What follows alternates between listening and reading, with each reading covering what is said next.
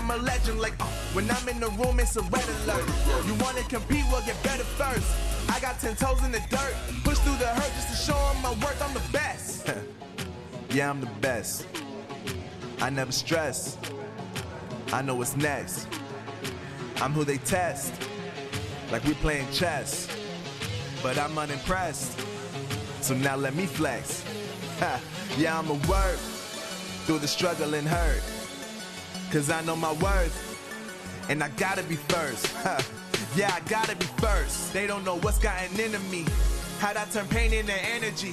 Through all the struggle and hurt, remember my worth, and that's why I gotta be first.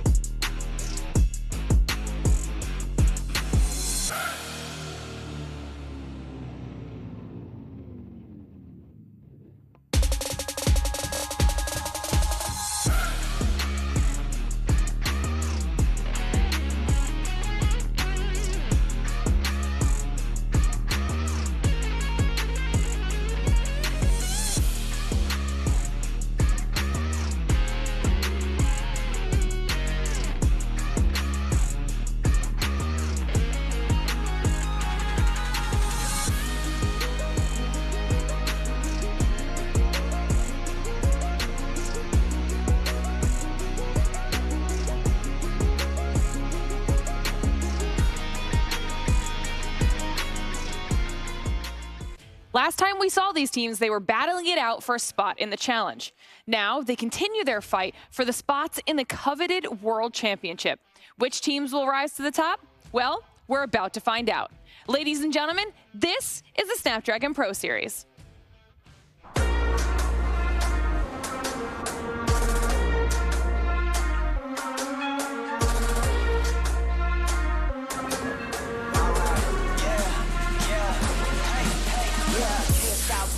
Going till a player on top, know it. Rooftop, penthouse suite. If you really want it, gotta own it. Fight through it, we was at the lowest. Blood, sweat, tears, the components. Riding all year, now's the moment. We are not friends, we are opponents. Yeah, I'm coming for mine. Yeah, I'm making a play, the game on the line. Yeah, I've been on the grind. Yeah, I jump in the spot, I made it my time. Yeah, look in the sky. Yeah, the stars align, no shade to shine. Can't stop it already. Emotional work and devotion. We put in this time. Look,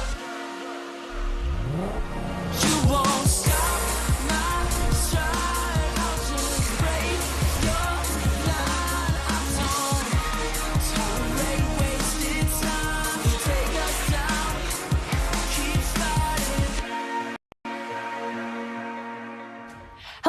Welcome to the Snapdragon Pro Series. It is day number 1 of the challenge season for COD Mobile NA, and I am excited to jump into all of the action here today. I am your host, Glitter Explosion, and of course, we have our amazing crew on the sofa here with us. We've got Bobby Plays, Beef Mommy, and I Hold Shift. Are you ready to dive into this region? I'm absolutely ready. I think I and a lot of the COD Mobile community have been looking forward to the North American action.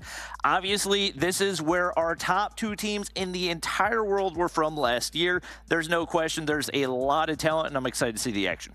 I mean, a lot of people are saying that NA is top heavy, and we kind of saw that in stage 3, but I think it's about to change, especially since we had roster mania last week. I feel like these changes are definitely going to improve some teams' chemistry. The best in the world very well may still be here in this region, but the question is which of these teams will be the best in the region first and foremost. So yeah, with a lot of changes coming through, a lot of mixed results as we kind of look through stage 3 qualifiers, it's kind of anybody's game right now. Yeah, that's why it's going to be a very exciting summer, which means everybody at home, if you haven't done so, it's still day one, so you got plenty of time, but you need to follow us on social media so you can stay up to date with all things from this challenge season, Snapdragon Pro Series related. We've got a Twitter, an Instagram, a Facebook. Make sure you're on all of our live streams with us so you don't miss a single second of the action. And of course, if you're part of the community and you want to hang out some more, we've got a brand new Discord where you can do exactly that. Discord.gg/Snapdragon Pro Series. Head on over there, get yourself joined up, hang out, chat all things COD Mobile. It's a pretty cool place to be, so make sure that you do it. Now, it's day number 1 for NA, which means we need to do the refresher for everyone in case you're new here and you don't know how this entire tournament works. Bobby, explain the format to them. Stage 1, rank play to qualify. Stage 2, rank play with friends, and the top 128 teams advance to Stage 3. We watch the players play all the way down to the top 8, who we're going to be seeing now in Stage 4, playing in our round robin to ultimately get into that top 4 and try to lock in one of those 3 spots for North America to make it into Stage 5. All right, and like Bobby's mentioning, sure, there's some spots to the World Championship on the line here, and everyone's going to be battling tooth and nails for those. But it's not just those. We still have some cash on the line for just this stage alone, Mommy. Yeah, definitely. A lot of these teams want that cash money because when it comes to competitive, you definitely want to have a little bit of something. That is the whole reason why they want to go into Stage 5 as well, is to win that coveted $1 million for the lion's share. But for now, we do have $2,250 for that first, and all the way down we have $500. So you're not going to be leaving empty-handed here.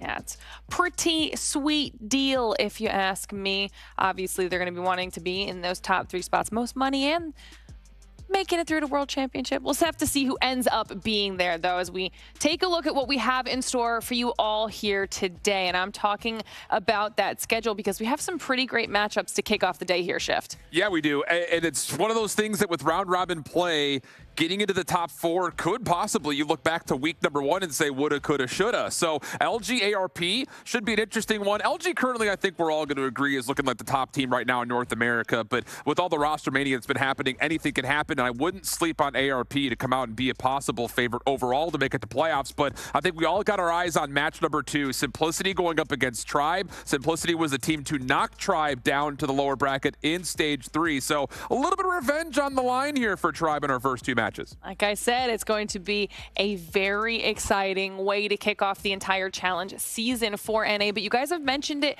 a couple times. Roster mania happened recently, and you mentioned that match number 2 is going to be a little bit of a doozy, specifically talking about Tribe. Bobby, let's talk about Tribe in that roster mania a little bit because people might have missed some stuff. Yeah, it was just roster changes all over the place. Obviously, you guys probably saw a few days ago, Tribe announced they're picking up the Seminole roster. Now, the Seminole roster does have some changes from what we saw in Stage 3. Blur exiting the team, making his way on over to that Simplicity roster, and instead, Tribe picking up Raballo from the DICE roster. Now, there's a lot going on with all these guys. Obviously, Bolu's one of the people that were probably expecting to have our eyes on, but from what I've heard, he's actually going to be a sub on this roster, which is going to be a big surprise to a lot of people. But there's no question there's a lot of young talent to go around with the rest of these players as well. Jez in particular, right? I mean, we had our eyes and every single time we had a chance to talk about Tribe, we were talking about Jez being the possible future of COD Mobile. So now with Tribe not being currently the favorite in North America, I got my eyes on the young man to try to step this team up.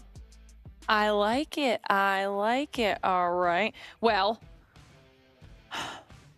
we've got to talk about Tribe a little bit more here, Mommy, just for a hot second, because I think you're the only person we didn't get to hear your thoughts on with this new roster, and I might have a little bit of surprise in store for you guys as well while you're giving us your thoughts on Tribe. Definitely a big question mark was if Blur leaving will be a huge impact on Tribe this time around and picking up Raballo, because when it comes to Raballo, he was pretty much the golden boy of DICE. He was doing an amazing job at the respawns, at those S&Ds as well, and now him being picked up and also filling a really big gap that Tribe and definitely Blur left that. I'm interested to see how he's going to be able to pick it up in the table and just have that chemistry, like what we've been mentioning, that roster mania, yes, but I think they're pretty balanced now. Getting Rabalo will definitely step up their S&D, but also having Jez and Forsaken will definitely be so good when it comes to those respawns as well.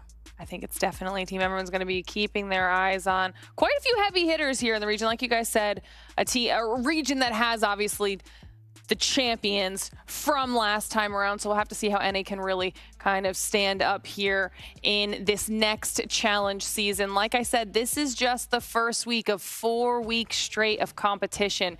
So they are going to be having to deal with some serious competition. So you guys are going to have to be here the entire time. This leaderboard's going to get crazy the second we start diving into it. We saw it in EU as well, Bobby. The first week is always a little bit uncertain for some teams because everyone's trying to get a feel for the overall playing field. Yeah, week 1 is ultimately just the litmus test for the rest of the season. I think especially for North America, we talked about they're likely going to be top heavy, and I feel like there are a pretty definitive top 5 teams, I would say right now. The order of those top 5 teams could be jumbled any number of ways, I think, outside of that Luminosity squad. So I think especially keeping eyes on DICE, they picked up 2 really solid players in Size and Aerith. Obviously, Size being removed from that Simplicity roster in order to pick up Blur. There's also opportunity for some great storylines and some revenge for some of these players. All right, now the surprise that I was talking about, I think that we might have that ready if I've heard that correctly. We have an interview to kick off the entire new season in a minute here. So start prepping your questions because we're going to be playing, we're going to be bringing a player in to chat with us from Tribe before they end up going into their match later on today. If you guys are just joining us, we saw that schedule just a few moments ago. Match number 2 on the day will be Tribe versus Simplicity. So if you guys are trying to pay attention when your favorite teams are jumping in and getting their games on, make sure you reference that schedule so you know exactly what's happening throughout the entire competition, because we are about to get into all of that action. Like I said, before we do that, we're going to just be doing a quick interview with Space from Tribe, so that's going to be super fun. And then we'll start talking about that first matchup because it's going to be a great way to kick off the day with LG and ARP. So before we get into interview, anything you guys want to touch on before we dive into it? This will be the first time in Tribe history they're not the favorite. That's, I think, the biggest point. And they were bold on Twitter. They were saying, what would COD Mobile Esports be without Tribe? And Luminosity says, we're fine. No worries. So I think there's something to be said about, you know, the ego and the reputation for Tribe as an organization and not being the current favorites. They're going to have to prove themselves, and that's no better time to do it than their opening match today.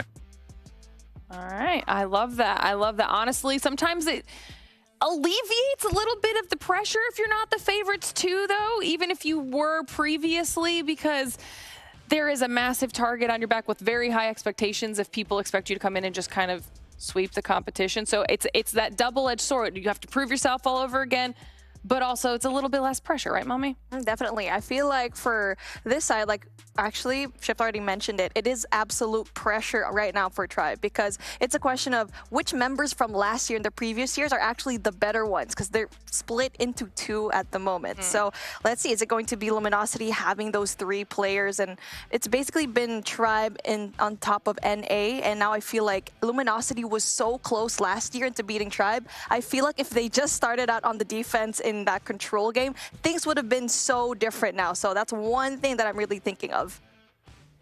I mean, we had talked about a lot of those roster shakeups, even going into the open finals when we were trying to determine which teams were going to even be making it here to the challenge season. We're following that overarching story of the former champions and kind of getting shuffled around.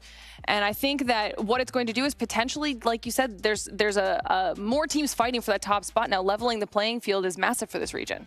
Yeah, no question about it. I think that's the best case scenario for North America with how top heavy they've been in past years. It's been fairly predictable what the outcome's going to be, what teams are making it out on top. A little bit of a battle for that 3rd spot in North America last year, but ultimately the top 2 were decided probably 6 months before we even saw any action in Stage 5. So the fact that we have a real battle right now, I'm excited to see how these teams shape up. Obviously, there's no way of knowing how chemistry is going to be affected, and a lot of times people look at these different roster changes and they can look at the KDs. They're like, oh, this is a good pickup, this is a bad pickup. But ultimately, team chemistry is the most important factor in any of those changes. And I think there's going to be a lot of changes that have a bigger impact than people expect. All right, well, I think we have the interview ready to go. Like I said, we have Space standing by to chat with us. Very excited to have you on the show here, Space. Let's get you out. Hello, can you hear me? Yeah, I can hear you. Can you hear me? All right, perfect. Yeah, I can hear y'all. Fantastic. Well, welcome to the show. First question right out the gate. How are you guys feeling heading into week 1 of the challenge season? Honestly, I'm feeling pretty confident. We definitely had a rough, like I'm sure everyone knows in North America at least, that we had a rough past few months. We haven't been playing a lot. Our practice has been bad. But after these recent roster changes and everything has just kind of come along, we've practiced really, really well for the past 2 weeks. So I'm actually feeling really confident. A little bit of a slow start, but we're going to make the best of it. All right. Obviously, one of the big things on everybody's mind, especially heading into Stage 4, is Roster Mania, which in North America was especially crazy. How do you guys feel like your team has changed with the addition of Robalo, and what kind of role does he play? Robalo is really a flex role, even though he prioritizes SMG, so he's kind of playing SMG AR. But I think it's improved a lot because whenever me and Blur were both playing at the same time, we were lacking on engagement rates, and Robalo has always been notable as being a very, very high engagement player. So as long as he's getting those engagements and he's winning majority of his fights and he's on the hill, then it's definitely a step up as a team. Definitely. And for now, like, this is a question for you. You've been blue for a majority of the time, and I remember you tweeted that. And so now, how does it feel like wearing that red, the confidence in the team and just the organization in general? Obviously Tribe, like they've won the past 3 years in a row, so you'd kind of think that it's like a lot to uphold. Maybe the pressure would get to you, but I'm feeling really confident this year. I'm glad to be representing Tribe this year, and I really think we have a chance of taking it all. Space, brother, look, I gotta pick a ball with you real quick because you started this whole thing talking about your practice hasn't been good so far this year. You guys said the exact same thing last year going into Stage 4 as NYSL Mayhem. What is the different approach coming into the group stage this time with a more long-form competitive season? Last year, a lot of what we said was very much optimistic and just praying for the best. Faking it till you make it somewhat, but this year is actually I really do feel confident, and I think we'll do well. I know it's been rough, but I'm telling you, the past 2 weeks this team has come along a lot, and I know we have a lot of potential. Perfect. Expectations are high for you, bro. Looking forward to it. Yeah, I think everybody has very high expectations for you, so I'm excited to see what you guys in match number 2. We won't keep you much longer, though, so you can go prep and get ready for the competition. Thank you for jumping on and chatting with us. Yeah, thank you, guys. Thank you for having me. All right, we'll see you soon. Bye. All right, like I said, match number 1 right around the corner. Let's start talking about it, okay? Let's get this whole competition rolling. It's time to dive into it. LG versus ARP. What can we expect out of this one, Bobby? Obviously, we got to lean toward LG, and we're going to lean toward LG in every single match that we have for the entirety of the season. There's no surprises there. I will say the one pickup that we talked about, Yawn moving on over to ARP after his departure from DICE. There was that whole shakeup, and nearly pretty much every single roster was affected by it, with the exception of Luminosity. So I think this is a really solid pickup in Yawn, and I think he can play a really big impact for them. I think, to be honest, it's a big loss for DICE as well. I think he's an incredibly underrated player and a solid anchor, so I'm excited to see what role he plays. Obviously, Mago departing from this ARP roster and moving over to Ryzen, I believe. It's just chaos all over the place, but I'm excited to see what he can do to help elevate this team. All right, well, as we take a look into their specific rosters, let's talk about LG a little bit here, Mommy. And, I mean, these boys need no introduction because of how well they are known into the scene, not just in North America, but obviously the world, because you can see that Tectonic, Vague, Marshy already representing Tribe last year. But it's not just that. You see that band also being that Eastern Championship as well. I mean, these boys definitely know how to be those MVPs. Like what I mentioned, band already having that SMG role. I feel like there are such a good balanced team. You have your SMG roles, you have your AR roles fulfilled, even the snipers as well. So that's the reason why that this team has been feared, because of how well they've performed all throughout the years. All right, well, the team that has to go up against the LG squad is ARP. Shift, talk to me about them. Yeah, I think the thing about it it, and maybe the best way to put a categorical nomenclature over it, was ARP was the last domino in a train of dominoes that were falling in the roster mania. There wasn't a lot of options because they were the ones kind of getting picked apart a little bit. So now you all of a sudden look to players like Jan, Veteran, and Carlinos, I think in particular, to be the maybe catalysts for this team. Not a great opening matchup on the schedule, obviously, but definitely one where you could start kind of feeling the momentum build towards the rest of this long-form round-robin schedule. Get those guys set up, build a little bit of trust with the newer players that don't have the same kind of competitive experience, and maybe there is a chance still for this ARP team to find their way into the top 4. All right. Well, we're going to get the picks and bans up here on the screen in just a second. Start talking about these, Bobby. Obviously, Summit Hardpoint, great place for Luminosity to start. Vega is one of the few players in North America that you'll see pull out a shotgun, and he is an absolute nightmare with it on Summit, so that's something I'm fully expecting to see. To be honest, one good thing for ARP is that Express Search and Destroy, one of the weakest performances that I've seen all year out of Luminosity, was them getting, I believe, 7-1 on Express Search and Destroy. It was really surprising to just about anybody that saw it, so that is absolutely going to be ARP's best chance at taking the map.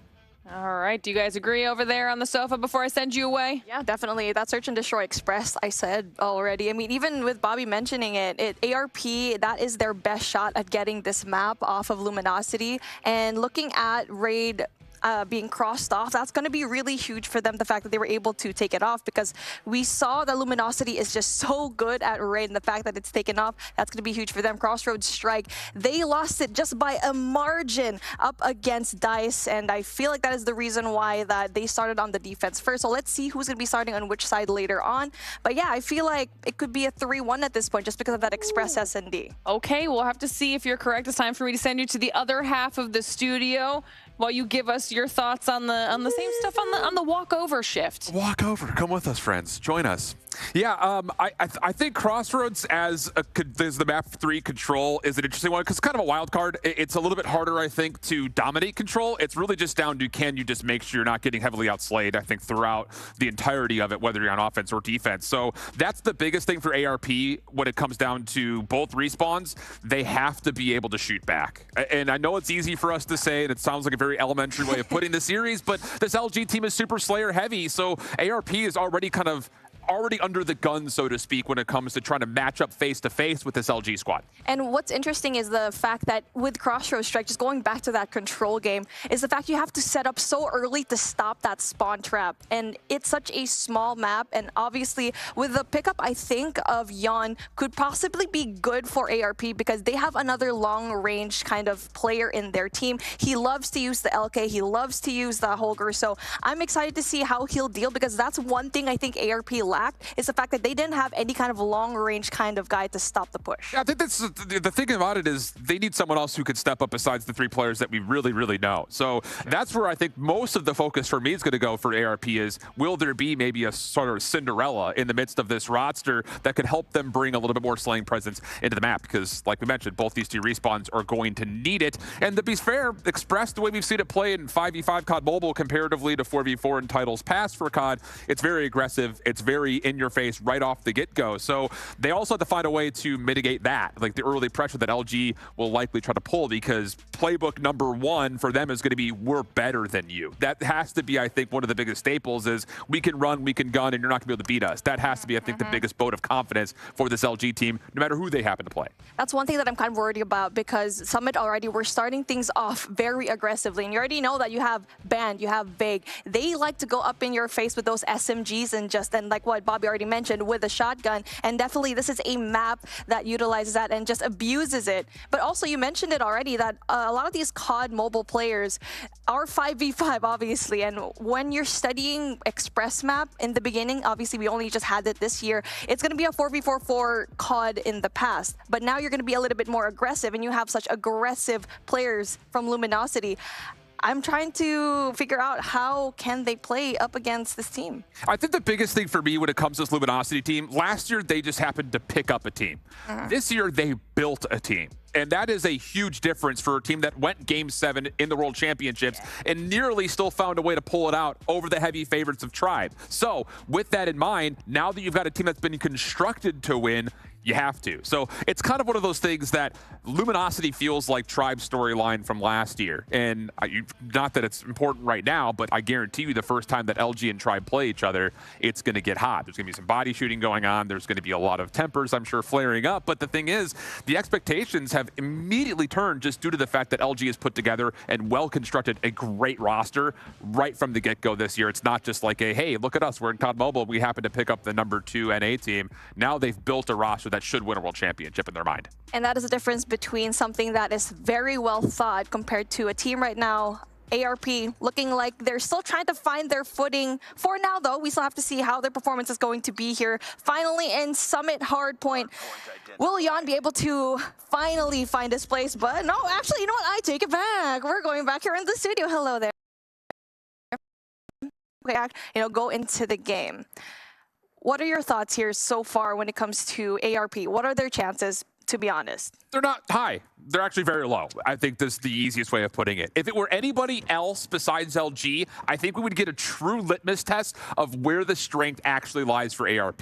The thing about it is these first couple of weeks are going to be a lot of us figuring out where the strength in North America lies, because not a lot of teams are going to have a chance to get the practice and rehearsal that LG has been able to build because of the moves that have just recently been made. It happened almost within the period of about 48 hours of roster lock even happening for this event. So this first week is, I hate to call it kind of a throwaway for ARP, but you don't look at this match, circle it on the schedule and say this is a must win. If it were an ARP versus DICE or versus Simplicity, that's a matchup where I think we're really going to be able to tell how good this ARP team could be. This, for me, is all about seeing what individuals are going to give ARP a fighting chance in the future.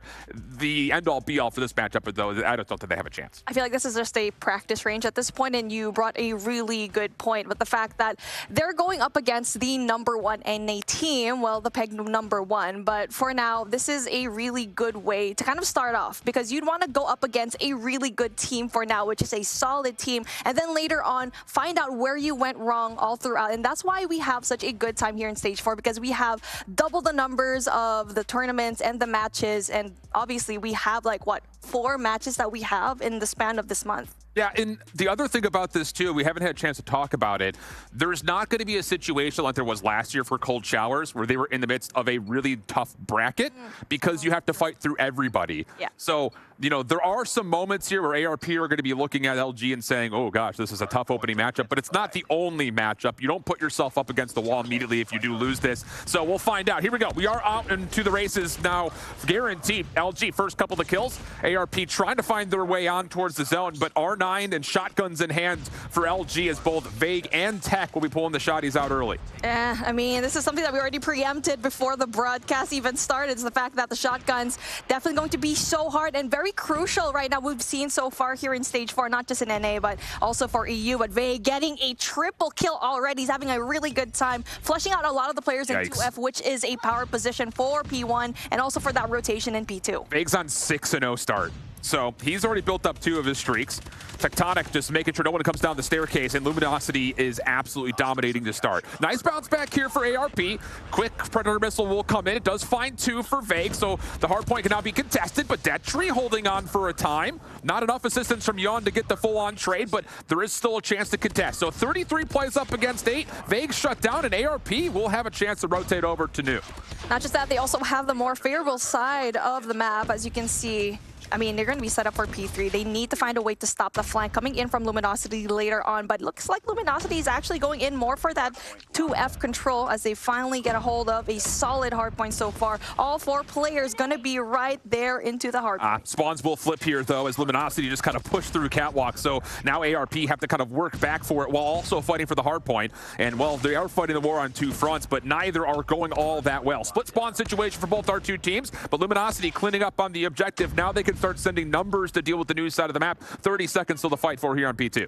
Unfortunately, Yon and Kimwax lose such an essential gunfight to fight for spawn for next. And not just that, Luminosity just having a trip here into P2, getting a lot of the points down, but it is still going to be ARP trying to go in there for that control. But Vague just causing chaos right there. And not just that, though, everyone else doing an amazing job outside of the hill. Tectonic getting kills from that War Machine. I love the timing of that from Tectonic. He can use that as a way to make sure that the play for objective is largely made easier. But Yon starting to heat up just a touch, does get 3 in a row. Hardpoint will start to move over towards the gondola. Tectonic in the back just playing anchor. Rest of LG focused on the front, but the hit for ARP all coming through generator side. Veteran trying to find an entry, but look how deep Tectonic is. Talk about just wise awareness as an AR. It's making sure that no one gets behind the play.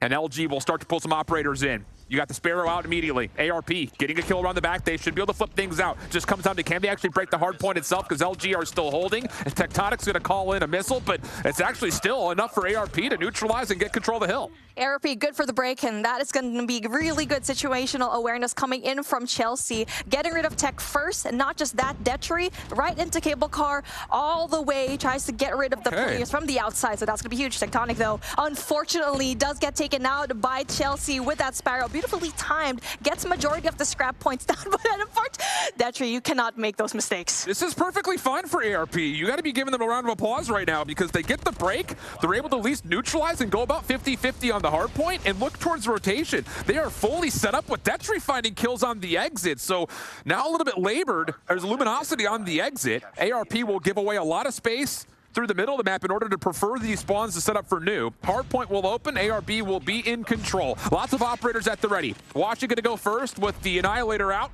while Veteran and Kim will do what they can to try to lock things by bunkering on the site itself. Claw in hand. Nice kills coming out for ARP. No trades for LG in any form, and how about the hold for ARP? Ooh, here we go. Yon in a really good spot as he's going to be anchoring down spawns. Actually able to get rid of Band that tried to go in for that spawn flip, but he will be greeted by a lot of players, and unfortunately goes in there. Not really a good sign as Washi gets an important kill. Band as well with the claw. And there you go. This is what we need to see from Luminosity Gaming to bring it back. But Chelsea with a beautiful 3-piece earns herself so much more utility. That is huge. It's essentially 1v4s on top of the hard point. Now her friends are in the mix, and the kills are starting to come through. LG completely bounced out, and how about ARP? Okay. Eyes wide open right now as they will take the lead through the first set of hills. Not a huge lead to speak of, but a lead nonetheless, which was already a bit of a surprise. Moving back over towards computers, though. Luminosity with control, not just in the hard point. They've got the shotguns back out as well. This is where they got majority of the points down in the first set of rotations, and they were able to have such a solid P2 hold, but looks like we have play number 3. That's Chelsea, a really big playmaker to try and get that, but unfortunately does go down. LG, couple of kills, Predator missile spent in, but ARP can only find one with it. Veteran clearing out the outsides. Tectonic trying to lock things down, but he's going to be under threat from behind. Should be an easy pickup for Yon, and it is. The kills all turning up. ARP, Luminosity not able to find a single trade. Kill feed goes purely yellow, and how about ARP? Another convincing break, and the kills, they don't stop coming, and they won't stop coming. A chance to start to make the rotation over to flip spawns around, and Luminosity can't find a single kill until it's a little bit too late. Chelsea on an absolute rampage right now, 18 to her name. The closest one is going to be Tectonic with 21, but obviously those long-range engagements, I feel like for Luminosity, they're not able to sustain it super well, especially in this hill. And now, let's see. The battle for 2F is definitely going to ensue. That's going to be play number 4, Big, right under, on a really, really cheeky spot, trying to just clear those really tight angles. Hardpoint will open up. Vague just going to finesse in and out with the shotgun. Veteran up top. Nice gunfight win versus Tectonic. Has a chance to possibly push forward, but the Sparrow's out for Envy. He clears out the second floor. Detry trying to follow up with the War Machine, but no real opponents for him to really make use of this. Only finds one up close, but now has to step into the action. Gloves out. Back to the LK. Completely mixed up as Washi starts to find a little bit of momentum here. A slow start for him, but now up to 14 kills, and Luminosity have a chance to still contest with numbers. The good thing for ARP is the fact that that War Machine, even though he didn't really find so much kills, he was able to push back so many players coming in from Luminosity, funneling in through that other side. And now we do get to see it. It's still blue all over the feed. 140 and 145 and looking like another lead change. But we do get to see ARP going in for an early setup for P3. But LG know this. It's just too early for ARP to make this play around the back. You have to find these kills. You have to find them convincingly. Trades across the board, not going to work out fully. Band on rotation will drop. So 3 seconds until this hard point expires. ARP now with numbers will have a chance to set up. But once again, Luminosity, a chance to threaten this early. 100 killer drones go out, and you also have a chance here for some operators to be pulled. Veteran will use the Purifier first and foremost. He's responsible for the front door. Around the back, LG finding a couple of kills, and look at the push coming through Snowside. Band opens up space through Forklift. Tectonic now pitching from the front, and ARP get completely demolished inside the hard point. A couple players will still spawn in, but ARP not inside the hill. Man, that's such a good push coming in from Tech. He won that gunfight up against Detri, and he didn't even push into the back of the map. He went all the way around, instead going to the other entrance for that push. And now it's all blue, and even though they're going to be surrounded by ARP members, it's going to be huge. Veteran gets an essential two-piece. Kimwax brings out the claw. What a pinch from Veteran. Finds a route through mid. Hits Luminosity from behind, and ARP, who never lost control of spawns, do get the rebreak. Tight game, 175, 165. Scrap time looks good for ARP as Luminosity's on rotation. They have only just 2 operators to spend to try to hold this, whereas Yawn has got one of his own. Everything may hinge on this break attempt for ARP. That's going to be huge. If you're going to be ARP, you need to funnel out every single player, but it's a good thing that they're also going in for the scrap points as well. And now they need to win that player number 3. Envy is going to be in a really big fight. Oh! Unfortunately, loses it, and that will allow the players from ARP to possibly go and spawn, but no, that's going to be right there. Washi, how big has he been in the last couple of lives? Now up to 17 kills. Luminosity hold on to the spawns and simultaneously still contain over towards the hard point. ARP setting up for their break. No operators, no streaks. It has to be done the hard way. On the opposite side, LG do have a Purifier out for Vague. Detri gets the first. Tectonic makes sure spawns are still good, but actually Band will spawn out here. ARP are starting to build up some numbers, but can they actually hold the hard point as they still do not have any operators to spend here? Band on the way in. He's going to be able to find the first. Can he double up? No. Kimwax there for her own double, and that's going to be enough for ARP to lock things in. That's going to be a beautiful break. Again, coming in from ARP, and they've been so good at breaking the hill. We got Chelsea already on her 28th with the Switchblade, and there's a reason why she's so comfy and using this every single time. The rotation going to finally come through. We do get to see Luminosity staying there, and as per usual, they are very comfortable here in P1, getting majority of the points, but every single time we go in there for a reset, ARP just inching slowly. Oh, wow.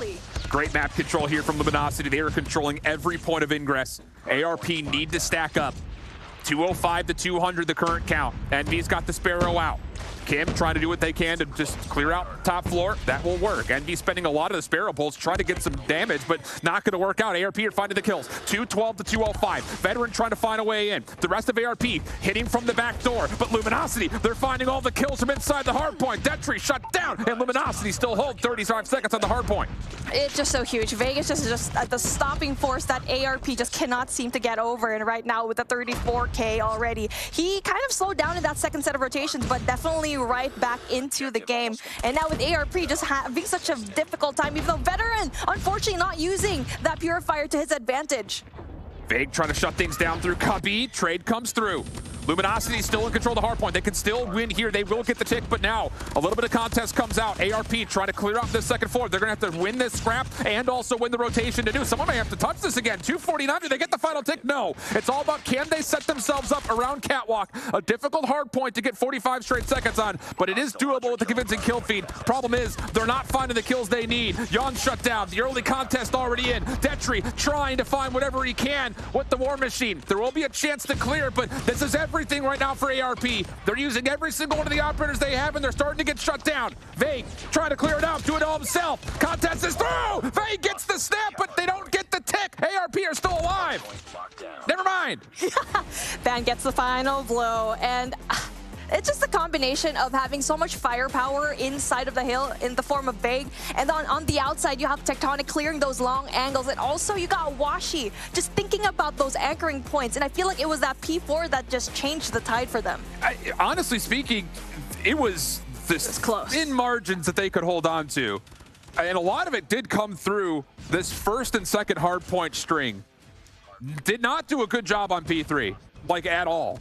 Even in the moments where they were locking things down around the back, ARP were still finding entryways. In fact, I think we can pretty much largely say both times that we were at that third hard point, it went 50-50. 30 seconds for you, 30 seconds for us, which is not often the case. That's probably one of our easier hard points across the board internationally that you'll see teams soak up time on, but that was not to be. It was largely Luminosity finding value here in these first two hills that ARP were having a little bit of struggle with kind of out-trading Luminosity. And even though ARP did a nice job kind of rotating around the map to try to mitigate some of the problems they had in the first two hard points, unfortunately, we never saw another third hard point. So Luminosity get the job done. 38 total kills for Vague, a lot of it with the shotgun with over 2 minutes of hard point time. Yeah, he's the MVP for sure. Definitely a solid and hopeful start, actually, for ARP. The fact that they were able to kind of go toe-to-toe, and there were so many lead changes that we couldn't even kind of keep track of it. And like what we mentioned, it was just that one heroic act from Washi and Band that just cleared out that P4, getting that anchor spot that ARP kind of had a difficult time when it comes to the flow. I feel like they should have probably rotated early enough and not go for the break every single time, but it's just so hard to tell. Yeah, 6 of one, half a dozen of another, right? Like, you either are going to put a lot of value into soaking up every single second to scrap, and then you give up the initial, or you hopefully get a 50-50 gunfight towards the new hill. It's hard to really pick those things up, especially when spawns are literally on the opposite sides of the map. So for ARP, hopeful things like you mentioned, but the problem is LG still to find a way to win map number 1. That would have been a huge takeaway for ARP. Express, though, for the map number 2, search and destroy. Now all of a sudden we start to think about this maybe a little bit differently, largely off the fact that ARP are playing a good team game, which is, I think, the biggest X factor between both these two squads. Luminosity should be the more truly tested team with more reps, more rehearsal, and more time to playbook.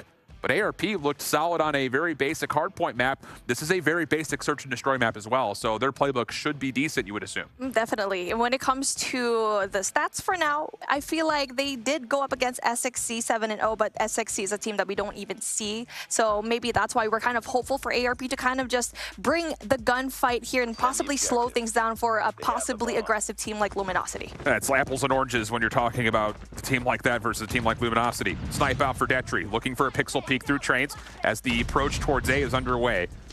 Some trophies will be placed largely to make sure that nothing can hit around the flank, but how do you get this bomb down safely? Whoa, Kim gets so far forward. Vague does at least find one, and then the connection from Tectonic throws away the early threat. Sure, the bomb is collected, but LG do exactly what is required to clean up this A hit, and that's just a difference of not putting down a trophy system on top of the bomb site. Kim getting that far forward is key for the offense, but doesn't make a difference when nades are hitting you every single time. Flawless round coming in from LG. That's going to be huge for them. Detri, though, still struggling to find that information. I feel like they probably should have waited for him to kind of give that go signal here in this A hit, but it seems like it's going to be the same thing. Tectonic and Detri, I thought they took each other out. Well, it's just a one-for-one exchange. ARP still looking over towards A. Quick rotation from Washi, who will be sniping from backside crosswalk. Envy here as well, just to try to throw some early nades if needed, but no point of contact has been made yet, and LG are holding onto their resources with this heavy stack on A at the moment. They're going to be a possible flank watch just in case ARP goes in for that Bravo hit, but they're just going to be staying put and just going in for that information from Kimwax. If anyone from LG is going to be overextending just a tiny bit. Still a stalemate, though. Y'all are going to be in a really good position to possibly spot 2 more players coming in from Luminosity, but still none. LG's in the perfect spot. You don't have to move right now. You've got good contact for Vague, who's got a shotgun playing inside a ticket, and then Envy has an SMG watching up close and personal for a train cross. And will obviously also be able to kind of trust that Wash. He's watching over the top of him for any hit through lockers. Contact should have been made right there onto Chagaboot. Washi holding over towards locker side. There needs to be contact sooner or later as ARP are going to have to stick with this. There's all the utility. Washi will be smoked out. Yawn, first blood onto Envy, who is trying to contest this bomb site. Should lead to a plant here. ARP throws a good smoke, and that just allows them to go and enter the site. But unfortunately, just go down one by one. Fake gets a beautiful 2-piece with the nade and also the R9, and Washi gets a pick as well. And just like that, even though it was a good push coming from ARP, not able to sustain. Yawn going to try to stick for the plant. Does have just enough vacancy to get it down. Swaps over to a Fennec. Washi watching for the exit. First shot misses. Yawn just throwing shoulders. Help is on the way. Tectonic is coming and running over the top of the trains, but doesn't make a difference. Washi will get it done himself. And even though he's only got 2 kills, the 2 kills that Washi has had so far have been instrumental towards this A defense. Now for ARP, it's just a matter of you need to find your utility up against a sniper like Washi that will always stop your push. And not just that, but Tectonic's also been doing an amazing job at getting those first bloods as well. And now A doesn't work, try to go in for that Bravo push. I mean, you have to kind of worry about Vague with that shot. You having 4 kills already, but it looks like that B execute is finally going to happen. Pretty heavy stack here for LG up close and personal. Vague does get pushed off, and that's a good follow-up on the veteran. Detri also getting a long-range shot over to Envy, and the approach towards B is flawless for ARP. Just down to Tech and Washi, both sniping. Freebie picked up here. That could lead to an opportunity to maybe exchange one of the scopes out for a rifle. But as Detri walks over towards the rivals from playing elevator side, he will be trusted to lock down this entire backside lane, leaving not a lot of opportunities here for LG to work on it. Tech now the last player for a 1v4. Good luck, have fun. Not really much you can do at this point. 24 seconds left on the clock, and the defense from ARP is just going to be so solid. Jan going to have that information down, but he does get spotted by Tectonic. He goes down. And now with 14 seconds, it's just, you're just going to have to, you're just going to have to open for the Ninja Defuse, but that's not going to happen for sure. And now as LG, I feel like this Bravo push just kind of caught them off guard with the fact that it was so aggressive. They didn't really put as much bodies there, but I feel like now that it was a really successful A-B execute for ARP, Luminosity is going to be fighting back mano a mano. This comes down to what do you want to do with these 2 sniper rifles. We've seen Washi lean heavy towards A. Tech has been playing through mid. Those are your key pivot points here for LG defensively. ARP, based on the X-ray, looked like they're at least threatening over towards B again. Would love to see the action as Detri gets the first. Trades come through. LG able to at least get 2 more in response in that position through top trades. So difficult to work through if you control ticket, which is indeed the case. Detri fighting back, but now is the last one standing for a 1v3. Has plenty of time, but no bomb to work with. Shot would have to land, and it does. Tech will drop. Now to the 1v2. Band's nade not quite going to land. Still playing over the top of the jump, but looks like he'll back away, and they're going to try to likely get together here to play this out as a duo. Detri is in a really good position to retrieve the bomb and also has enough time to do so. Looking like he wants to go. Oh, I thought he was going to go in for a long wraparound, but he needs to go and retrieve the bomb. The good thing that Luminosity did is the fact that they played numbers to their advantage and just waited, because if you saw Detri push, that 1v1 inside, that's definitely not going to be good. As you get to see, Detri's in a really good spot to go for Band. Contact made, first kill in, follow up, oh, okay! That is a tough second gunfight. The transfer perfect for Detri, and you gotta kind of wonder what Band is even looking at right there. He's prone in a corner looking at a single direction, and he's the second member to the gunfight. I don't know if he's put his phone down or what, but Band gets smoked and no chance at the follow-up. Detri gets ARP to a 2-2 count. Another early hit, this time ARP very aware that LG are leaning towards mid, so they're throwing a lot of utility and putting a couple of the numbers here to try to respond to it, and yep, Detri continues into this 5th round, as he takes down Washi at range. Kimwax is still at a 0, but Detri is just stepping it up. It doesn't really matter, but he needs to step on the pedal.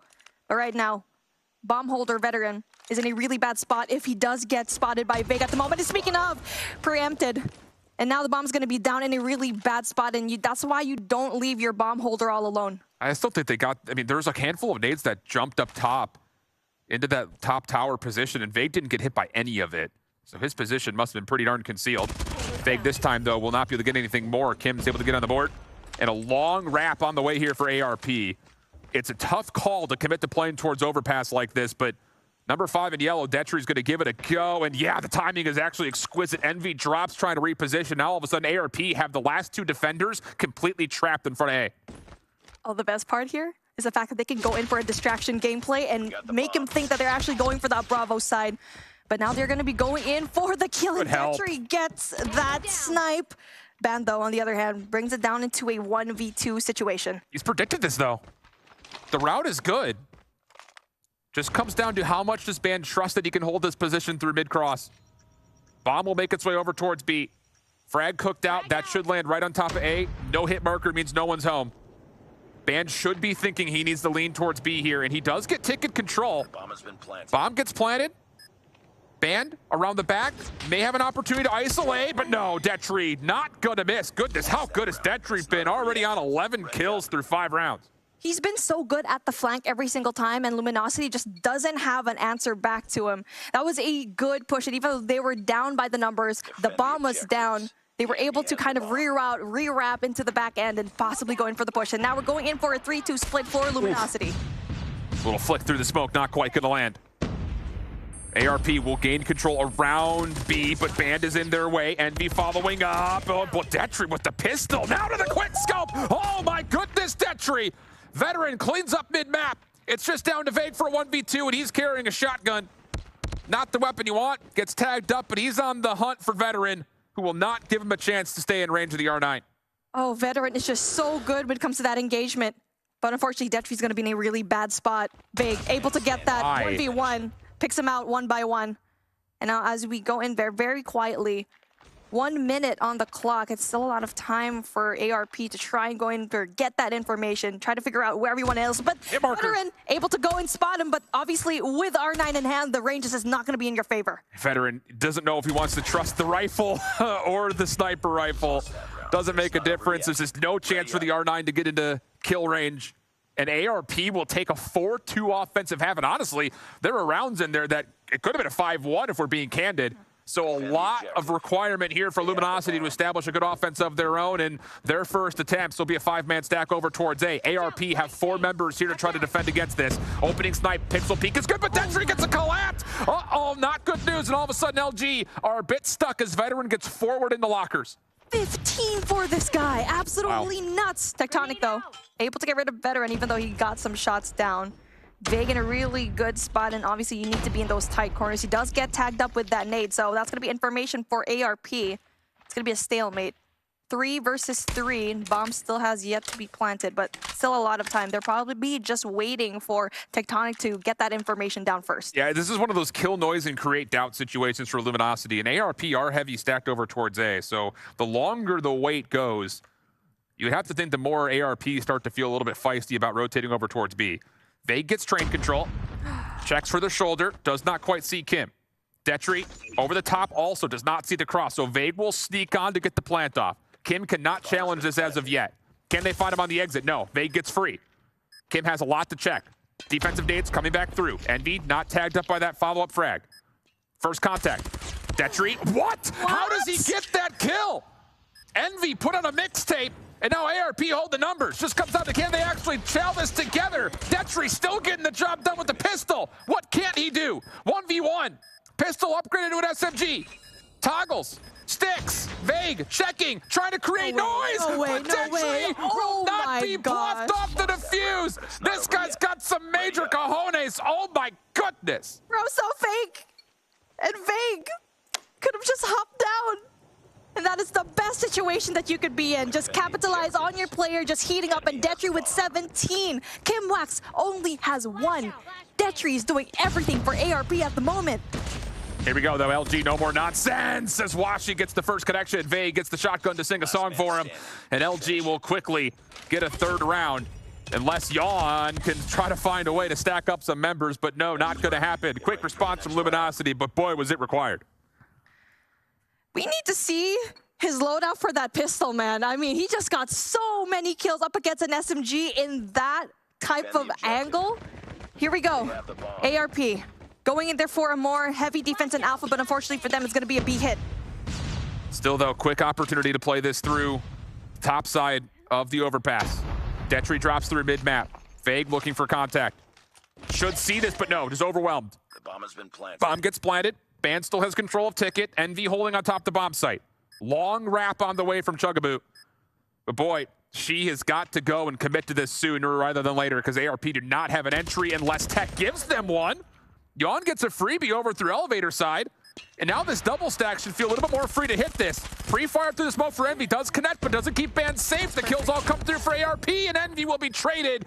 ARP on map point. My goodness, that was so good. The fact that you mentioned it, Chelsea was already there for that wrap around the flank, and Washi was actually looking at that direction. But Tectonic going down and losing that gunfight just made him look the other way, and the fact that they just went down 1 by 1, that is just really good timing coming in from ARP.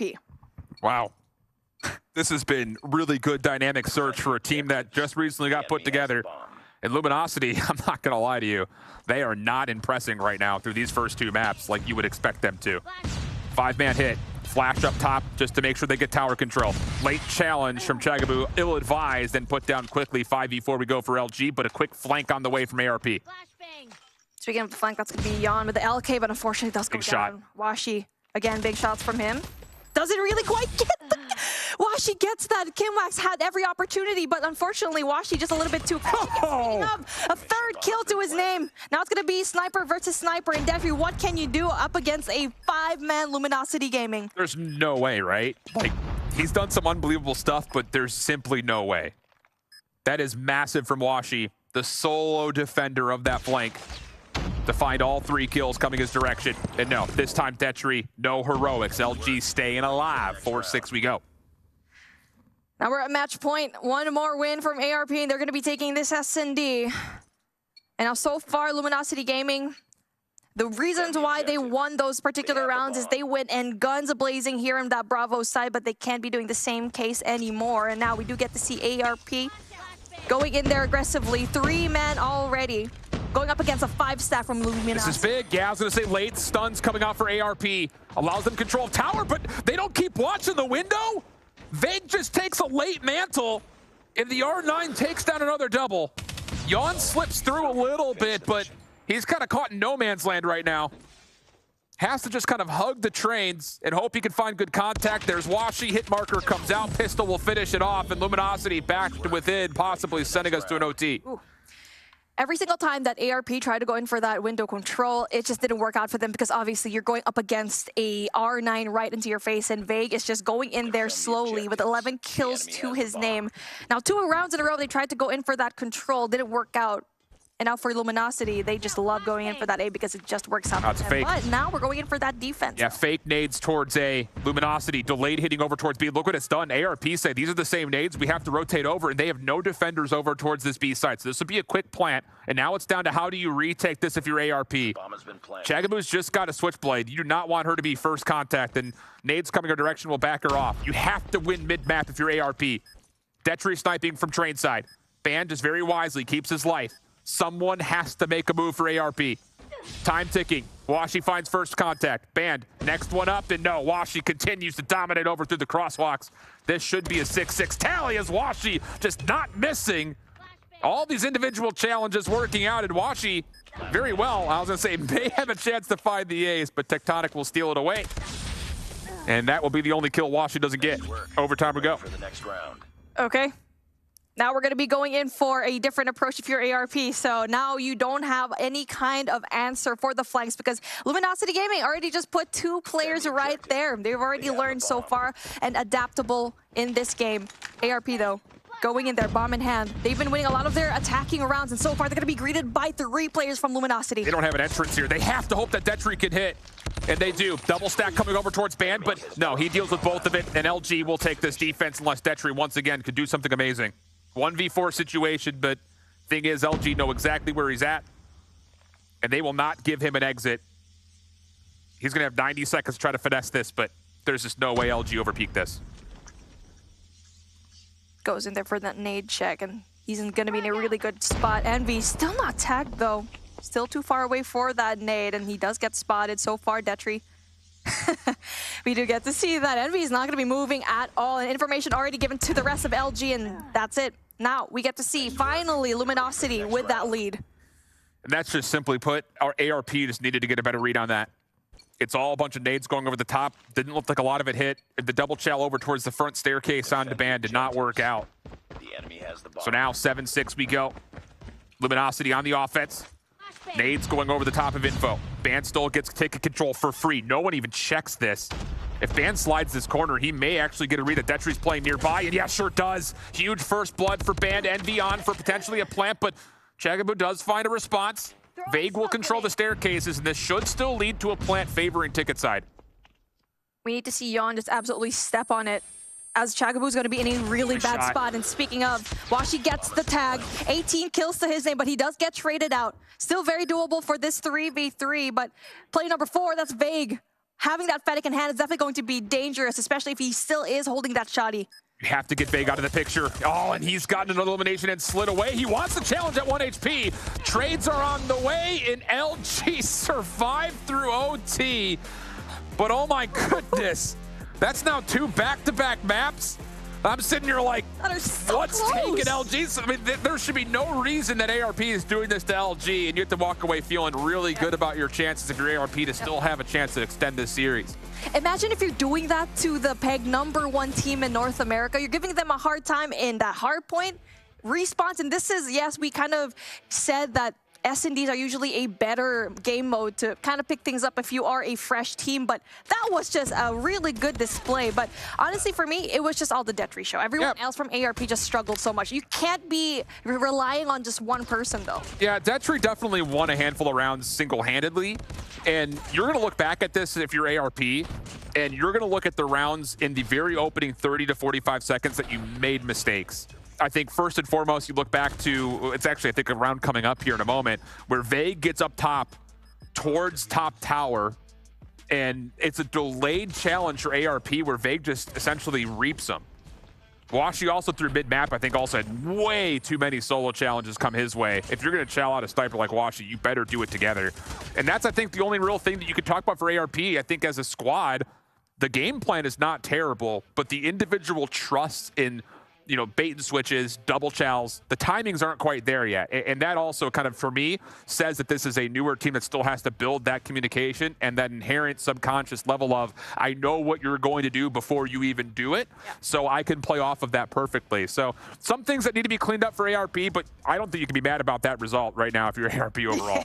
I mean, look at that scoreline. Detry having that 18. Washi, on the other hand, as well with the 18. So I feel like for me, the only reason why I think that LG has been doing an amazing job, and one thing is for sure, Washi, not only does he get those first bloods, but also he's so good at that flank watch. You already saw it in the other end where I feel like for ARP, having a flank watch that is a sniper is a huge deal, but you always have to rely on Detry to just go in for those entry frags.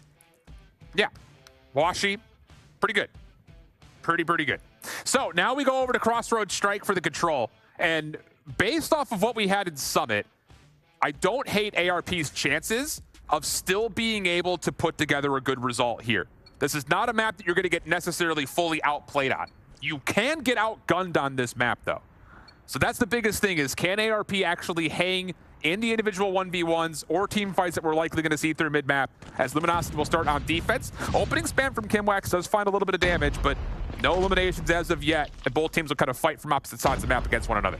2 snipers coming in from ARP, that's Yon and Detry. Definitely going to be able to stop the push from far away, but I'm kind of concerned once everything does go in for that small ranges. Chelsea, though, gets an essential 2-piece. She doesn't have to overchow this. I was about to say, you've got focus on towards A right now, and it is a little bit overchowed. I think it's ARP trying to get a little bit too cute on both zones at the same time. It allows Luminosity a chance to trade back the kills, and with that, they also retake the map. Tough situations lie ahead now as Luminosity take the offensive side away from the offense itself. Yon still trying to get the sniper rifle to work out for him. He does at least preclude the ability for anyone to push through snow side, and Veteran will single-handedly regain top control of Garage.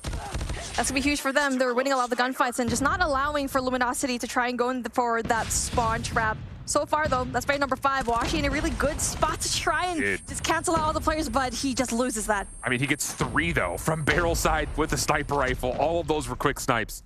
Unreal stuff. Yon puts the scope down at the exact wrong time, but still holds on towards the B zone. Big play here from Chelsea, getting one through mid. NV reclaims, though, and once again, ARP not quite able to stay on the zone. They will get out of spawn, but there's only 25 seconds remaining. They need to make a decision on which zone they want to try to commit to. Insinuation would be it's going to happen over towards A. Topside barrel, no. SMGs coming to life here for LG. Tack over the top, will drop, but the unfortunate thing is Detry really cannot commit to getting onto A by himself. He needs help. So far, though, ARP just going into those split situations that they're just not winning a lot of the gunfights inside of the point. And so far, 3 seconds left, and just 1 tick of progress here in Alpha and just 5 lives is definitely going to be so hard for them to go and get. There you go. Very convincing for Luminosity here in that defensive side. Good stuff, and it all starts, I think, with their ability to bounce back after the first set of gunfights, because ARP did a really nice job of controlling mid lane. Offensively, you have to have it. If you want to have any success towards either of the 2 zones, A in particular, you have to control mid fences like that. Envy, in the process of that defense, did find a chance to get himself onto streaks. Opening first blood, good. Detri taken away with a little bit of elevation now all of a sudden, and the defense will absolutely dominate off the rip. LG still trying to hold their ground. Envy stunned up, but good assistance from Vague allows LG a chance to start to make a move. Definitely, Detri's going to be a huge person to try to stop the push from that backside, and especially with the sniper. That's going to be a good setup. I think that double sniper's on the defense, but I think for the offense, they might have to swap out at least one of them going in for the LK.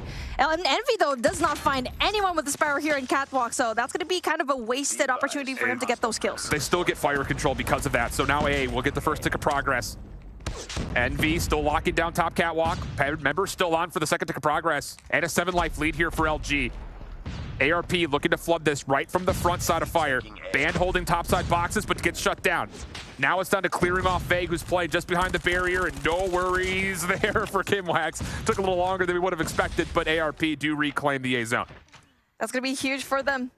One more tick of progress here in Alpha, and you know, Bravo is definitely going to be a point that's going to be a little bit easier to get if you're going to be Luminosity, because you are going up against those two snipers where you just have to smoke them out and able to get that Bravo control down. So far, you get to see Veteran and Kimwax winning a lot of big gunfights here in this entire building, though. That's huge. Detri was the only defender in position to stop that third tick of progress from coming through. It's still not out of the question yet, but Veteran started to take over space with the Purifier.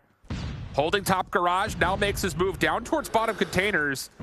Tall ask for the Purifier to get in position for this, but does eventually collapse onto Washi. 10 plays 7. This could very well become a TDM, but the problem is LG need to stop this clock a little while longer. Only 15 seconds or so left. Third tick of progress will be contested over at A as Chagaboo does what she can, but Washi, big quick scope, Tectonic pulls out the War Machine, and that may swing things just large enough. Kimwax, Yawn, trying to find a way to get these members off of A, but no, the extra 60 seconds will be added, and into 6v2. You like the chances for Luminosity, just down to Kim for the 1v5. And LG will just use this clock as they way to hunt him out. Info for Kim, isolates the first, steps away. Not impossible, but definitely improbable. And especially as LG jump on the zone, they will force Kimwax to come to them. Here's the play. Kimwax, though, tries to go in there to stop the clock, gets the win. He stops the push coming in from Bravo from that far away, but obviously with just 1v3, 57 seconds left, and the clock being brought out. That is a power move. Okay, he possibly gets that one kill. Not just that, goes in that ready. He might get that double kill. Not just that, he's gonna bring in the space, but Envy is gonna be utilizing that catwalk and that clearance. Great effort, though. It's a bold call, especially considering there's not a lot to bounce the claw off of there. Can respect the play, but the 100 kilo drone never actually gets down because both players low and stacked. There was maybe a chance to get them both off before the B zone was captured, but the 1v5 does not come through. Now Luminosity enjoying a 2-0 lead on the control back towards the defensive side. Early Purifier from Vague. ARP also flashed and stunned as Vague gets to work controlling garage. Veteran will at least put a little bit of a line in the sand, but Vague will not be denied, and now Band will follow up. He's got the claw out, doesn't really find anything with it, but oh my goodness, final moment of the Purifier. Sees Vague just kamikaze his way in towards spawn, and he finds another double. 5 life advantage here for LG as ARP have yet to see a control zone. Envy goes away with his life, and he does get spotted by Yawn and goes and takes him out. And that's going to be a huge kill coming in from ARP, just flushing out that one player that is just trying to go in for that spawn control, that spawn trap. But they still have to worry about Band. He does have a Fennec in hand, so that's going to be really hard for him to get those advantages. First tick of progress, good on B. LG still holding on towards a lot of the mid-map control. Kimwax trying to change that. No turn and burn. Band able to secure the trade. And then the Sparrow will take Yawn off the second tick of progress, which was nearer to being captured. Band holding over to truck side. This will force ARP into a bit of a spawn trap, and yeah, Band is going to absolutely reap. 20 plays 11. Detri, War Machine out, clears off the spawn, allows an exit to occur for ARP's offense. Problem is, you have to commit to this B zone. Get the extra 60 to even have a chance at neutralizing this life lead that well, Luminosity have ran away with. 8 and 15 is going to be the life count at the moment with 24 seconds left on the clock, and with just so much progress in Bravo, you still have to secure that second tick. And so far, every single time Luminosity is winning those mid-range engagements, not just that, also the engagements inside the buildings as well.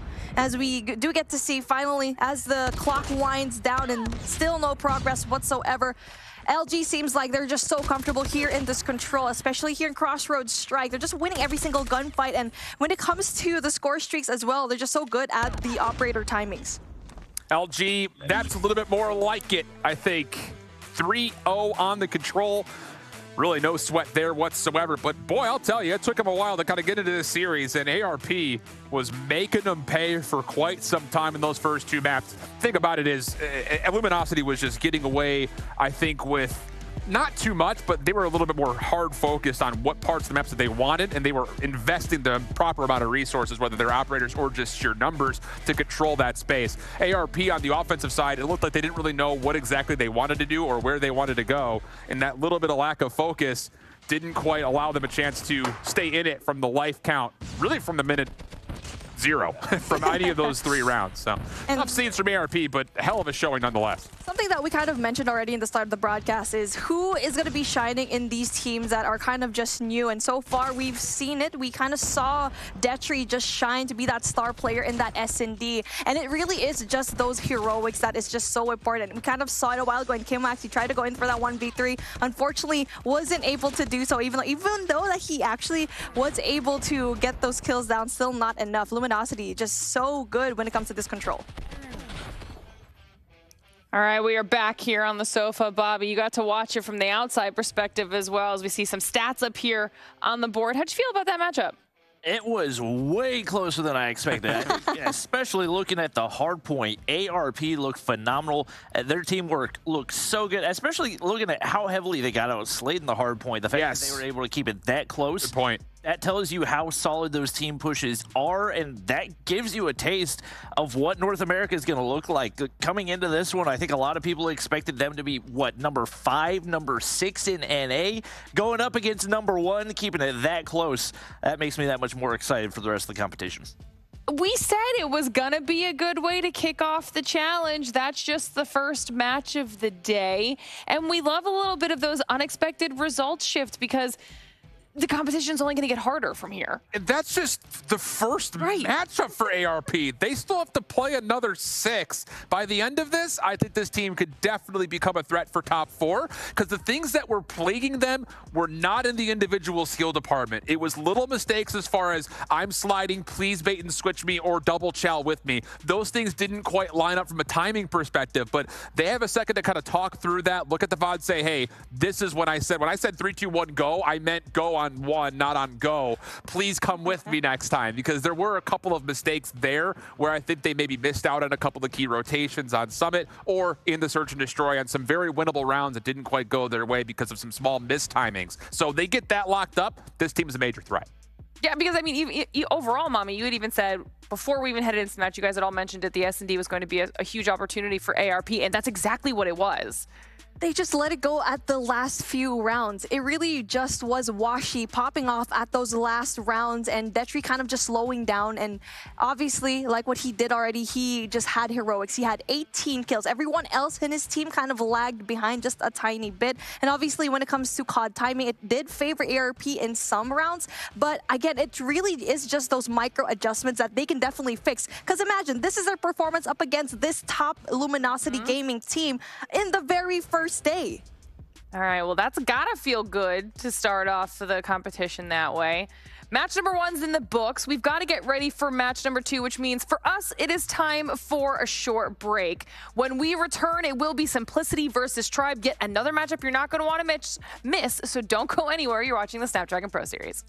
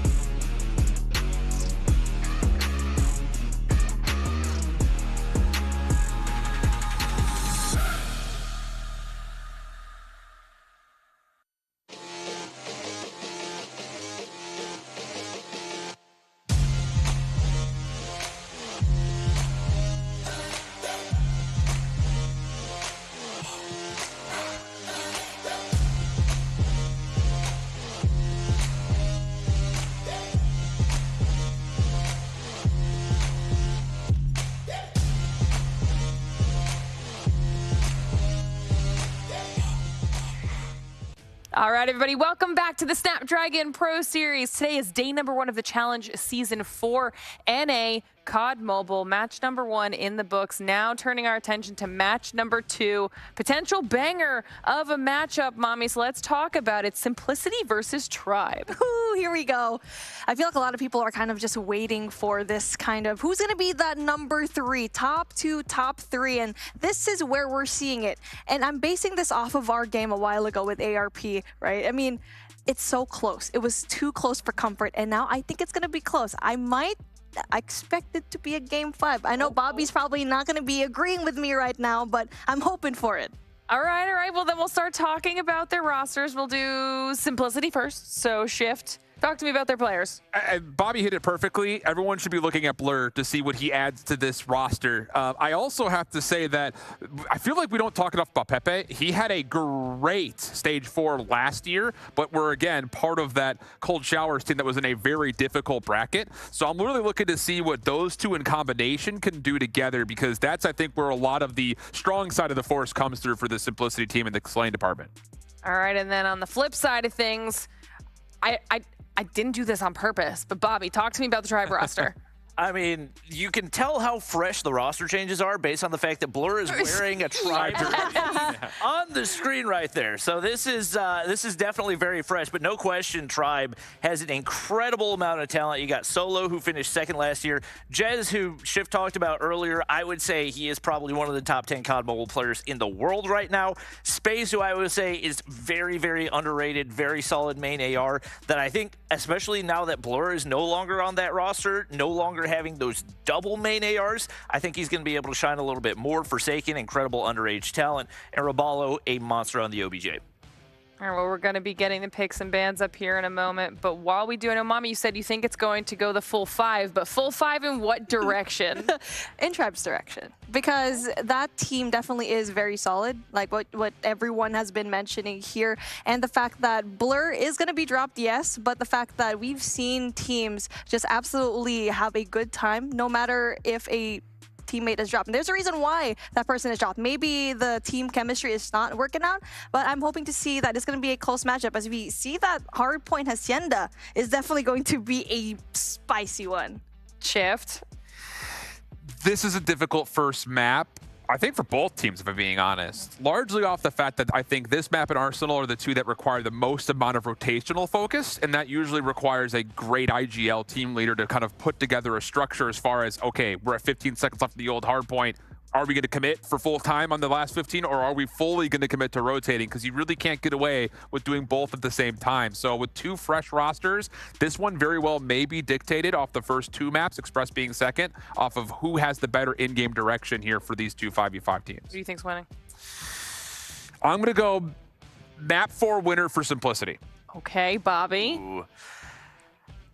I think I'm going to go map 4 winner for Simplicity as well. I think there is one caveat, and it's really the way that Blur plays. Obviously, he is the recent addition, and his change over to Simplicity, I think, is going to change the chemistry significantly, because he does, like we said, play that main AR role, which is what Kings has been playing for the entirety of the year for Simplicity. Now, that could pay off big time when it comes to Hacienda, could also be additionally punishing whenever it comes to Summit. We'll have to see how they make those adaptations, but I think the way that he plays will largely determine whether or not they can come out on top in this one. All right, well, you both agree, and we'll have to see if you're right. It's time for me to send it over that way. You guys got to go other side of the studio. Match number 2 is about to get underway. Let's do it. Let's do it. Is that a little bounce in your step right there, Bobby? Dude, I'm always bouncing, you know? Wait, what? Since when? This is news to me. Basketball in me. Bobby Buckets. Hey. Oh, man, this is going to be a good one. Obviously, rematch of Stage 3. But that's the big thing about it, isn't it? Two very different rosters from what we saw in Stage 3 as well. Like Space said, they hadn't been able to get a ton of practice. That roster change, Bolu taken out. Getting a new player rotated in there, that's always going to change things in a big way as well. But what a lot of people don't know is Bolu pretty much been gone for the entire 4 months of the year. He had not been practicing COD Mobile consistently, definitely hadn't been with the roster. So I think this change ultimately could work out for the better for them. Yeah, it's an interesting one because it's always hard when you have to make the decision to put a world champion on the bench, right? But at the same rate, it's a different year, different game, and obviously there's a lot of new names here for I think the wide majority of viewers that are out there when it comes to kind of getting reestablished the North American region on broadcast again. So let's get it on. Tribe Gaming will be starting off in the blue. Simplicity in the, would you call that yellow or would you call that orange? Oh, I call it yellow. All right, sweet. Yeah. Sometimes I feel like I'm a little colorblind. No, you're good. You're good. It's going to be spicy on the top side right here. ARs about to go crazy. In some cases, it's LMGs, but we still call them ARs because they play the same role.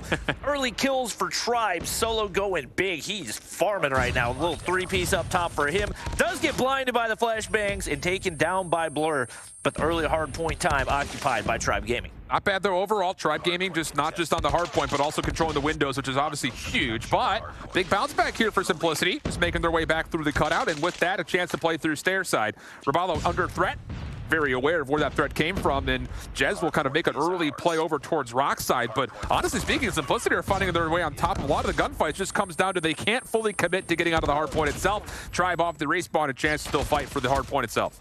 I think Kings is going to be one of those players that is key for Simplicity as well, finding a way to play alongside Blur, going to be huge. He has been phenomenal all day, no question. One of the top young talents, and many people have said probably a top 2, top 3 AR in all of North America. It is going to be Simplicity rotated out early, even despite the fact that they didn't find much success on P1. Solid setup right now, but smokes from Tribe going to make life difficult. Big pickup here. Simplicity are absolutely reading this perfectly. You've got a long flank on the way from Blur, playing from the opposite side of this hit. And the rest of Simplicity, hard focus on the back just to make sure they can hold off for mid-lobby side. And oh my goodness, that's absolutely flawless from Simplicity. Really cool and unique look as far as how you set yourself up for P2, and it works out flawlessly. Space can only do so much, and Tribe are all of a sudden starting to kind of stagger themselves a little bit. Have to wait for some support if you're looking at Tribe, especially considering that you do have split spawn situations. Ooh, and Forsaken gets a little bit overzealous, but Solo goes big again. He in Space, a two-man wrecking crew. They combine for 17. Rest of the squad lagging behind significantly. King's doing his best to continue to apply that pressure, but it looks like not really a position for Simplicity to try and find a break on through right here. They're going to go ahead, opt to rotate on over to P4. And big gunfights up ahead as each and every one going to be additionally more punishing. And Tribe has every bit of awareness that Simplicity will still spawn behind the old hard point. So as they start to make their way across, they know that there are going to be a couple of members lurking behind. Blur will try to hold his life and set up a bit of a natural pinch with these split spawns, and it does allow an opportunity, at least for now, for Simplicity to work their way into the hard point. Patio control though for Tribe, trying to work their way into this. King shutting it down largely by himself. Space gets the first operator out as the cruise missile will also be dropped in response to this. And how about Simplicity? Really well done from the front. Tribe Gaming still spawning close, but not a full chance to really flip the hill yet. And it just continues to be solely Solo in Space, doing the work for Tribe and keeping them in this one right now. We see the claw pop for Raph right there. He's going to be able to stay alive for the time being, but nobody in the hard point. He's got to get back to reinforce, and they're able to take down Forsaken as they continue to move upward. Raballo looking to connect. Not a whole lot of success for him off the start, but my God, what a tear Solo has been on this whole game. Early pattern has Simplicity coming out playing the map better. Problem is, when the chaos starts to come through, Solo and Space are dominating in these individual 1v2s, 1v3s, finessing their lives and giving Tribe a chance to bounce back in. Very well done. Now we rotate over towards Rock. Last hard point of the rotation. Vortex gone out for Blur, trying to stop these choke points out. Pepe trying to clear stair side. Not 100% sure where this Tribe hit's going to come from, but as they start to get the operators out, once again, the Gravity Vortex gun does its job perfectly. Well, Space looking to find a break in from the bottom side. Nobody looking to peek quite yet here. Blur, nice little setup in top of main building, and he's going to find a couple crucial ones. Cartels on the inside of the hard point should be able to keep things clear with the Purifier as well. looking to find the trade right there. He's going to find 2 before getting traded out, but Blur is there for another as well. And Simplicity have been absolutely clinical. Solid performances across the board for them. So how do you stop the chaos getting out of hand? Pop operators. Use that as a chance to turn the tides, and so far it's worked out, but Solo's got some tricks of his own up his sleeve. Purifier allows them a double, but still not enough team focus for Tribe to break through the scrap time. We'll rotate back over towards New, looking at around a 97-76 game, and Simplicity a chance to actually work their way from office side, which is exactly where you would want to be to get some early control here over P1. And it looks like the double AR setup has not hurt Simplicity at all. Blur and Kings leading the way, combined for 38 so far, and they continue to cook. Raph with the Fennec finds the 2Ps, had no business winning that gunfight either. Absolute movement god, and he shows it right there. Cartel's gonna farm another onto Forsaken, and it feels like the momentum starting to build here for Simplicity. Yeah, and the trends of Simplicity playing the map better are going to inevitably let them continue to find advantages to where you just don't assume that Tribe are going to be able to just outslay them in 3v5 situations. So you need to see Tribe play the map overall in a more cohesive level. 115-81. Simplicity holding on to some second floor control while also into the hard point itself. Hunter Killer Drum takes Saken right out of his Annihilator. And Jez only getting one with the claw for now, is still trying to use this to win the spawns for New. So a lot of time given over, and for Tribe, they're still struggling to get over to this left side of the minimap. Cartel's nice gunfight win on the outside. Crucial ones here for Raph as well. He does clear out the backside. And with Blur set up on the inside of the hard point already, Simplicity set up well once again. Rabalu caught out from behind. They continue to try to push through space. UL in hand looking to do some damage, but it's all yellow in the feed. Cartels has been so nasty on the inside of the hard point. He's moving, my man. He's finessing. He's making his life almost untradeable every single time. Try to find him out. Solo getting a couple, allows an opportunity for Tribe to start to pinch this a little bit.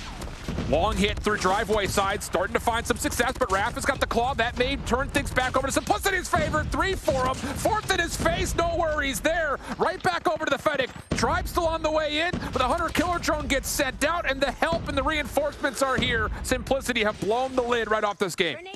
The difference is teamwork. It's all team chalice. It's all double peaks, and Simplicity at every turn have looked stronger. The AR play has been supreme out of Kings and Blur.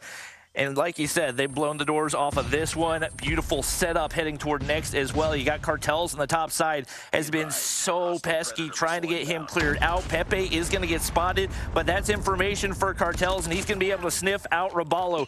Raph going to drop the pred as well. He's still lurking. Out of position once again.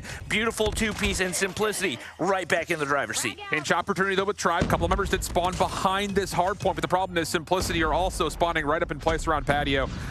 Couple of desperate shots coming through with the War Machine, not going to find anything, and Tribe are getting picked apart one by one. Solo, Raballo trying to find their way in from the front, Blur in their way, doesn't quite get the gun up. Oh, and all of a sudden, Raph in a little bit of trouble, and Tribe will find a little bit of a safety net here as they do work their way in from the front, but quick response from Simplicity, have them ready to break again.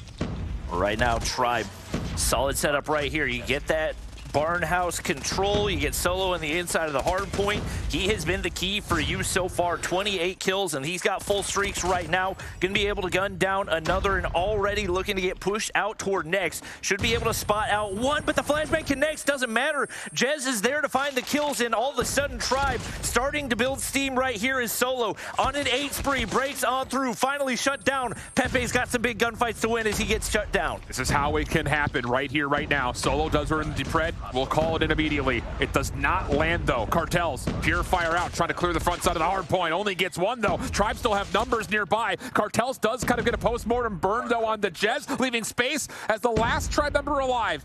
Kings does not want to challenge us with the UL, so he'll wait for Raph. And Raph almost takes down Raballo. Still a contest over the top of the hard point. Kings able to finally get involved, and as he does, he may turn the ties, but Tribe clean things up, and now they have an operator advantage.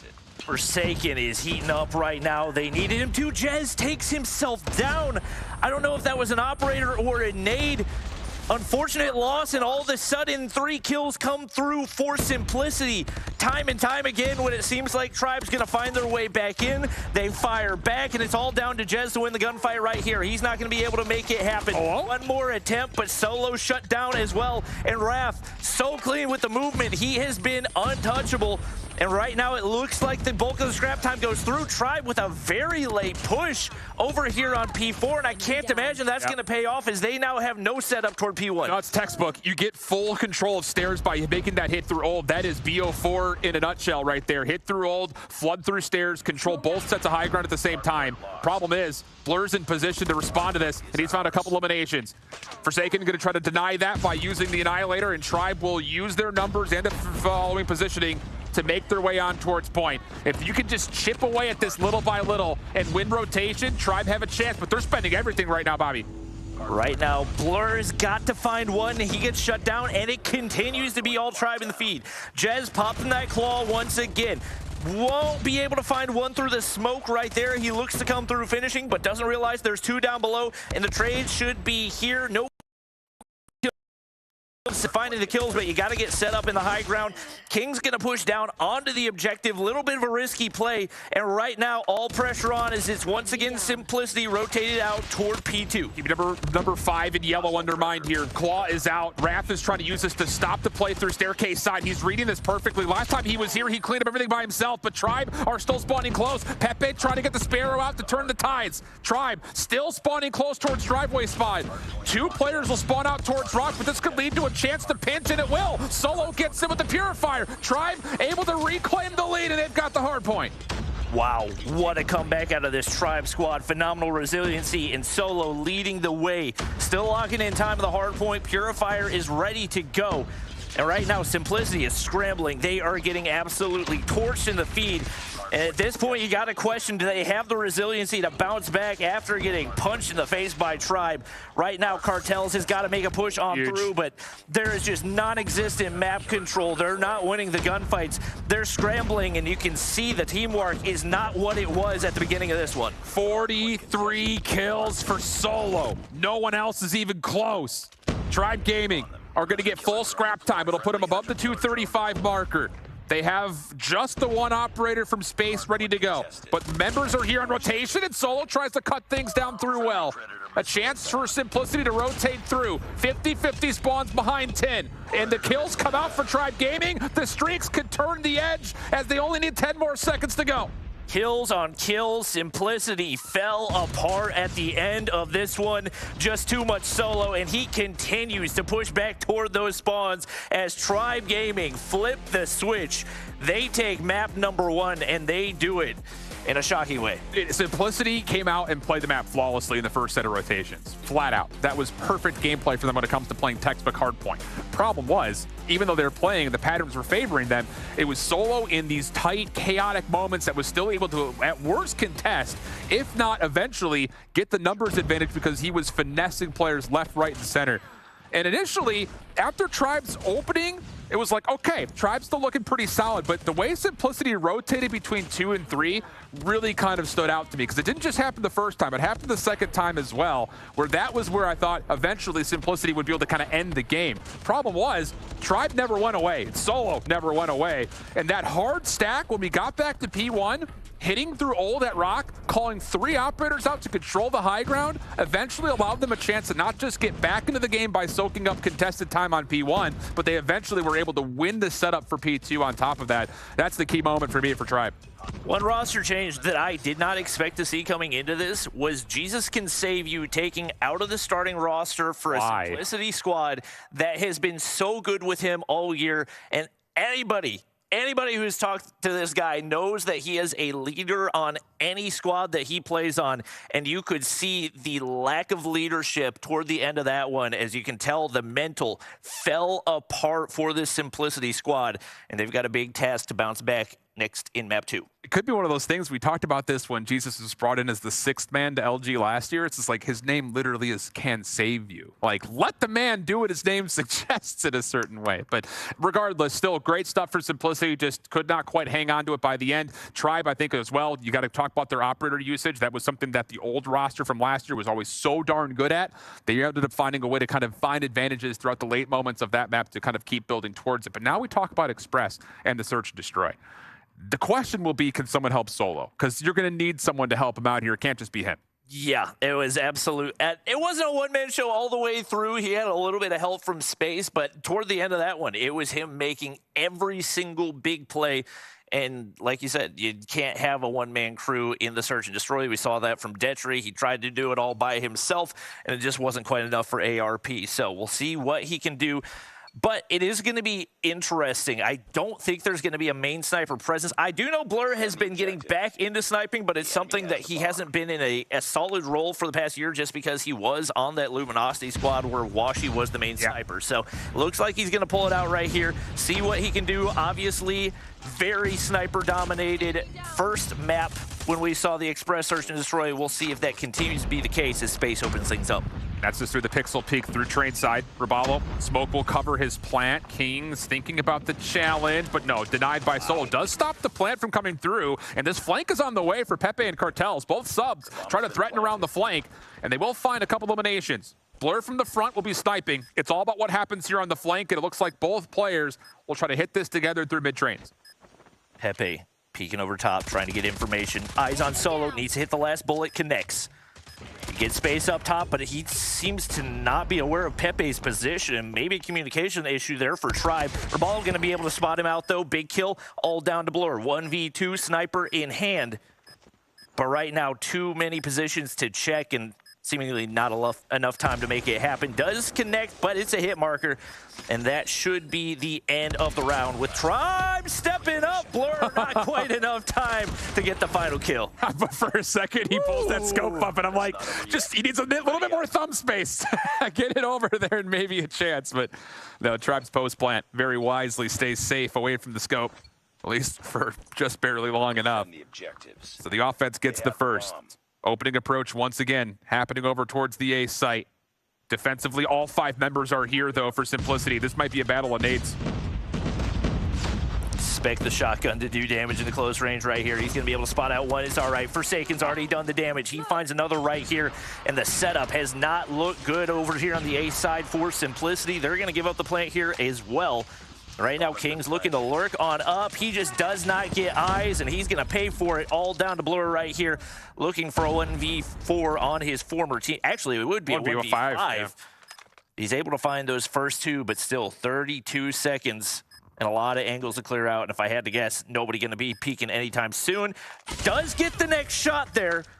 And the 1v5 is very much still in play, picking up the shotgun. He's going to have a tough time dealing with Space.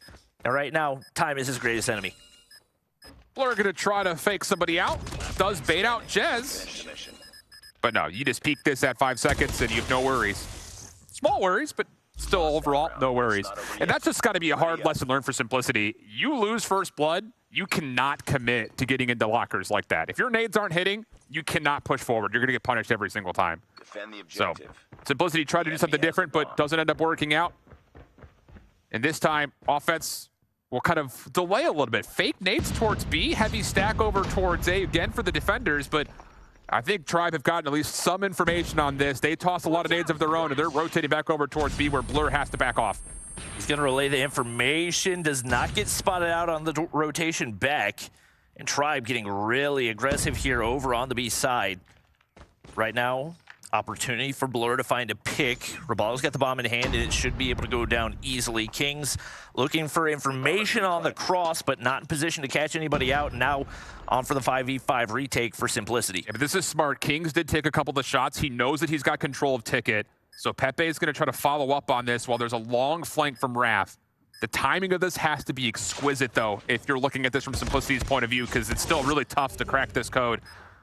And, well, Space, Forsaken, both getting a couple of kills. Pinstripe goes the kill feed, back and forth trade. Still allow a 3v2 retake in favor of Tribe. Wrath scouted out at range. Forsaken not going to give up the gunfight. Solo also pushing forward. Both will find the kills they need, and Tribe will clean up an easy third round. Simplicity digging the hole deeper and deeper right now. They have got to find a way to regain. The kill disparity outside the near 1v5 for Blur has been absolutely massive. You got to put yourself in position to find some of these openers, find some of these first bloods. Blur gonna get in a cheeky spot with the sniper and a lot more pressure over toward the B side, but once again, Tribe reads it properly and they make the push back toward A. Heavy defensive rehit though, coming over through mid-trains. This could provide them an opportunity to get a look at this bomb site, but actually nobody commits into the trains itself. Finally, looks like Pepe will make a route happen, but Jez has gotten first blood. And there's a long, long hit from Jez following up on that kill. So if you're Simplicity, you've got to retake this site. You've got to retake it quickly, because the longer this takes, the more Jez will be more impactful. Right now, if you're Simplicity, you got to make a move. Blur's able to find one right there. Pepe another. Solo with trades, but Cartels is there, ready to go. And oh my gosh, they're dropping like flies. 2 players remain right here for Simplicity. Solo, prime position. They have no opportunity. You got to get pushed up. And Blur, why are you so far from the bomb? If your teammate dies, there's no chance for you to get the defuse. Another misplay out of the Simplicity roster. And just like that, Tribe leads 4-0. I don't know if they ever knew where Solo actually was throughout that retake. He was holding onto a shotgun back ladder, it looked like, for the majority of it. So even though the kills were coming through, Solo was kind of floating around, and it looked like Simplicity thought he may have bounced to mid, which would have been the only reason why Blur would have held that angle to kind of watch the defuse from train side. But they miscue it, and Tribe now find themselves up 4-0.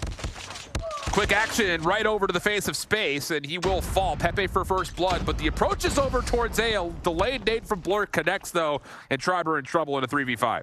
First early round lead that we've seen out of Simplicity. They'll look to capitalize here, as right now the Tribe players very, very split. Jez looking to reunite, but Raph can be able to take down Forsaken just like that into a 5v2. Raballo, position's been given away. He's going to try to snake his way out of this, but right now, Simplicity just going to back up. You let Blur watch over the bomb site, and the rest of the players stack over toward B. They wait for Tribe to make the move. You can just hold and play retake here at A if you're Simplicity. Problem is, Jez is getting a lot of space. No one's watching this, and he may line up a couple here. The first one's good, the second one not. Finish the mission. Missed opportunity for Jez to try to fight that back to more level terms. At least Ravallo still has the bomb in hand. CBR at that range only going to tickle. And with 45 seconds, he's going to be feeling like he's completely trapped. Does have a little bit of space to work with, to be fair, but Simplicity, again, are just hard stacking to make sure there's no rotation towards B, and you assume that if there is a plan at A, it'll just be a 4-man retake. And they've got eyes fully on both bomb sites. You got, I believe, Cartel set up in the top side. He's picked up that sniper that Blur dropped.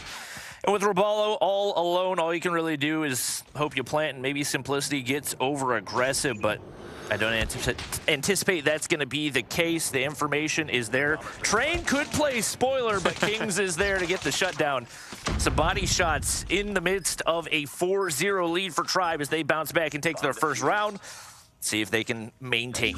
And I like that idea for Simplicity of not necessarily trying to take the fight head-on towards tower, and instead use your resources to throw the same nades towards B, and then just control inner hallways to eventually rotate and through the trains to get towards A. A little bit safer of an approach. You won't get naded as often from that type of angle. As this time, Tribe once again aggressive and heavy-handed, make their way over.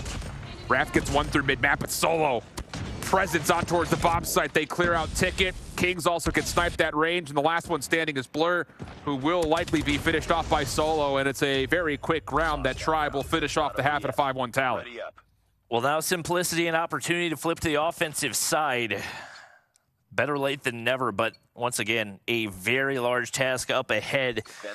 Very little margin for error either. Bomb is going to get picked up, and they're going to full send over toward the A side. Tribe is here with the defense on B, and it looks like the power advantage, at least for now, is going to go the way of Simplicity, but Solo in a perfect spot.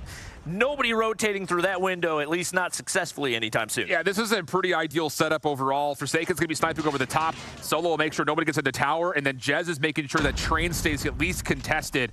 So there is a bounce back kill, getting us to an early 4v4. And Simplicity will have to check this eventually. Nade is being cooked. Does that bounce perfectly? No, it doesn't. It goes to the opposite corner. And Solo will still have a chance to use this shotgun in a tight corner. Jez changes up the angle, gets aggressive. Blur not in a position to see him, and that leads to a huge Tribe defense. Ooh, making that Deagle look strong. Blur with 10 kills on the board, but once again, Simplicity at the deficit. Still set up on the high ground. Looking to pick up another huge kill out of Kings. That equalizes now into the 2v2. Forsaken just sitting back, waiting for the plant over on A. Looks like the bomb is down. So he's going to be set up in a perfect spot, assuming nobody hits a flank. You have Kings on the top side. Big engagement right here. He shuts him down and now into the 1v1. The pure definition of COD timing right there. I think for both those 1v1s, the one off screen goes against Jez. So now it's Forsaken on one side of this. Bomb collected. Look at the cross being watched on your right side monitor, though. Shot misses, though. Blur? I don't think he fully actually understood where the shot came from. Stuns and frags will come through. The stun will land. The frag is cooked. Blur gets away and also avoids the snipe. Advantage to Blur.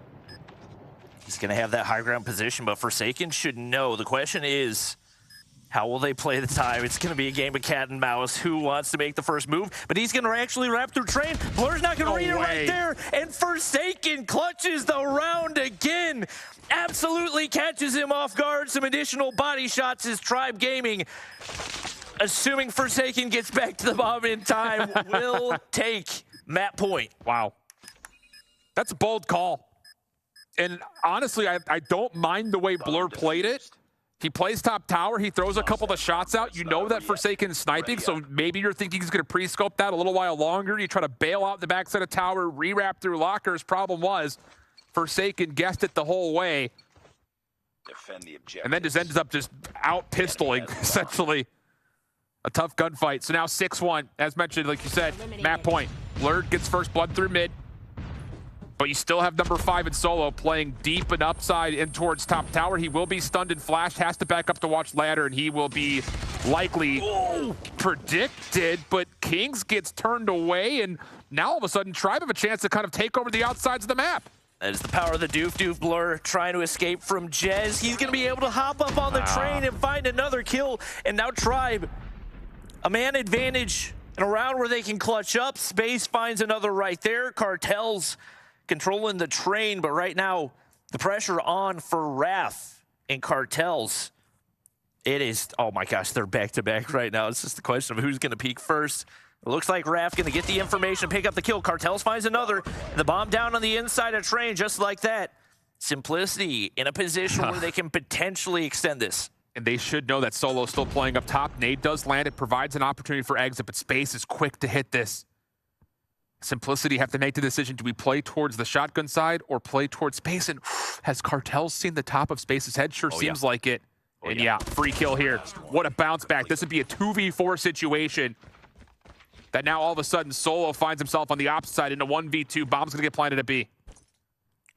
That's, I mean, that's the perfect play right now for Simplicity. Solo has no idea. I think he's starting to get an inkling, but with the bomb going down, he's going to have no information. Raph peeked around the corner, but he didn't see him.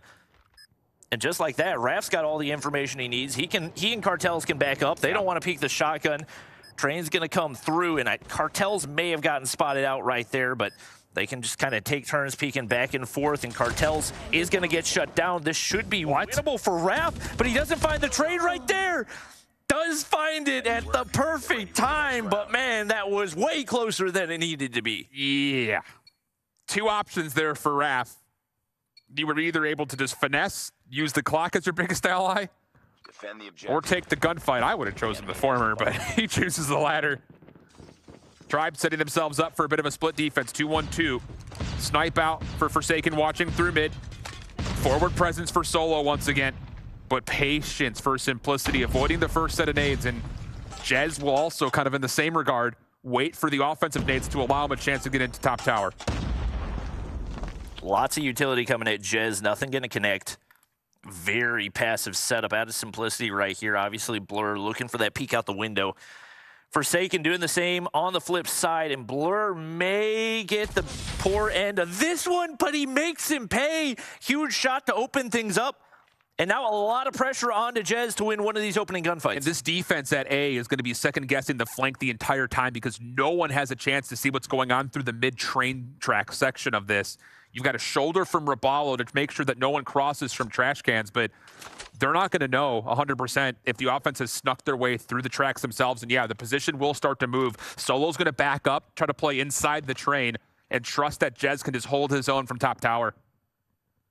You got space deep back toward what a B, nade. but a nade out of Raft connects onto Jez. That clears up the top tower.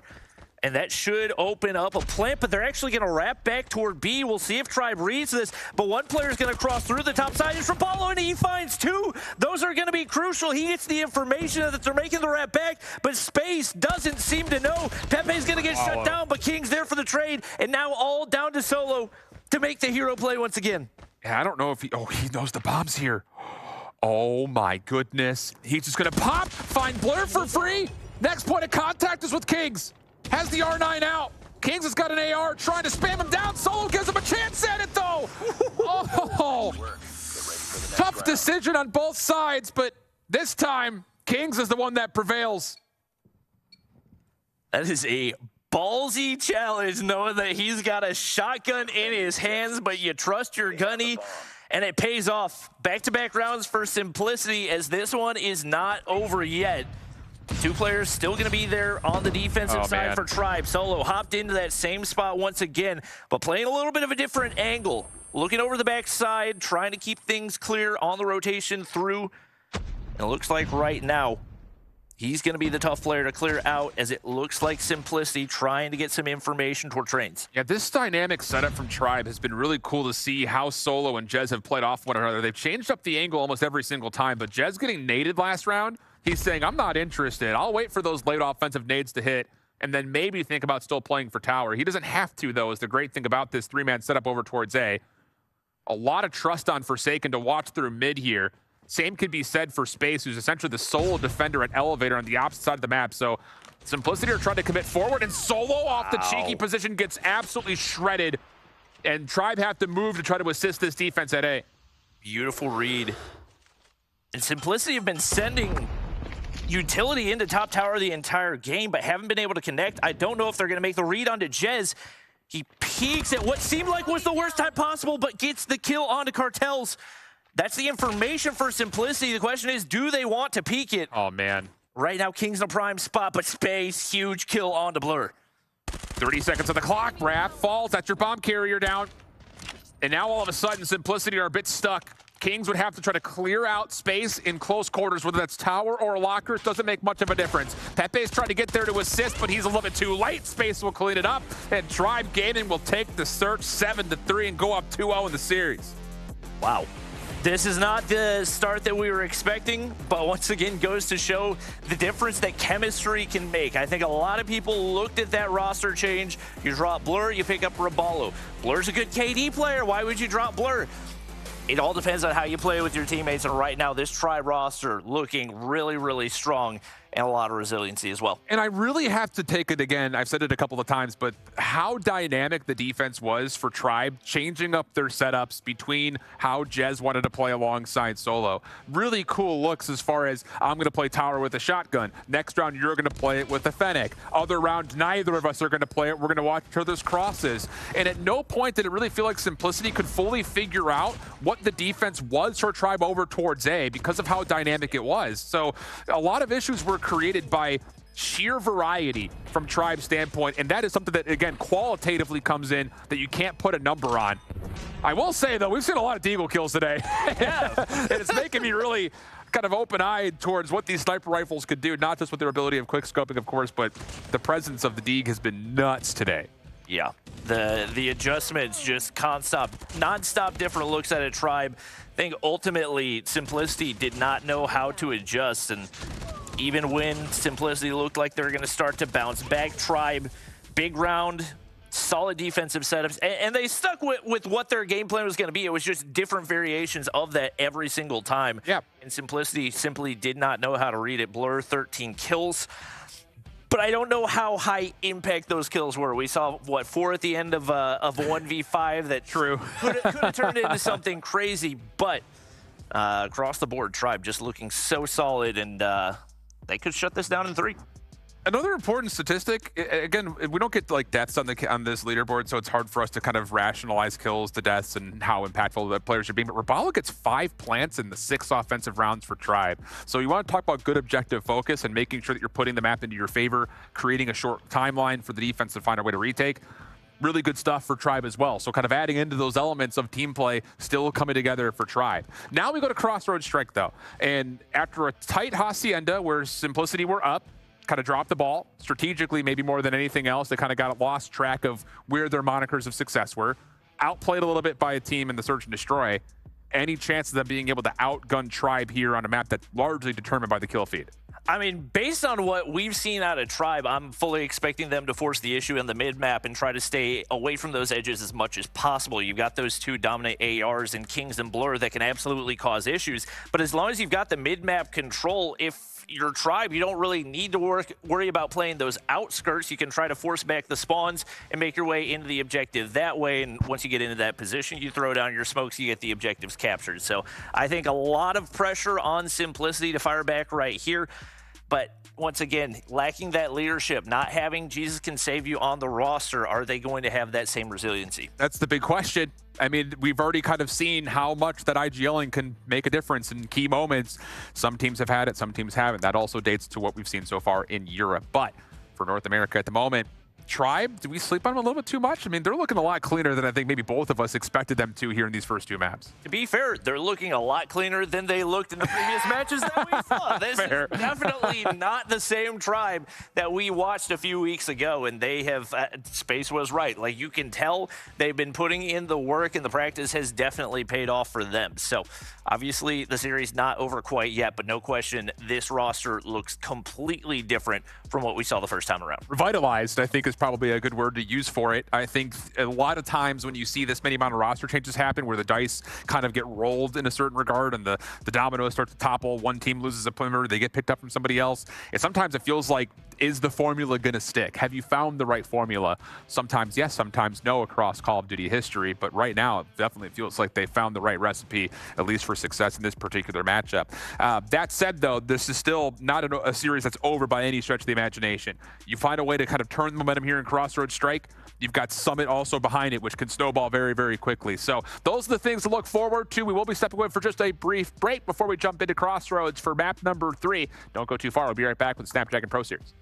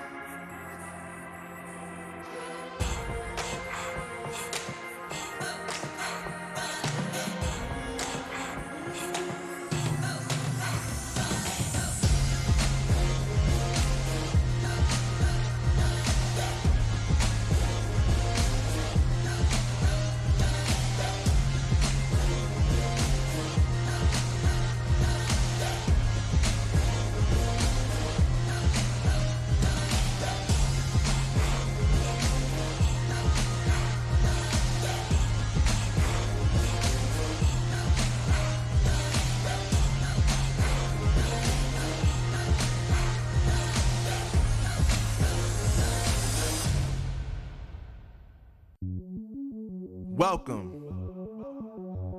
to the place where dreams come true. Where everything you want can be yours. If and only if you're willing to work for them. You're willing to hurt for them. But most of all, you're willing to be first for them. Ha! Look, I'm going straight to the top. I don't know how I would stop, like it or not.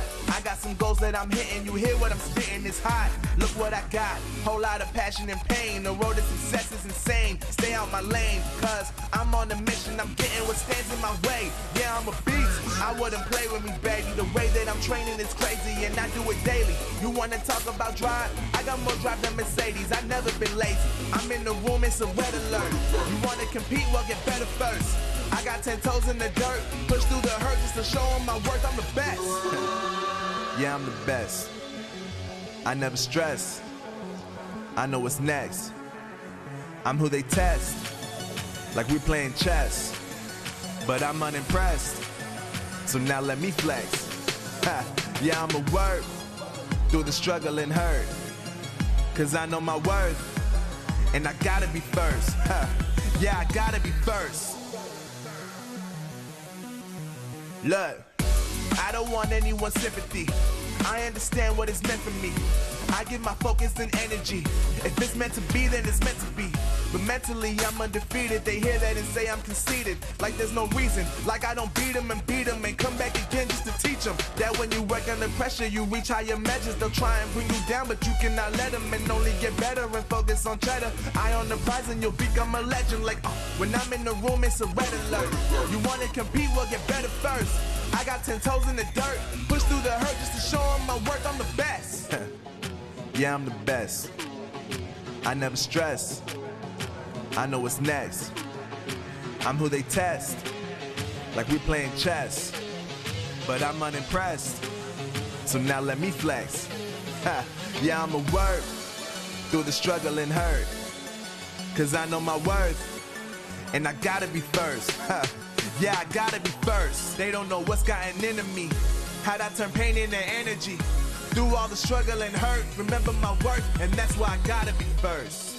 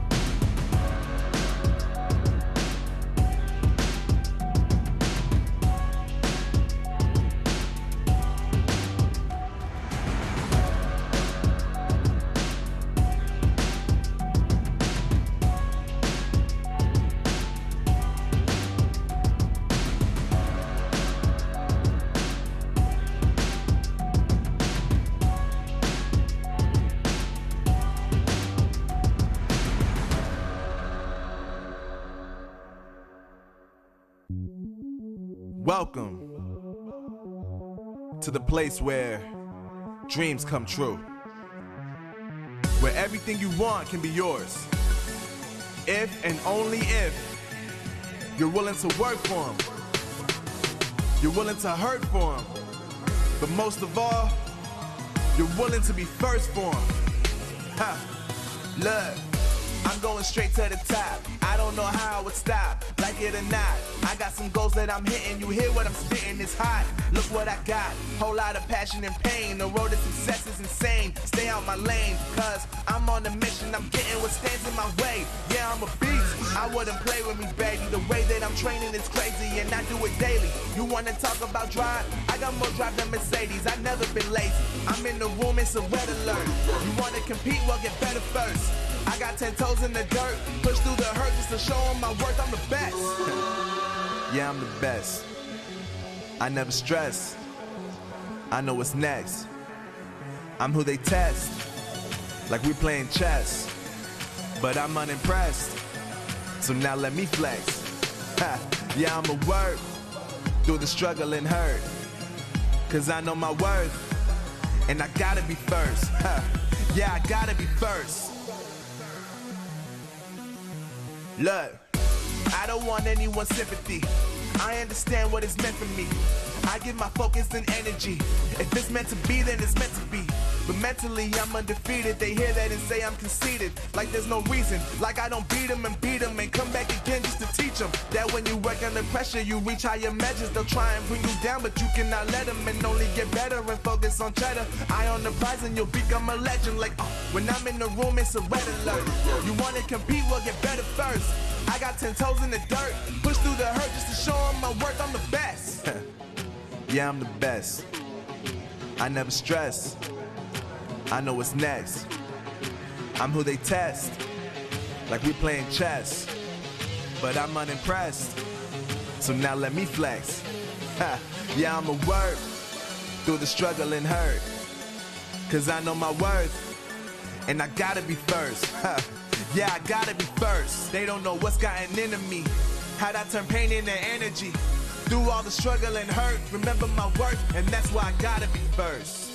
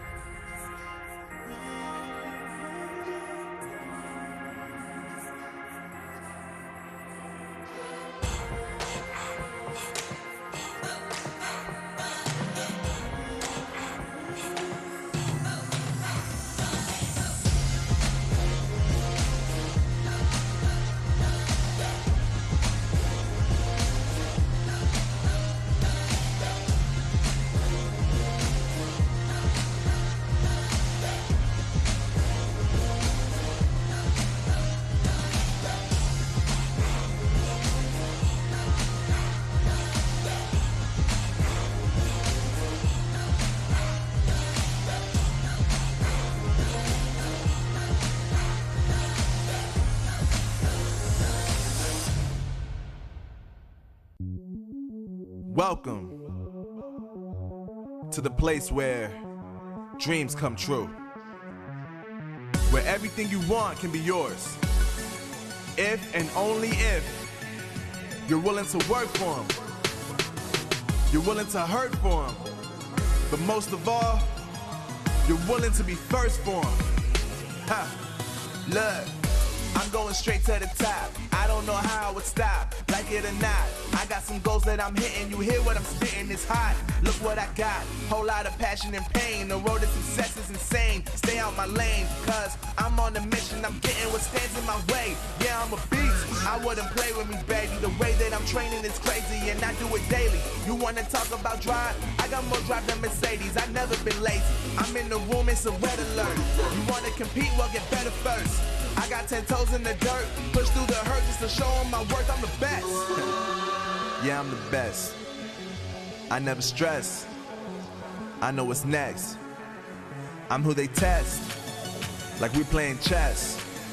But I'm unimpressed, so now let me flex. Ha.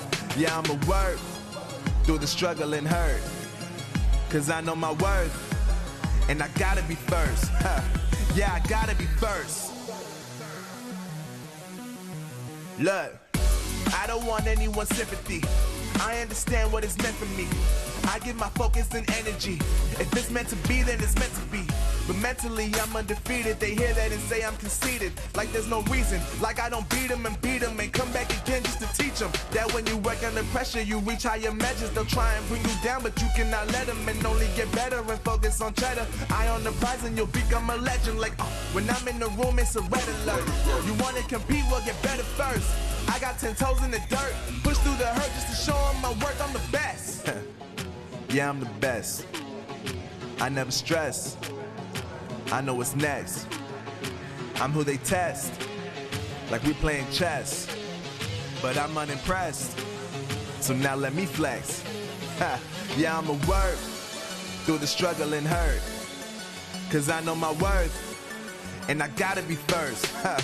Yeah, I gotta be first. They don't know what's gotten into me, how'd I turn pain into energy.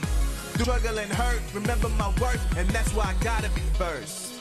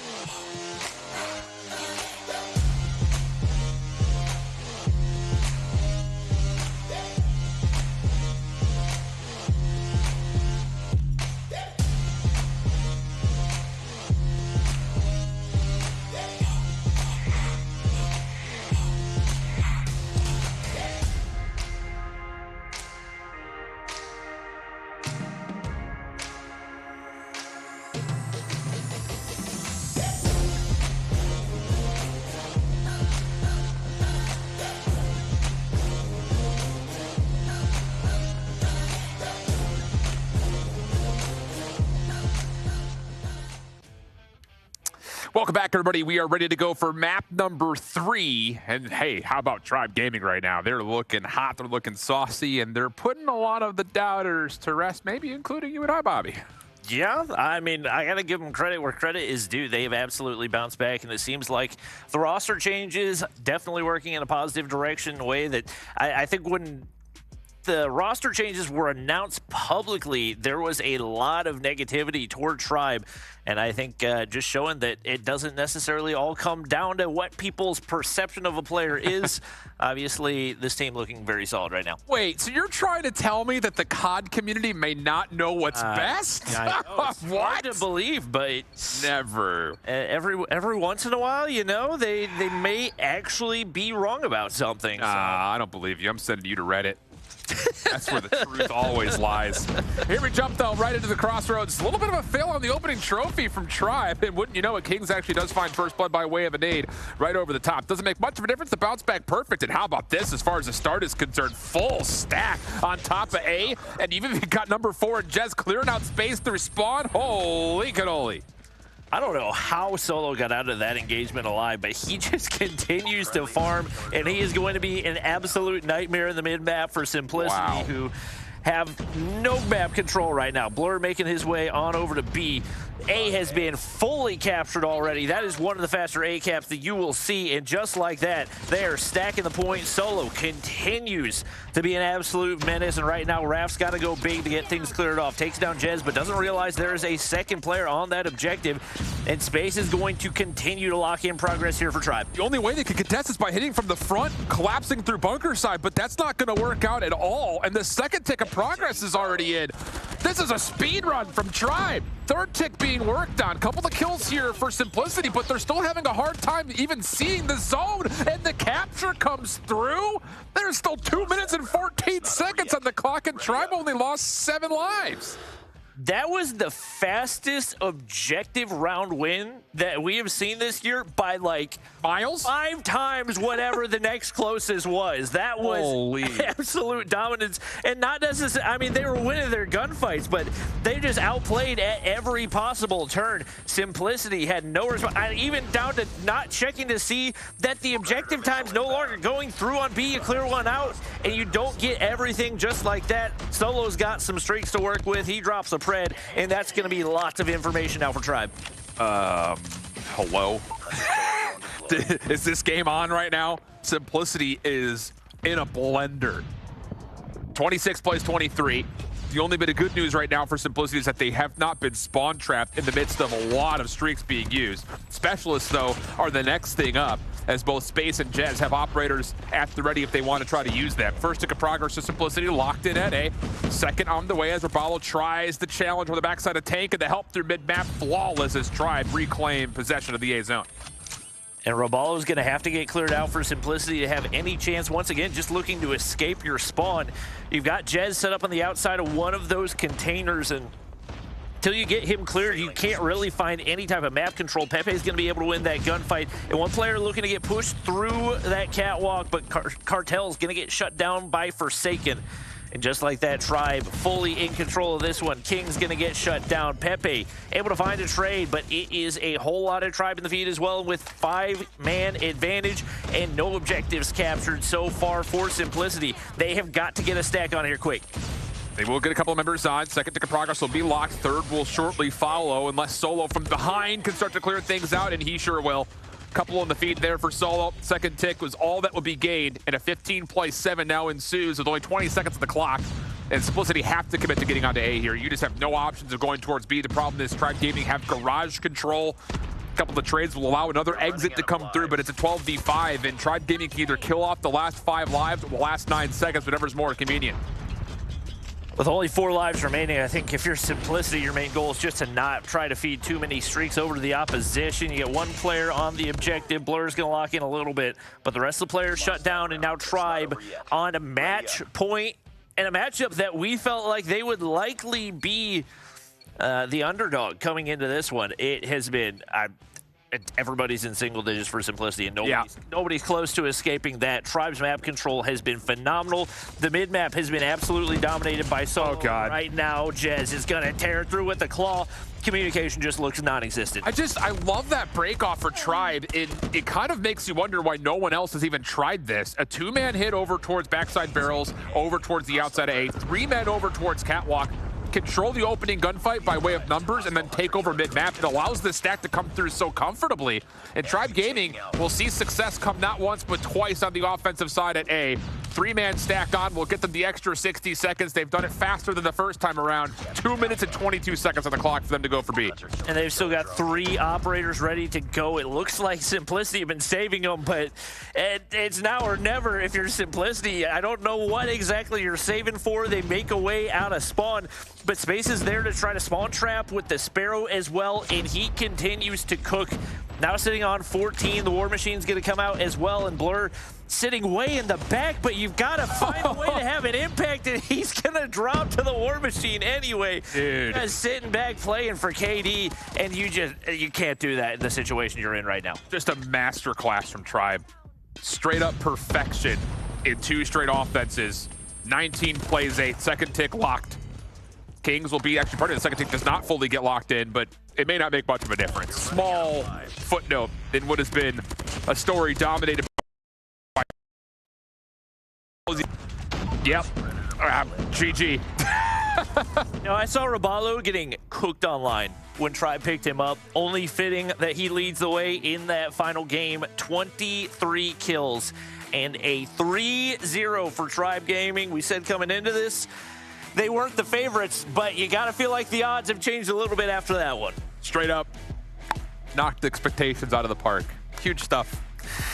Wow. I have never been at a loss for words more in my broadcasting career than right here, right now. Because when we watched the first 2 days of EU, largely on this map for Control, it was just like offense is not able to get to zones, at least not with stacks. Maybe one player would survive and finesse here and there, but that was a masterclass in every form of the word by Tribe offensively. The break off, perfect.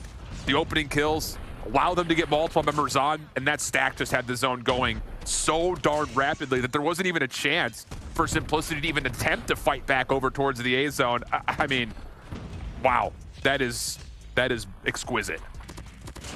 About as well as they could have played it. You got to give them credit. The practice has paid off, and you look at the scoreboard, and it's not a pretty one. Robalo, 23-7, definitely showing out in his debut on Tribe. That is a very, very strong start for Tribe here, Mommy. I mean, give me your thoughts on this. I mean, it was kind of shaky in that Hacienda game, obviously, with Simplicity just doing an amazing job in the first half, but then Tribe just doing so well under that pressure, able to go adapt so well, getting that Hacienda map, not just at an Express, showed a masterclass. And we keep talking about Robalo. He's so good at that OBJ, but he also proves in that Control that he's also really good at that Slay. All right, well, talk about a strong start for the first 2 matches of the day between LG and Tribe, both of them getting those 3-0 sweeps. That's got to feel good, but we still have 2 more matches left on the day, which means it's time for another short break, and when we return this time, it will be Devious versus Limited. So trust me, you want to be here to watch that one. Don't go anywhere. We'll be right back.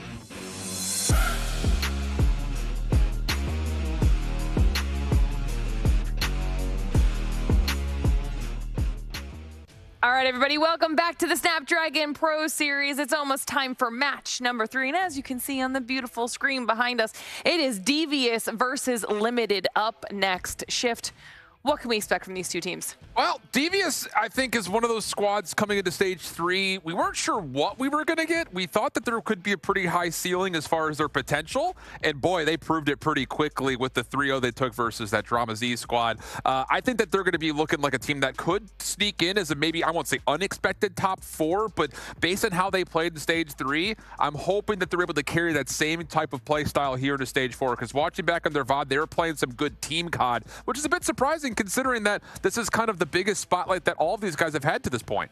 All right, well, talk to me a little bit about this roster here, Mommy.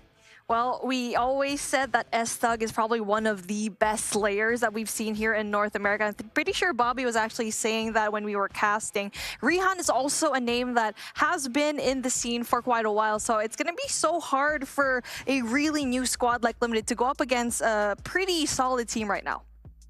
All right, and then on the flip side of things, like you mentioned, might be a little bit more difficult for them here, but Bobby, talk to us about the Limited roster. Well, Limited, they snuck their way into stage 4. I think it's a squad that a lot of people didn't expect to see, but they lost their star player in Aerith, which puts them in a really difficult spot. Now, I will say they've got some really, really solid young talent. Proxy, Bright, Claps. We saw Attack A go absolutely crazy with the sniper in stage 3, so especially in the search and destroy. He's one player you got to keep your eyes on, but I feel like the experience for that Devious squad is just going to be a little too much. All right, well, we'll have to see how things go for them. And we'll see if the picks and bans that come up on the screen here in just a moment will play a factor in how you guys think that this performance may go as we see them pop up here on the screen, Shift. Yeah, takeoff for the opener I don't think is necessarily great news for Limited. I feel like the overall pressure from the ARs that we've seen from Devious are going to dominate this map. And then if they even gets to 4, I expect them to kind of do something similar, try to build down rotations on Hacienda. I will say, though, Slums as a search and destroy can sometimes just be a wild card. Toss a couple of good nades, you get a couple of free opening picks, you can win a couple of rounds even just single-handedly off of that. And then Standoff for the Control is a map that can get out of hand very quickly as well, depending on how the slaying is going. So Limited just have to hang around. I think that's the biggest thing. Don't get demoralized off of map number 1. Put some good pressure onto the search and destroy, and maybe you have a chance to steal a map here or there in the first 3 somewhere. How do you think it's going to turn out? I think this is still going to be a 3-0, personally. Mommy? I mean, the fact that Aerith is probably one of the best slayers in that team, and the fact that she actually moved teams. She dropped the 54 in that Hacienda hardpoint, and the fact that they now have lost in an essential player. But I'm excited to see how Claps and Bright are actually going to be stepping it up for this matchup. And like just mirroring what Shift said, it really is that Slums S&D that'll be that playmaker for most of the teams that are having a difficult time when it comes to new team chemistry. All right, well, I'm going to send you guys on over to the other side of the studio. And Bobby, you can tell us your thoughts as you mosey on over there. It's going to be another 3-0. I didn't think that we were going to have the same start that we had in EU, but it's starting to look that way as, I was fully expecting at least 4 maps out of Simplicity versus Tribe. So this is one I would like to see Limited make something happen, but Devious, you got S-Thug, who's one player that I think is just incredibly underrated, phenomenal AR, and he plays an AR role, but he moves like an SMG, so he is very difficult to kill. Rihan, streaky player, but when he's on, he is one of the best players in COD Mobile, and his snipes are the same across the board. A lot of talent here for a Devious squad that has not had the same level of success as I've expected to see out of them, but hopefully this is a good first step for them up against Limited. And it's something that we're seeing here today, where the teams that we kind of expect to lose actually bring a really good fight. Keep it close, but obviously there's 3 O's here for a reason. Like what you mentioned, it is going to be that experience that will come into play, especially in a map like Takeoff, where it's just so huge and where you have to go in for that P2 to P3 rotation super perfectly. But here we go. Smokes right down very early on, just blocking the sights right now. People coming in from Limited. Well, that's a strong start for Limited right there. 3 opening kills. Scott, the only one to find one for that Devious squad. He's a player that I think is going to play a much bigger role than a lot of people expect. Definitely a strong leader, and somebody who, even though he hasn't gotten a lot of shots in the competitive scene, I think has an opportunity to play a big role on this Devious squad. So it's pretty solid upper map control right now for Limited. 2Red going to be able to hop down into the objective and lock in some time right here. But you got to get those high ground positions locked down, and Limited pretty solidly locked in over on the back side. They're going to be able to make their way back in and pick up some of this early time. Attack A gets essential kills on the backside by generators, just dictating where everyone else is going to be spawning off the side of Devious. So that's going to be huge kills for them. Essential time at the hardpoint being taken though by S-Thug, but he does get taken down. So far though, rotation already there by Limited, and so far it's actually a really impressive kind of fight, and they're really anchoring down those power positions. Right now, Attack A is getting pushed way back out. Clap's going to cut off one player on rotation to P2 as well. Now all the pressure onto 2Red to win these opening gunfights. Is able to slide through and at least get the contest on right there. Clap's going to double peek with his teammate Bright, and just like that, they get the hard point cleared out and Limited. Moving upward with an early lead. Not expected in this one. Oh, you know what? That setup coming in from Special Forces base, it could have been huge for Limited, but it just kind of lacked when it comes to that defense here in P2. They were kind of trying to anchor down the spawns a little bit more compared to trying to go in for that P2 control. Unfortunately for them, Devious is going to be going in for that break, but this is going to be that one last push before that rotation here in P3. Zolt does get taken down, as do the rest of the Devious players. Limited back in position. Looks like Devious going to opt to rotate largely right here. One player going to get set up on the high ground. They will get shut down on their final push here toward P2, and now 2Red waiting for players to hop out the top side. He's going to be able to find one, make it 2 right there. One more right around the corner. Not going to be able to sniff him out. Fortunately for him, his teammates already set up and ready to go, including S-Thug holding down this high ground control. Oh, here we go. That's going to be really good control for Scott to try and break, and they just basically go in there for that rotational gunfight, and he wins those. Obviously, that's going to have that 2F control. Going to be important to try and get that generator spawn. So far, he was able to break that. Still alive, though. I'm surprised that the comps from Limited is just not going to be there to take him out. Attack A, as slow as can be, trying to make his way through the backside. Not going to be able to win that gunfight, though. The lead starting to open up a little bit. Rihan's going to pop the Annihilator. Can he go big with it? Does find the opener. Right now, you got Claps pushing the backside. Purifiers come out for both teams as well. Zolf going to be able to find a couple. Does get taken down right there as Claps does the same for his squad. Just like that, Limited's able to break through, but with only 11 seconds remaining, you already need to start moving toward that P4. And unfortunately for them, it is already Devious set up and ready to go. And I feel like there's just lapses of communication coming in from Limited, because for the longest time, Scott was there in 2F in control room, and also S-Thug was right there as well in 2F and P3. And so even though that Limited was kind of trying to set up, they're just not able to get those gunfights down in those power positions. Red, though, being able to get rid of some players right there with the War Machine, going to be able to be that stopping force for Devious. Limited doing everything they can to break back in, but since P2 have not seen much success, Proxy applying pressure from the front side.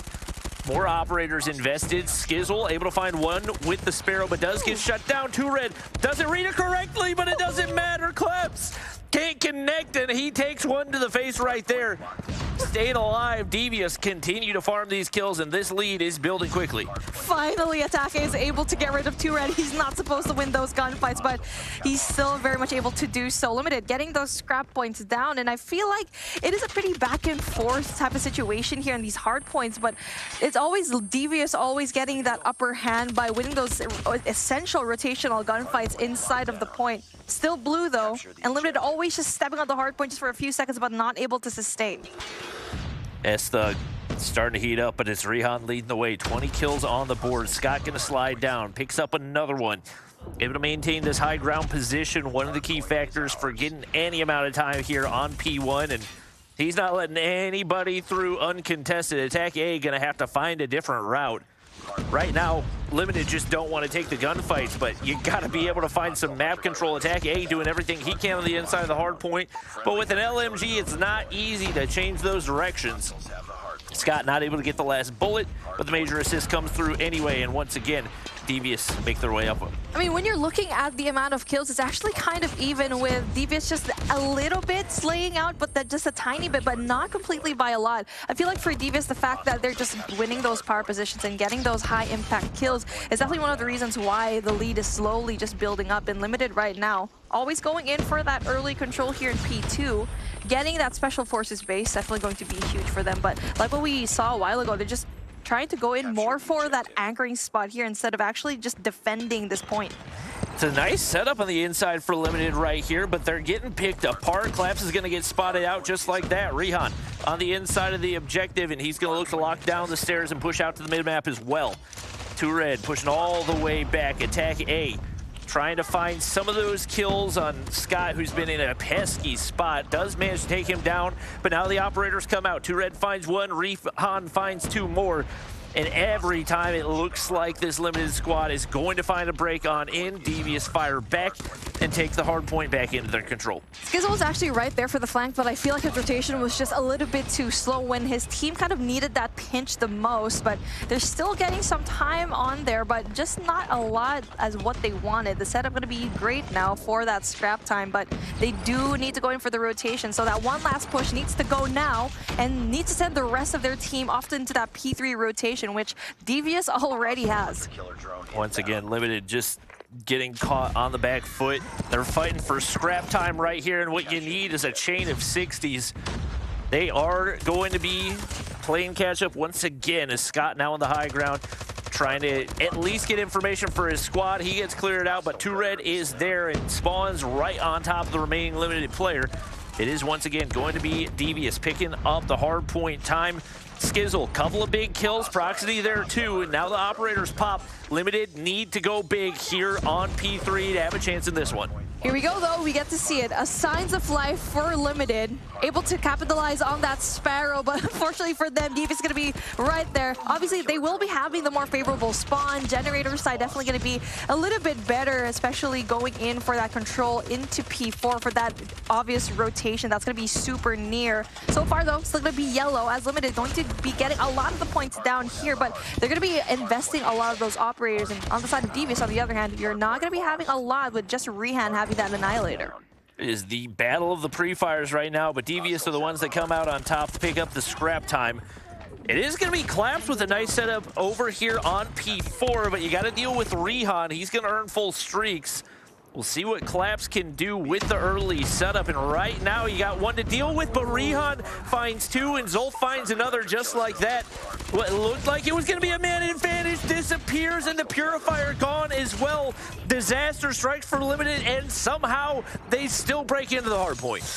That's huge. They're still winning a lot of their gunfights, even though you got Rihan with a double kill with the Preddy, and not just that, being able to just lose your operators, still winning it when it comes to the gunfights. And so far, we already know that they're winning when it comes to those mechanical skills.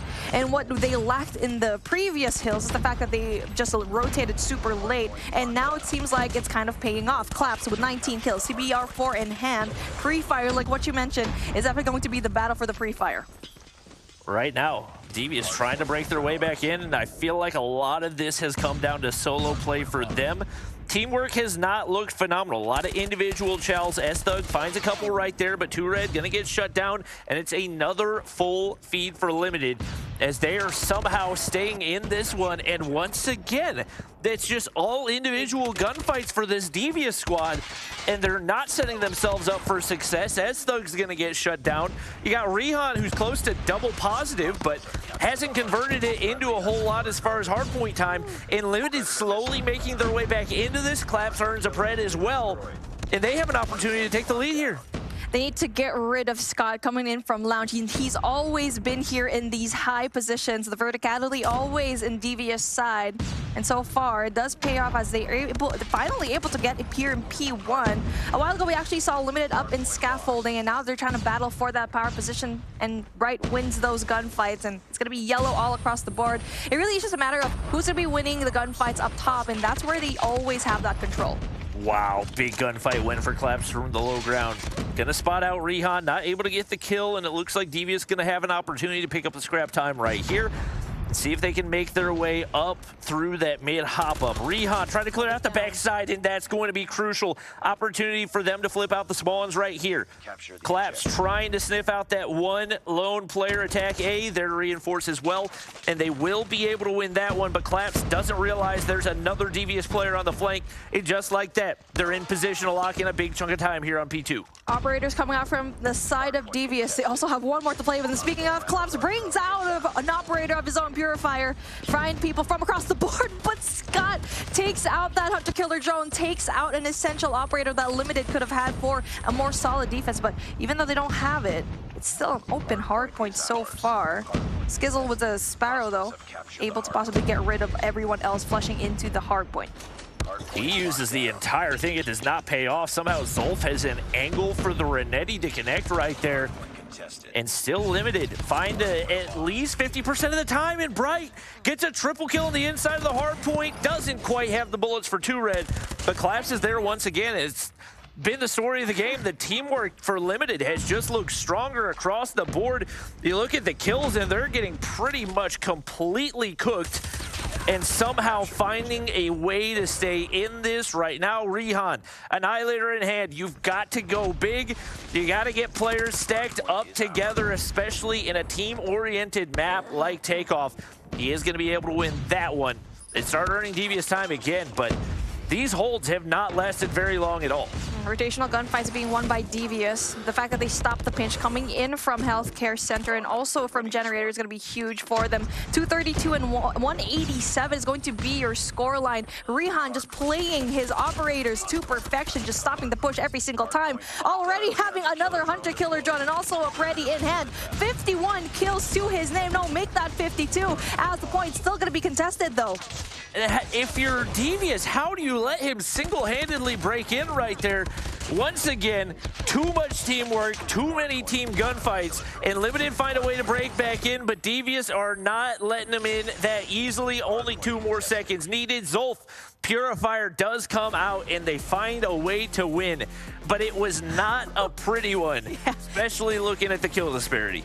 Kind of streaky, if you're asking me. And if Rihan did not pop off, my goodness, this guy had 55 kills, the most out of stage 3, stage 4 that it has been televised so far. So, Aerith, you had 54, but Rihan is right there for the taking. But let's talk about what happened when it comes to the rotational gunfights. I feel like Devious won majority of that, but actually when it comes to the other side of things, Limited was really good at breaking the hill.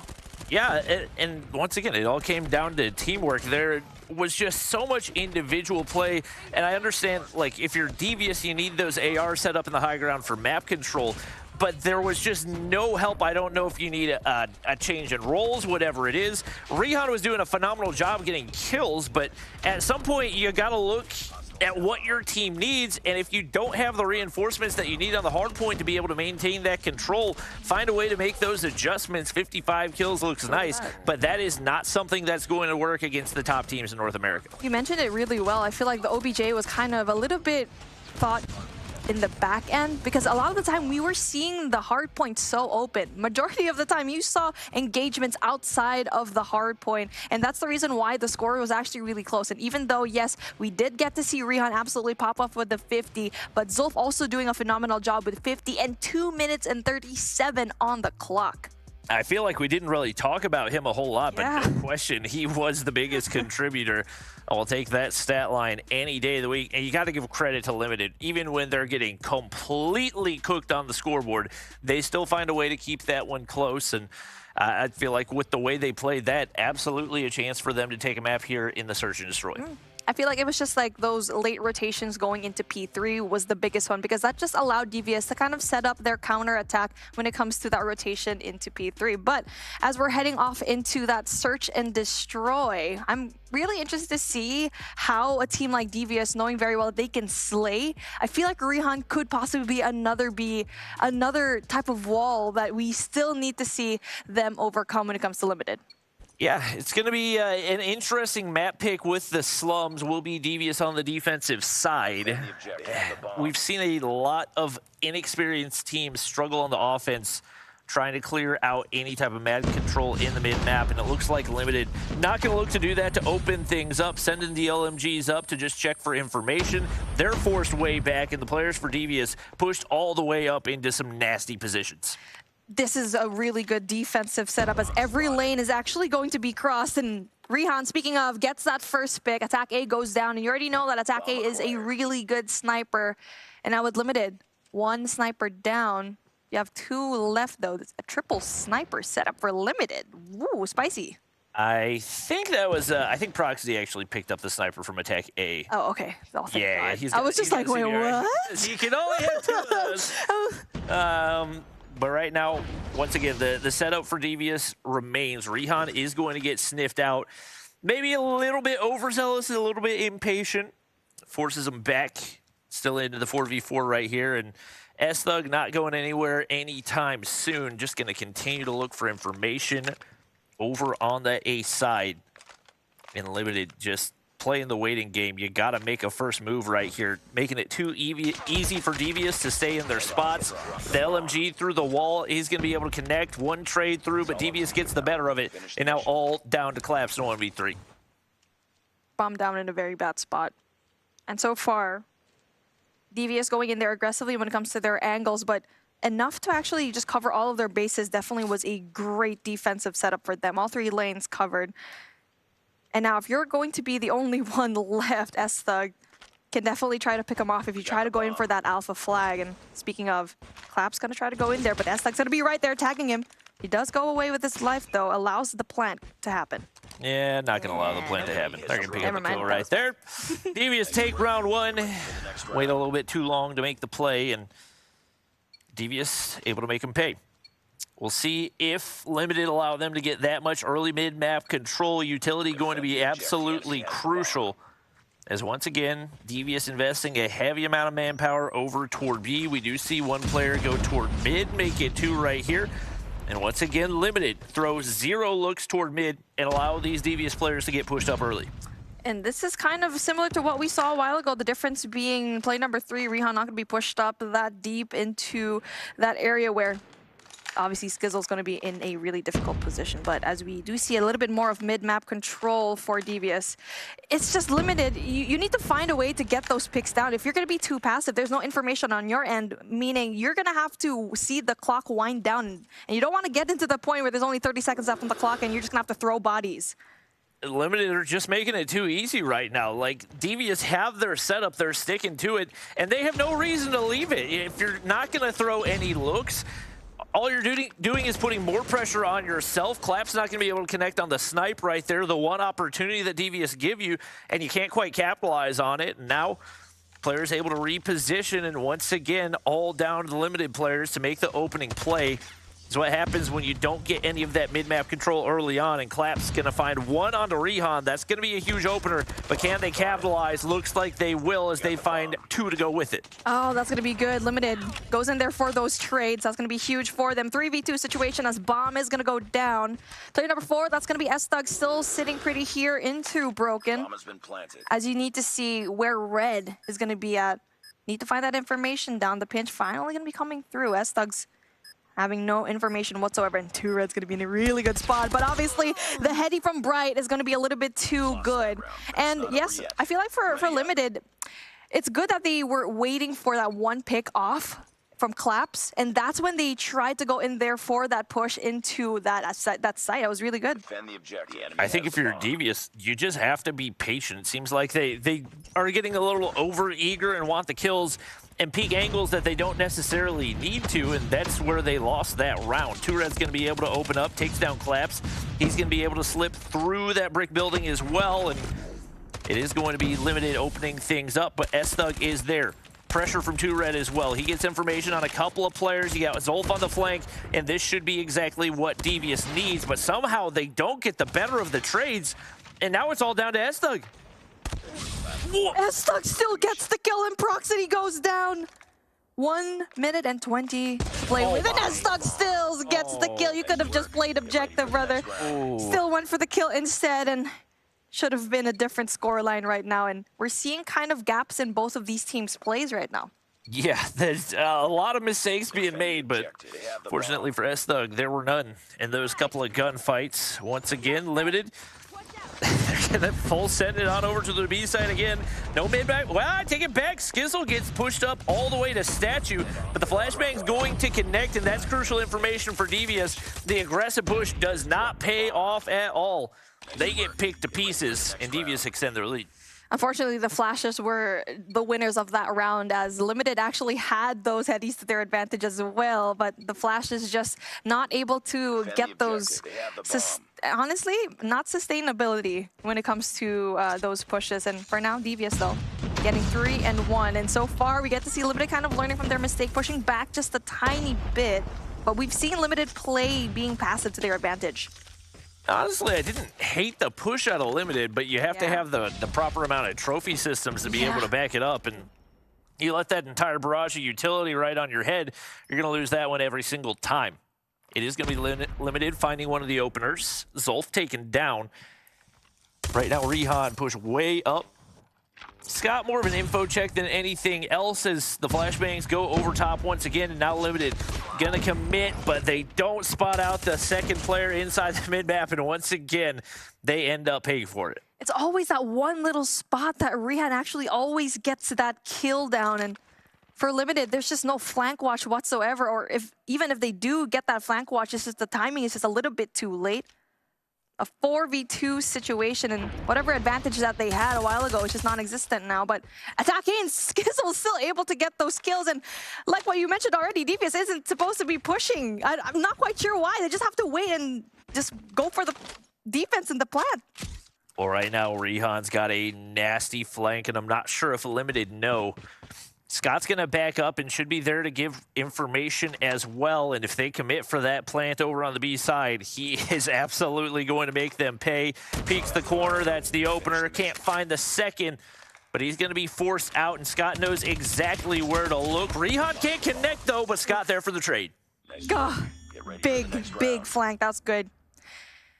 Okay, for Limited, this is like always that flank watch. That's the only thing that you actually have to get, because so far when it comes to those engagements, they're able to actually kind of take advantage of the fact that Devious will overextend, will try to hunt for those kills down. And now so far, 5-man push going into Alpha, but they will be greeted by those 3 people. Ooh, Bright doesn't read it right, but his teammates there.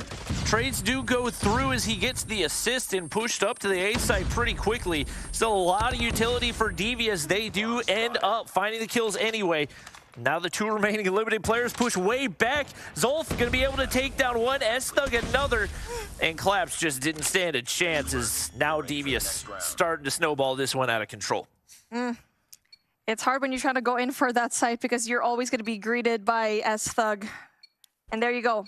They're just so good at controlling at that side of the map. And Alpha seems to be like a difficult place to be. But now as we're going to be switching it up, Devious is going to be on the attacking side this time.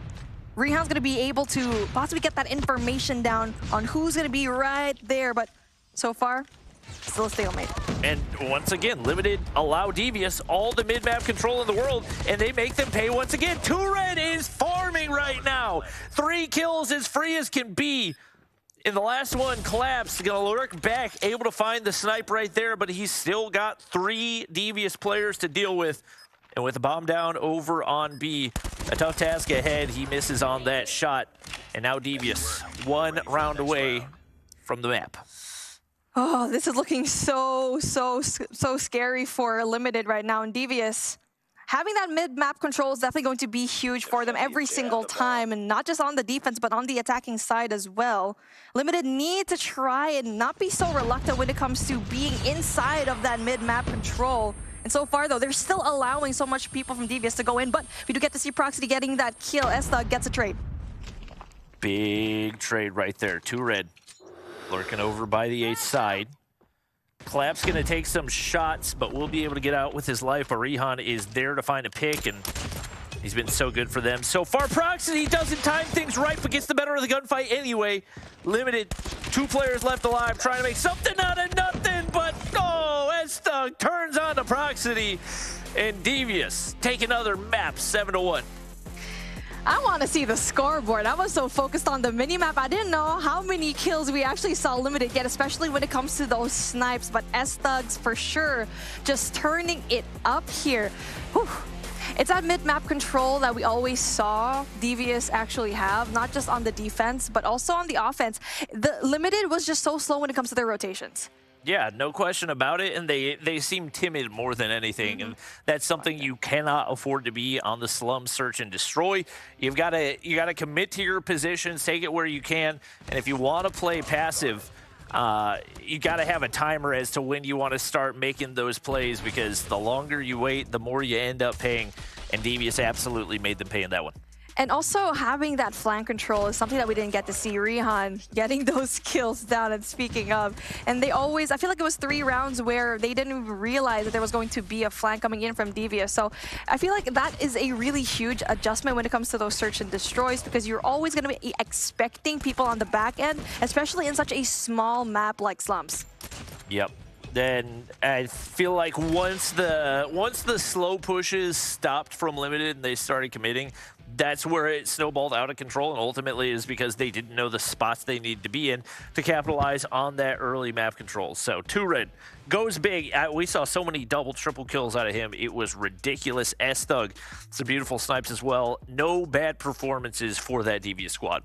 Definitely. Speaking of performances, Attack A, the sniper that just absolutely popped off back in stage 3, unfortunately only has those 2 kills. So now I'm thinking we need to see some sort of consistency when it comes to these players, because so far, when you need to step it up the most, we already saw it in that matchup a while ago where a team could actually bring your win for the first time in S&D, but unfortunately now we don't really get to see it from Attack A. Yeah, not the easiest map to snipe on, and I think on top of that, it's much different competition that you're going up against as well. So, welcome to the big leagues. It's not quite as easy here. Hopefully, we do see this limited squad bounce back, but definitely not the start that they were looking to have. And this is not really a Devious squad that people would typically consider to be in the top half of the North American teams as well. So you got to think for both of these teams, this is a must-win matchup, and Devious looking like they are well on their way to a 1-0. We always saw here in this competition that the hard points are a little bit shaky. It's a little bit more back and forth, but in the S&D for now, it's clear, night and day. Devious just comes out on top, but now we're going into control, where so far, if we're going to go in for whatever succession we had, it's control that's always going to be, okay, it's a fast 3-0. And let's see, it's going to be like that for now. Yeah, it's Standoff and Devious are starting on defense. This one might get ugly quickly. Obviously, we saw some good teamwork out of limited in the hard point, but when it comes to raw gun skill, this is one that can be incredibly punishing, and Tured getting pushed way up right here. Skizzle is going to be able to shut him down, but first couple of gunfights do go the way of Devious. Collapsed there, able to trade and able to get some early control over on the A side. A 2v1 situation happening here by Tractor, and it's just going to be limited winning a lot of these gunfights down. And so far, second tick of progress here in Alpha. S-Thugs trying to go in for the LK24 by Granny. Spots 1, able to go in there for the kill, stops the push, and that second tick of progress here in Alpha as well. And so far, there's going to be that player number 3. Take a look at that mini-map, and that's going to be huge for Rihan if he's going to be able to win this essential gunfight, and he does. Right now, if you are limited, you cannot afford to get put in a spawn trap, and these Devious players are getting closer and closer to doing just that. Starting to farm the kills right now. Collapse trying his best to get things cleared out, but it looked like he just missed his shoot button right there. Yeah, I was gonna Rihan sitting on a 5 spree right now, and it's not looking great for limited as they're just trying to escape spawn at this point. I get it, Collapse. That happens to me too when, oh wait, why am I not shooting? Oh, and I just missed the shoot button. And there you go. They're finally able to get rid of Rihan on the back end, just kind of not allowing for that spawn trap to happen. But the live is still going to be into the favor of Devious with 26 seconds left on the clock, and you need to find some sort of progress here in Alpha. And it's supposed to be the easier one to get, and so far the defense of Devious is going to be really, really good. Good read by Bright, but at the end of the day, it's an objective-based game mode, and you've got no map control and no objectives. Unfortunately, down 9 lives as well, and Looks like Devious going to be well on their way in this first one. Bright hops the objective, but they cannot afford to lose a single gunfight right here. Only 3 seconds. Couple of kills come through, and that should be enough for Devious to lock things down, but it looks like they get players on both of those objectives. Unfortunately, no lives to work with. Got that second tick of progress in Alpha, but again, a 9v2 is definitely going to be so difficult. The UL in hand, Scott gets 1, gets 2. There you go. As we seal the deal for Devious in that first round. And a lot of really questionable pushes and just situations for the side of Limited, because we saw Proxity by Blue and was just staying there, and you're kind of expecting him to either spawn trap or get those kills, but a lot of the time there was no progress being there in A, and he was just standing there in Blue. So we need to see a different kind of setup for Limited. Scott gonna be the lone player to push back alley off the start right here. He's gonna be able to open things up on the collapse. Right now, Skizzle, top grandma's trying to stop these Devious players from pushing up, but he's gonna take a 100 killer to the face. Zolf getting pushed up in the mid map as well. Collapse forced back. Right now, attack A with a big task, looking to clear out toward grandma's, but Limited nowhere to go right now as Devious just trying to get things cleared out, and that's going to be B now wide open. Huge gunfight being won by Scott and just allows B to be open, but he will be greeted by those 3 players, and Rihan actually loses that gunfight as well to try to go in there for that flank. So get the setup, but 2 red coming in with a War Machine, gonna be huge, but it's gonna be Scott that tries to, Bright rather, to stop that push, and that's gonna be huge gunfights right now by Limited. That was fantastic teamwork. Trophies perfectly positioned as well to mitigate the damage, and looks like they're gonna be able to take down all that progress. The offense not quite as easy as Devious had expected. You got to make a commit right here. 2 red just waiting mid-street. You got A right behind you. You got a player sneaking through as well. They do finally find that kill and hop on the objective. Nobody looking to stack, though. You got 1 player in Rihan flanking all the way through toward the spawn of Limited. Not going to be able to spot anybody out. Does he get caught out? Yes, he does. And once again, not a very convincing round, but Estha able to break through here on B as well. Oh, that's going to be stunned out, though, as we do get to see some sort of stop coming in from the push. Estha goes down. 3 players. Very, very well done coming in from Limited. That defense in Bravo definitely going to be hard, as they're going to be giving away Alpha for free. And they always have a response going in from that flank from Rihan every single time. But now, speaking of, Rihan trying to apply that damage. Bright goes down. Switchblade in hand, but attack A. Winning that gunfight again here in through this backside push from Devious. He's still got to deal with 2 red in the back alley. He does get shut down, but Devious still getting the better of the gunfights, and now Limited forced to invest some operators right here if they're going to have a chance. Skizzle needs to go big with the Sparrow in hand. Only 4 kills on the board for him. Bright and Proxity have them ready to go, but might not be worth the investment right now as Bright drops, as do Proxity and Skizzle. And now Devious on match point. Man, you got to see some bright spots here from Limited, knowing very well that, okay, there's going to be a flank all the way here, and they're trying to go in more for that Bravo control, but unfortunately, they're just not winning when it comes to those gunfights, and Devious obviously outslaying them. Now we get to see a 3-man push coming in from Tractors, trying to get that power position of Statue, but they are going to be greeted by this 1 player, though. That's going to be Zolf with a Fennec. Well, right now, if you're Limited, you've got to get max value on every operator, and that's just not happening. Zolf earns himself a Pred missile. Scott looking to spawn trap with the claw in hand as well. Skizzle able to finally shut him down, but they already find themselves down 4 lives, and that is a gunfight you've got to win if you're Limited. Just too many mistakes, and Devious making them pay. 2 red, able to find another. Plays his life so well, so tough to deal with. Attack A, you're respawn sniping. They need you on a different gun, my guy. You're down 8 lives now. Bright's got to go big. He doesn't. Attack A is just basically going attack C, attack C. There's no C here. Yeah, just let go of the sniper, bud, because you're not going to be helping out when it comes to those slays. You're going to have a very hard time when it comes to the attack. So far, though, 21 and 14, there needs to be a miracle, and so far Proxy might be that player, especially if he brings out that operator. But so far, Rihan and Scott doing an amazing job as that defense. Still no ticks of progress from Bravo, but then the progress finally kind of starting at A, but just as I said that, they do lose that gunfight. Give me back S-Thug POV. He is twisted with the Locust right now. Zolf getting pushed back toward that spawn trap once again, and up 11 lives. Devious continue to pick up the kills right here. 5 remaining. Another gonna drop. Zolf been so huge for this Devious squad today. Only 1 life, make it 0. And Devious lock in the 3-0 as well. We are very much on the same track as EU day 1. Yep. They were just day 1 things, you know, but just talking about the individual performances, especially from Limited, it's just the Signs of Life was supposed to be on that defensive setup, but unfortunately for them, not able to actually get those kills down. They were actually holding the fort when it comes to the defense and not letting them touch Bravo, but in return, they were actually just throwing their lives away. And for using that sniper on the attack, I feel like you need to do that on that defensive setup as well. So Take kind of struggling a little bit. Yep. Esther was just doing whatever he wanted on that map as well. I think once they started to get things locked in, he's early on, it's like, yeah, I'll be the main AR that we need. And then once it was very much in control, he's like, you know what? I'll just pull out the sniper and run around and quickscope some guys, because that sounds like a lot of fun. So map 1 for Devious. Limited, would have been nice to have that one. Much tougher opponents ahead as well. And yeah. It looks like it may be a long stage 4 for them. Well, we've got Devious now joining the likes of LG and Tribe on the day so far with those 3-0 sweeps. Strong performance there, Shift.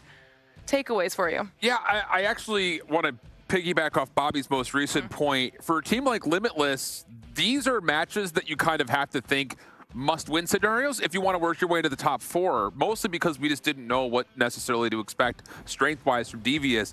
And this definitely felt more like a series that was more controlled off of Limitless not hanging than Devious taking over, because it was a missed opportunity. Map number 1, they were in the midst of possibly being able to kind of make that late surge to get this thing closer towards maybe even a map 1 win, but after that, it was all Devious, and it wasn't for good news anywhere for Limited in my mind.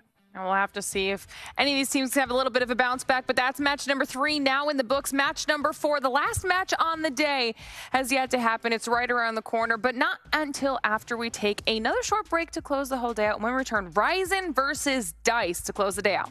We'll be right back. Welcome to the place where dreams come true, where everything you want can be yours. If and only if you're willing to work for them, you're willing to hurt for them, but most of all, you're willing to be first for them. Ha! Look, I'm going straight to the top. I don't know how I would stop, like it or not. I got some goals that I'm hitting. You hear what I'm spitting? It's hot. Look what I got. Whole lot of passion and pain. The road to success is insane. Stay out my lane, cause I'm on a mission. I'm getting what stands in my way. Yeah, I'm a beast. I wouldn't play with me, baby. The way that I'm training is crazy, and I do it daily. You wanna talk about drive? I got more drive than Mercedes. I've never been lazy. I'm in the room, it's a red alert. You wanna compete? Well, get better first. I got 10 toes in the dirt, push through the hurt just to show them my worth. I'm the best. Yeah, I'm the best. I never stress. I know what's next. I'm who they test, like we playing chess. But I'm unimpressed, so now let me flex. Ha. Yeah, I'ma work through the struggle and hurt, cause I know my worth, and I gotta be first. Ha. Yeah, I gotta be first. Look, I don't want anyone's sympathy. I understand what it's meant for me. I give my focus and energy. If it's meant to be, then it's meant to be. But mentally, I'm undefeated. They hear that and say I'm conceited. Like there's no reason. Like I don't beat them and come back again just to teach them that when you work under pressure, you reach higher measures. They'll try and bring you down, but you cannot let them, and only get better and focus on cheddar. Eye on the prize and you'll become a legend. Like, when I'm in the room, it's a red alert. You wanna compete? Well, get better first. I got 10 toes in the dirt, push through the hurt just to show them my worth. I'm the best. Yeah, I'm the best. I never stress. I know what's next. I'm who they test, like we playing chess. But I'm unimpressed, so now let me flex. Yeah, I'ma work through the struggle and hurt, cause I know my worth, and I gotta be first. Yeah, I gotta be first. They don't know what's gotten into me. How'd I turn pain into energy? Through all the struggle and hurt, remember my worth, and that's why I gotta be first.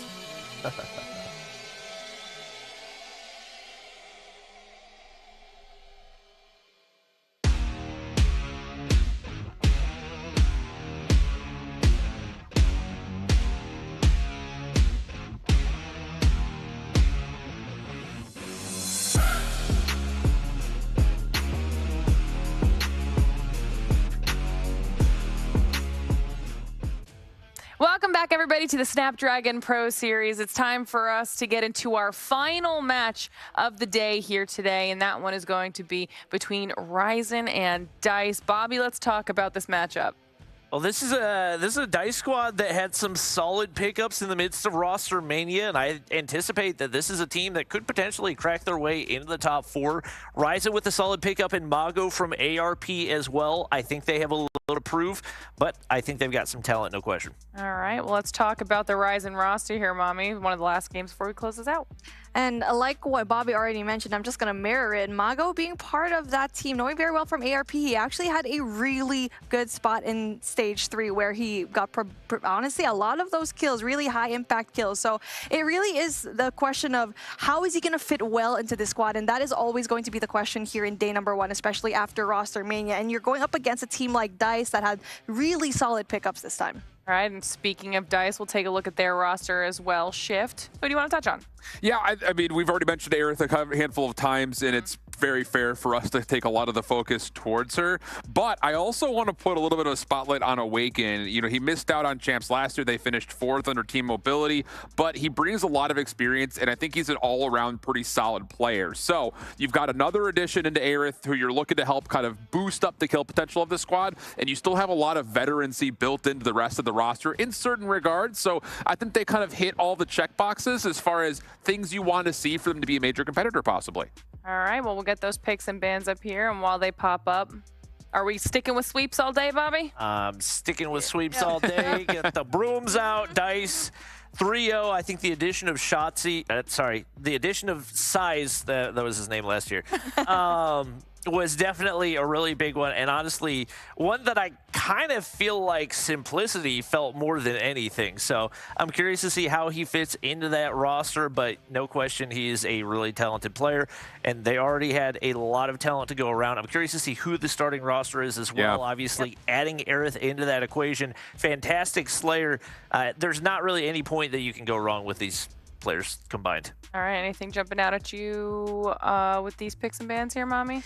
I'm looking at Tunisia, and because you already have such a talented S&D team, and the fact that a lot of these teams aren't actually familiar with this map. So far they haven't played both of these teams this particular map. So again, with it being a really sniper-heavy type of map, really interested to see how they're going to be dominating that mid-map control. And do you agree on the sweep? I think that there's a very good claim for a 3-0, but there's something in the water that makes me feel like Ryzen could steal a map somewhere. I don't know where, I don't know how, but I have a feeling that there's just enough potential for Ryzen to at least be competitive in this series. But it's just tough because Hacienda opening hardpoint, like all 3 of these maps require you to play good clinical Call of Duty. And I think that's the only major headache that could possibly come up to this Ryzen team that essentially, kind of like we talked about earlier in the day for a team like ARP, they were the ones getting like picked apart. You know, small pickups were being used. They're taking away their heaviest and best Slayers.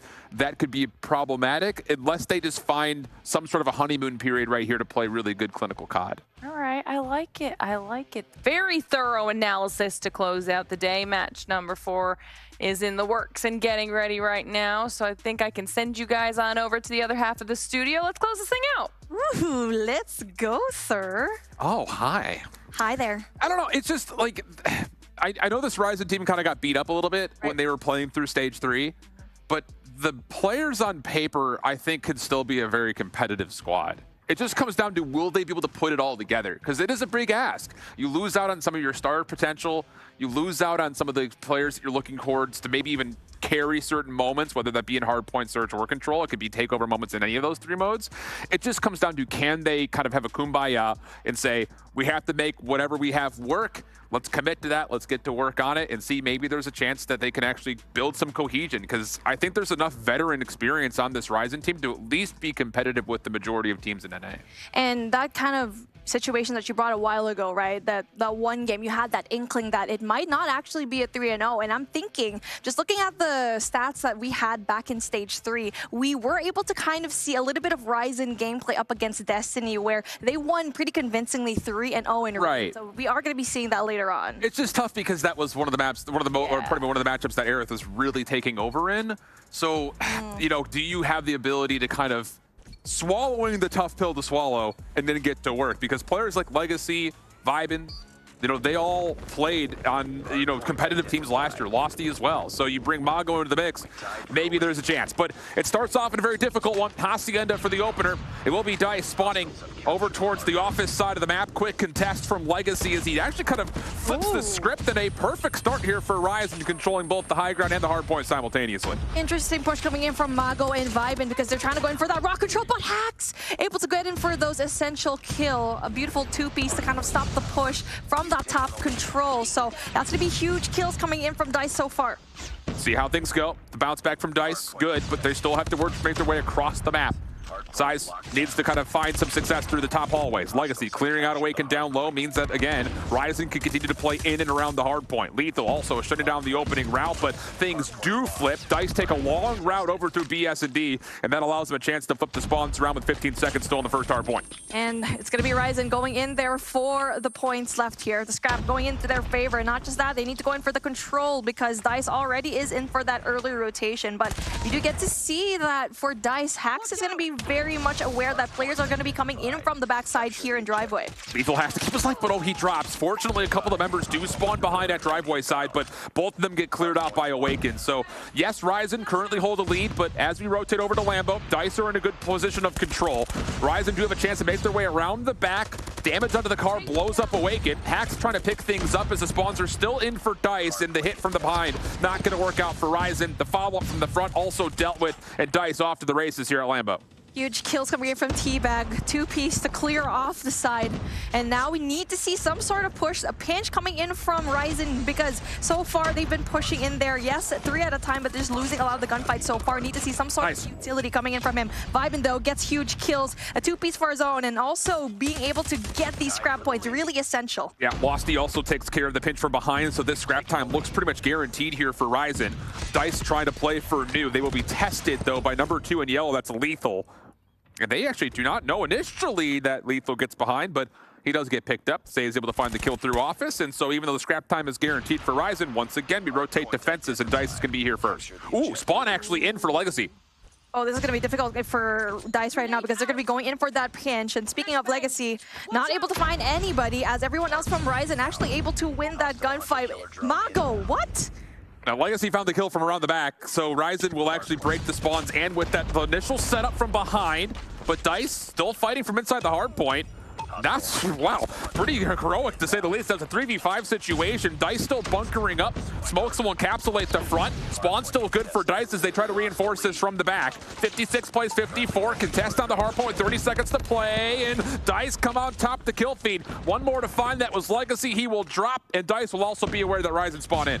So far, there's still no solid map control from both of these teams. They're going to be spawning off into different sides of the map, and the pinch not going to be happening right now. Ryzen, though, trying to go in for the contest, and so far, they're still going in for the contest, winning the gunfight. Essential 1v1 being won right now by Hacks, but it's just going to be going in there a little bit passively. Contest is perfectly fine here for Ryzen. This is great finesse out of Mago. Even though he drops, he does stop Dice from getting kills.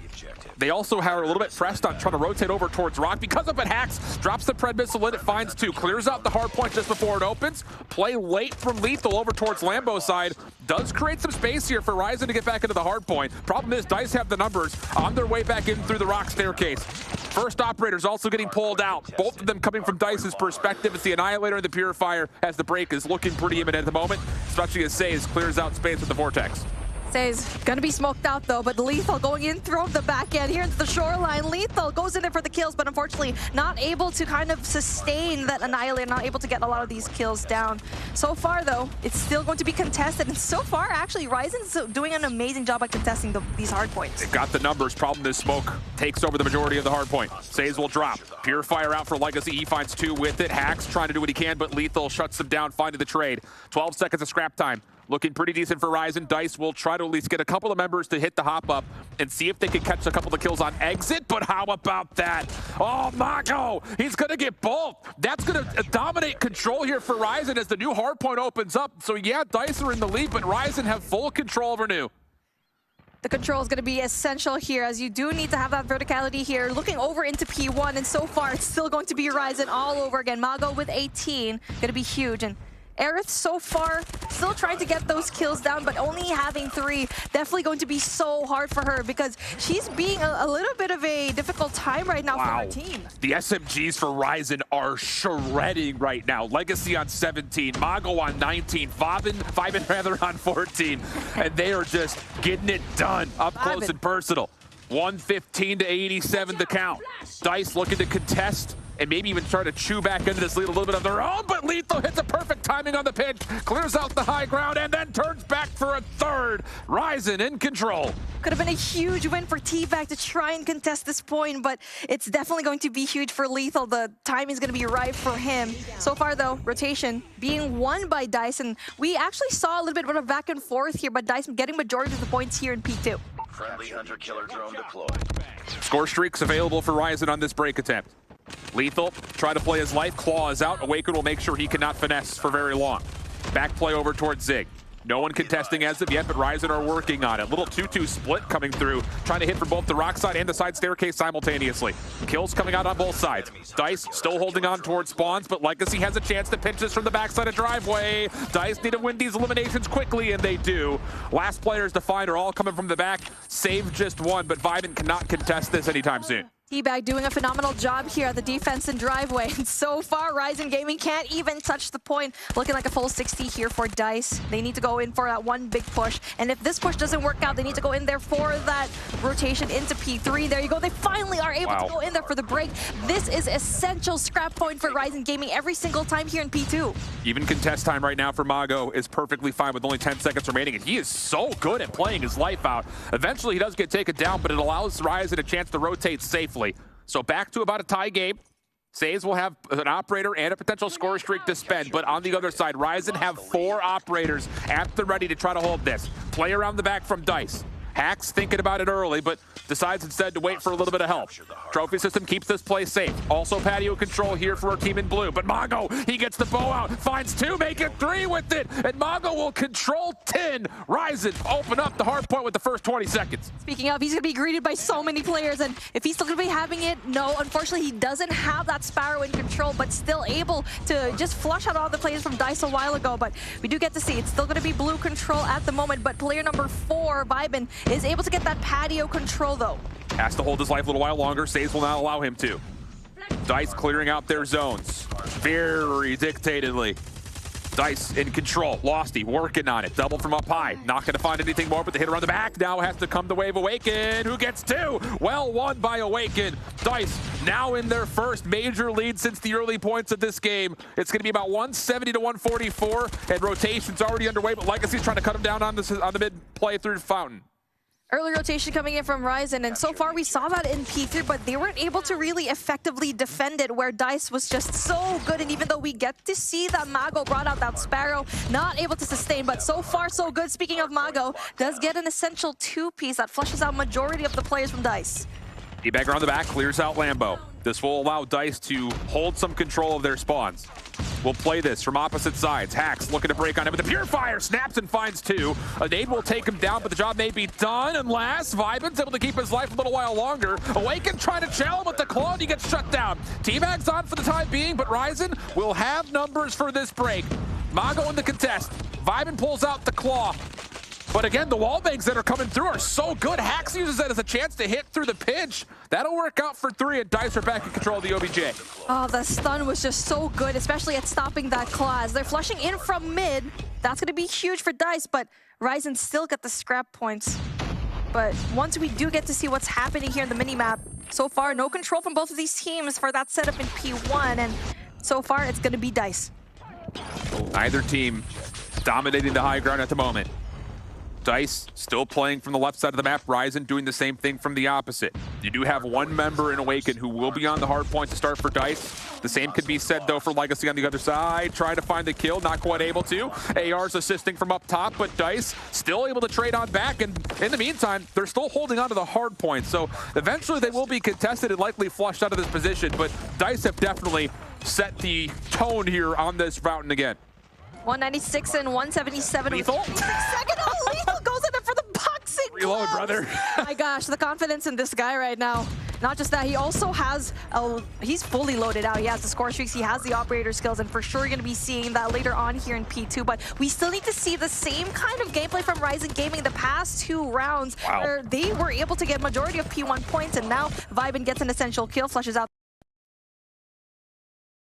It's just one about 10 for 2 in the last 2 hard points. He has turned up in a major way. Those last couple eliminations allow Dice to rotate over to Lambo first. Ryzen will have a chance to threaten this from the front with numbers and operators at the ready. Pred missile called in first. Mago getting to work, trying to see if the Sparrow can connect off the rooftops. They don't check their right, though. T-Bag's going to work. And Says follows up with a Vortex gun. T-Bag's still alive. He's got an Annihilator out. He gets 3, and Dice will use it as a chance to hold T-Bag. Absolutely showing off the trigger discipline, and now he's absolutely teeing off with the Annihilator. The counter operator skill was just absolutely finessed. And right now, Ryzen Gaming was actually able to, number 1, get 3 operators in this. Not just that, it's just going to be that score streak wasted. And right now, it's still going to be T-Bag going in there for these kills. And everyone else from Ryzen Gaming so far away, they're just going to be coming in from Rock and Driveway at the same time. Little pinch, starting to find some success. Aerith did have the Sparrow out, but she started to follow the pressure. Does turn her attention to the right spots at the right time. They can still win here, can Dice. You have to find this hit through side stairs. Kills start to come through. Losty vibing in the mix, but still on the hard point are Dice. They can still win here. They've got the final tick. There's the contest, and we will see another hard point. Over towards rotation. Legacy is here, but he's under pressure. He will find the first kill, but you have to get these other ones following up. Trades are in. And it's just down to this 1v1 on towards the hard point, which Ryzen survived through. Vibin survived with just 1 HP left. Mago, though, trying to play the best hard point of his life. Possibility to get 3. No, gets shut down by Hax. And now it's still going to be a really heavily contested spot right now, as Ryzen going to be right there. And player number 2 is going to be huge, going in there for the flank. Losty's still alive down low. The kills are starting to come through. Ryzen have the numbers, and they will find the kills. Mago saves it with the 3-piece. Split spot situation for Dice. The majority of it, and now all of it, coming from the front. Dice have to stay composed here. Ryzen cannot win on this hard point.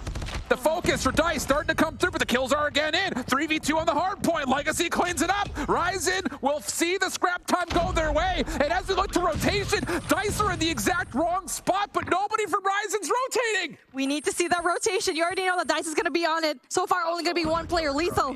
An essential player that could possibly stop the push, as 6 seconds to just go in there for that defense. Everyone else, though, from Ryzen Gaming, really quick to go in there for the rotation. No operators out for either side. You got to get in, you got to contest. They're able to get there, but Hax will shut him down. Goodness gracious. Ryzen stretched it as long as they possibly could, but Dice, they will get the numbers over towards New in time and win it off of just the sheer fact that they got there first. Yep. Wow. Wow. That's some good COD right there. It's just so hard if you're Ryzen, because you don't want to leave that point, because 2 seconds is just a little bit too close for comfort, right? But they only just left 1 player to go in there for that rotation, which was probably the biggest fault here in this game. It's tough. It's a tall ask in the heat of the moment in a game that's very winnable. With, again, like you mentioned, just enough time if Dice were to have committed to still win on that old time. But that is one of those moments that you go back, you VOD review, and somebody has to take control. They have to be the general and say, we've got 3 members that are here. We need to rotate more players over. Trust that at worst, you can at least contest those last couple of seconds. It's a tall ask. Again, it's a in the moment, chaos is going on. You assume the comms are crazy. To make a call like that is difficult to do, but when you retroactively go back and rewatch that, someone has to sit there and say, like, okay, we can't commit all 5 members to still staying here at Fences. We have to rotate some out early and trust that our members staying will get the job done if they have to. But they held that P3 so well, got majority of the points. And when we're thinking about all these rotations, it's like you get to see Legacy with 2 minutes on the clock. But yes, he's going to be on the negative side right now, but I feel like it's just, it's the Mago game. He's doing such essential big hit kills on his side. Hacks on the other side, when I mentioned that he had turned up at P5 and P1 again, he went up to 33 total kills. He finished with 45. So he got another 12 between the end of Fences, moving back over once again towards Rock. Tight stuff, but this Ryzen team is here to fight. We've seen that a couple of times now. ARP did the same thing versus Luminosity. So this North American region is deep when it comes to respawn potential, but now we have to transition over to the Search and Destroy. Tunisia's map number 2, a more recent map added to the pool, but it is a very straightforward map. 3 very easy to read lanes. It just comes down to where do you want to focus what. Sniper rifles can be played on either of the 3 lanes. SMGs can also tuck themselves into corners at any of the 3 lanes. Just comes down to what formula you've come up with earlier. Definitely, and I feel like they're going to be adjusting their gameplay all throughout the rounds, right? And like what you mentioned, all 3 lanes can have such good sniper advantages, especially in through mid, because a lot of the time when you lose out in Tunisia, it's because you always just leave mid open or you always just lose those engagements in mid. There's also the opportunity for some good preset nade planning to come through. Oh, yeah. Both bomb sites very open, and well, the places to hide in are not very common. They are very common. They're not very numerous is what I meant to say. So this is all down to, I think, what the mentality is going to be for both these 2 teams in the Search and Destroy. And it's hard for us to make kind of a prediction. We know when we were looking through Stage 3 in the qualifier portion in particular, this Ryzen team, they got kind of embarrassed in their first matchup, dropping to the lower bracket, and then were the ones dishing out the embarrassment to actually qualify in the first place. So it's not really anything that you can look at and say, put your finger on this. This is for sure going to happen because the sample size is still really low. Definitely. Actually, we just got word that I think it's going to be a DQ for that game because a legendary trophy system was used in that game. Is that right, production? Right, that was right. So it's going to be a switcheroo right now, and I can't believe this is also happening right now. My goodness. Day number 1 for North America. What? I know, right? Okay, unfortunately, that whole lead, we were just hyping it up, right? Dice definitely doing good. The last time we saw this was 31er and Panic, and 31er was able to capitalize on that DQ so well. That can play with your mind. Yep. Wow. These mistakes could not happen at this stage of the game. We already saw it time and time again in that EU region, and now we're seeing it here at NA, and that mistake can cost you the series. Wow. Okay.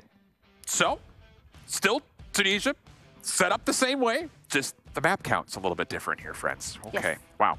So Ryzen get away with one here. Man, what a call that was, though, for someone on Ryzen to say, hey, they put a legendary trophy system down in the heat of the moment. That was fast. That's pretty nuts. So that gives us Tunisia for sure. Raid, of course, will be map number 3, and pending that DICE can keep their composure and bounce back, important to note that takeoff would be map number 4. When I made a prediction that Ryzen was going to win a map, I did not mean by ways of DQ. No one wants that. But here we go. That's still an advantage to your situation. That nade did not get anybody. So far, though, it's going to be... Oh, take a look at that. DICE is going to be going in there for that really fast rotation into Bravo, but that's going to be huge for them because T-Bag's going to be the only one left. Ryzen is going to wait for a flank, though. Look at Losty's position, number 5 in yellow. He is still in spawn. They're hoping that DICE are going to push through this. Eventually, they're saying, nope, not going to happen. Let's commit forward. And as they do, T-Bag is the only one in their way. Says will drop at long range. But do they get the read on T-Bag holding in the corner? He's already executed on some good trigger discipline before. Finds the first, slides forward, almost breaks the camera. But no, he does get traded out. And now the threat towards B is imminent. But DICE have rotated over. They find a kill, and they stall out the plant for now. And this is what I love about Tunisia is the fact that you can just play your corner so well, and he was able to get those kills down. And still, a 3v3 situation, bomb still has to be planted so far. And A little bit of reluctance coming in from Dice. Obviously, you are going to be on that defense. You don't really have to push a little bit too far, and you just wait for the plant. I like this as a very mature call, just to kill noise, create doubt. Dice will have to recheck back over towards A at some point in time. There's still a lot of time on the clock here. And Ryzen actually may be considering a rotation of their own. Hax has made his way in towards A. Mid-map is wide open for the moment, but Losty has a chance to check this, and he will have an AR waiting for them if he does decide to give this a shoulder. Instead, not to happen. It's going to be Ryzen who will make their play on towards the cross. Now your attention has to go to number 1 in blue. Hax, the one in line, but Legacy gets the read. First shots are in. Quick rotation from Awaken, trying to get behind this play. And with not a lot of time on the clock, Legacy's not planning it in a good spot. He doesn't stay safe from it, and now Dice can back away. 5 in the last one left, and Awaken will get 2 of the final 3, and that can't happen. If you make a late rotation in, you have to plant that in a safe spot.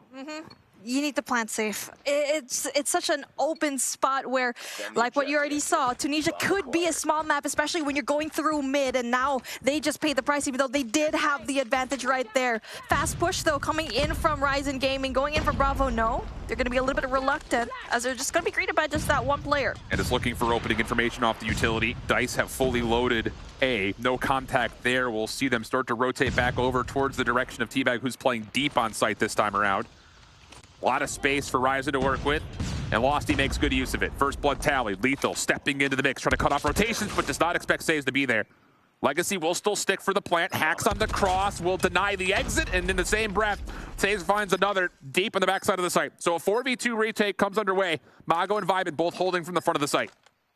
Here we go, though. Player number 1, take a look at that. It's going to be their flank, and Hax will be able to deal with that damage as he's going to be going in there far enough. And Aerith does get that pick off. And speaking of, there you go. He's going to be getting an essential kill. No!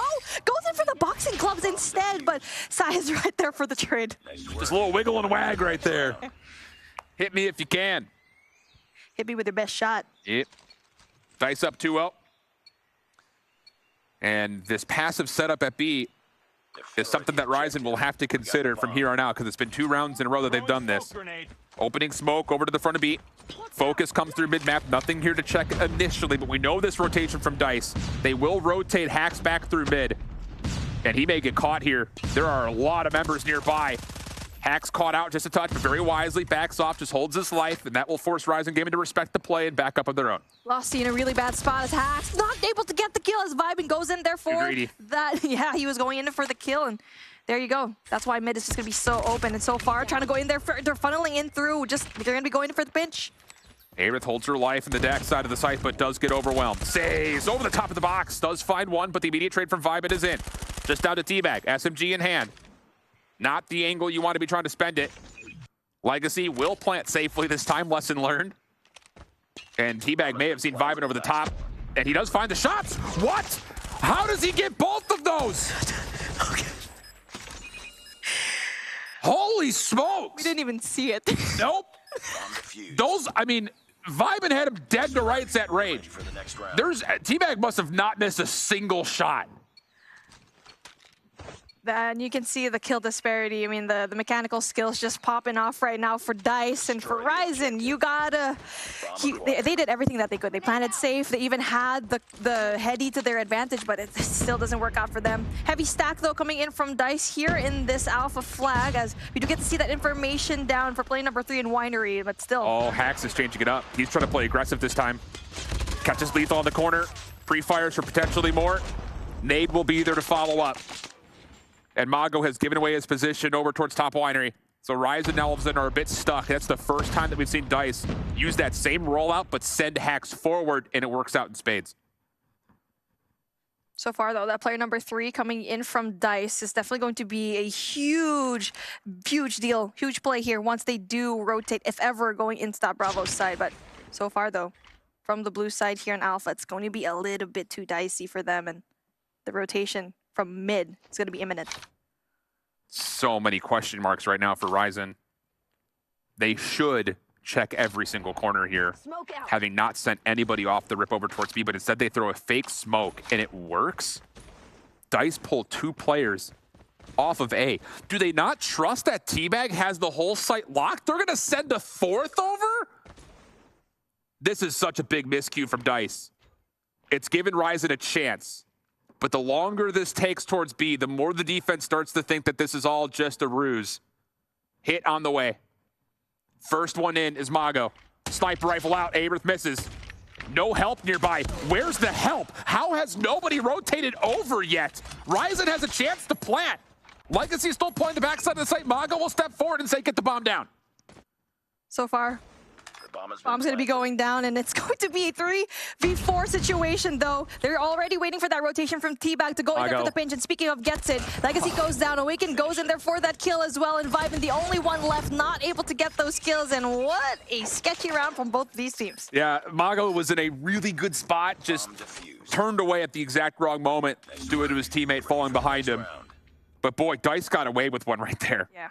I mean, you just have to trust that T-Bag is in a perfectly fine space. Because even if you let the offense rotate through mid to cross into B, they still can't set up their post plant with T-Bag playing the backside platform like that. Just wait for that information. You got to wait for that check and it's a full send if it's going to be a full commit going through that Bravo. But they're going to be sending most of the players here through mid, but they're going to be greeted by T-Bag right now. He does get that kill, goes away with his life, but he does get traded out by Legacy. Quick can rotate through this. Hacks still pushing through, catches one. And the offense feeling a bit trepidatious about their chances at actually freely getting into B here, and they are stuck in no man's land. Legacy gets one in return. Losty still kind of working with him, but you can see the chaos in their movement. They just don't know what to check or when to check it. And you have to make a commitment one way or the other. And it looks like they will try to back out. Hacks in their way. Pistol shots work. Goodness, the Deagle has come different in North America today. And now it is going to be a 2v2 situation as they're trying to just check a lot of their angles down. Looking like they just want to be here in balcony and just checking mid if there's going to be any kind of rotation coming in from DICE. And so far, though, Aerith's going to be spotted. Legacy right there for the right time. And DICE, it's early to say because it's search and destroy map number 1, but boy, do they need to start talking about what they want to do when they've got a numbers advantage, because it's been very messy. Awaken may still save it. He'll be on your left screen. Legacy with the plant on your right screen. Bomb has been planted. Legacy will hold on top of the site.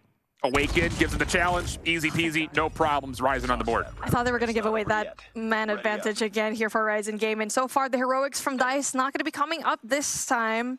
And a really shaky way of actually playing your numbers, because you don't even have to go in there for the hunt. They're just giving away a lot of their lives. That could have easily been a DICE round. Should have been. 4v2, I think it was what it was. Should have been their round for sure. Ryzen taking their time offensively. Different setup here for DICE. More focused through mid-map than there is on towards A like they've usually done. Deep player in Aerith will be defending from the backside of B with the sniper rifle, so she'll be point of contact defense towards B and then call for help if she needs it. Ryzen's going to have to execute with good utility, whether that's towards B, towards mid, or towards A, doesn't make a difference. You have to move this defense around with your nades. Stun check coming in from the side of Ryzen. That would give that information to Aerith, though, but she's just going to be staying pretty right there. She's going to be staying right. Gets one kill, and there you go. The rotation coming in from DICE needs to come through. You need to go in for a faster rotation. Come on. T-Bag's already there. He's fine. DICE are in a perfect spot to still read this. T-Bag's playing bottom side arch. No one's crossed into sight yet. A little bit of help from Saze. Tosses the nade over just to be sure of it. But Losty does take care of the sniper rifle threat. Now it's on a T-Bag on that rotation through mid. Double chow. Well won by Ryzen. Say's still playing close, but getting threatened by Losty. Tagged up. Deagle out. Switches back over to the UL. Little ring around the rosy. Says wins the gunfight. Pinch now on the way from Hacks. They're going to take down 2, and then the follow-up is there. Now it's just down to 1. It's vibing with the scope. Connects onto the first. Good look over the top of the bomb, but the heady taken by Awaken, and DICE will go 5-1 of the defensive half. Aerith did a phenomenal job at just relaying that information to her team, and if she only just saw those 3 players, so it still could have been a kind of hit from A, so that's still going to be a really good presence of mind on there. And so far, though, Ryzen just struggling when it comes to that attack, but now they're going to be on that defensive setup. Let's see what they have to offer. A couple of missed chances for Ryzen, but they're definitely staying competitive in this map overall, regardless of what the scoreboard may say. 4-man stack defensively towards A. First nades for DICE do land, taking Losty out of the picture early. And because of that, Legacy is going to give up B and try to help this defense at A. Problem is they've lost a second defender and now they're just completely stretched out. 5 and 3. Life advantage coming in from Dice, and they're just winning a lot of their gunfights. And you can see that from player number 3, going in there for the back and a quick flush in the back, and everyone else from Ryzen not going to be able to get it. Vibin doesn't really quite get those shots down. You need to get those. Sayas gets a beautiful 2-piece. Legacy's still a part of this defense, though. Stuns up a couple, but cannot quite take all 3 down in the corner. So now map point for Dice. Definitely showing composure considering the rulebook breaking play in map number 1 that turned a 250 to 237 against them. The enemy has the bomb. Chance to go 7-1 here would definitely set the tone going into the control. And it looks like this time through, there will be a little bit more aggression here from Ryzen. They're trying to get number 5 in Losty on the close corner at A's choke point, and he may overstep his bounds here. He's got a KRM, that's why. Okay, so he's going to be stuck at Yes. Pallet in the corner. He's got a little bit of help from Mago looking over the top of him, but he just has a sub. So this is all about just winning your opening battles in close quarters. If Losty can go 1 for 1 here, that'd be fine. And just in case he doesn't win that gunfight, there needs to be a trade coming in from Mago. And so far, he might be able to do so, but I feel like he needs to move just a tiny, tiny bit. And there you go. So far, though, Dice not moving a single bit. Hacks going in for that winery. And if you're going to be that deep into winery, you're just trying to know information whatsoever on your end. T-Bag has seen nothing at B, although he has not peeked deep towards back stairs. He may actually catch Legacy here. No, Legacy goes prone, just kind of holds their ground. And Losty may be drawing the line in the sand here because he sees this trophy system down. Losty's getting spammed to the corner. Wait a second, was that his trophy? It very well may have been because the spam from Dice is perfect. Vibin, not going to hit. Looking for the box spam, and that's enough for Awaken to win the gunfight. Follow up from Mago again with a CBR at that range, just not dealing enough damage. Now he's under pressure from multiple angles. His teammate needs to come over to help. And it will be a 3v2 situation, but Awaken will get the bomb planted. No, Legacy picking up this look is definitely going to be huge for them, especially trying to clutch up this round. A 3v2 situation as Awaken able to get those shots down. A 1v3 and Mago only able to just create some noise, and this is going to be so difficult as it is going to be planted for safe. So for Dice, all you have to do is just to stay put, and so far Mago is just going to be staying, just kind of expecting that he's going to be hunted right now. Time is an issue. Gonna have to go and have to go now. Awaken will throw the first shoulder. Shots are out. They know the threat is imminent. Aerith watching the cross. No worries. Dice clean. 7-1. Although, again, I think that there are some cool ideas from Ryzen in the mix. It just came down to some executable moments that didn't quite go their way. A lot of success, I think, defensively for players like Hacks, getting kind of a different look defensively with that Fennec multiple times, whether it was reinforcing A, pushing through, backing up and taking care of mid. He was all over the map, it felt like. Yeah, and also I feel like there were just moments that it could have gone well, especially in that last round where we saw Losty with the KRM on that corner and possibly Mago for the trade. So that's going to be a really good sign for them.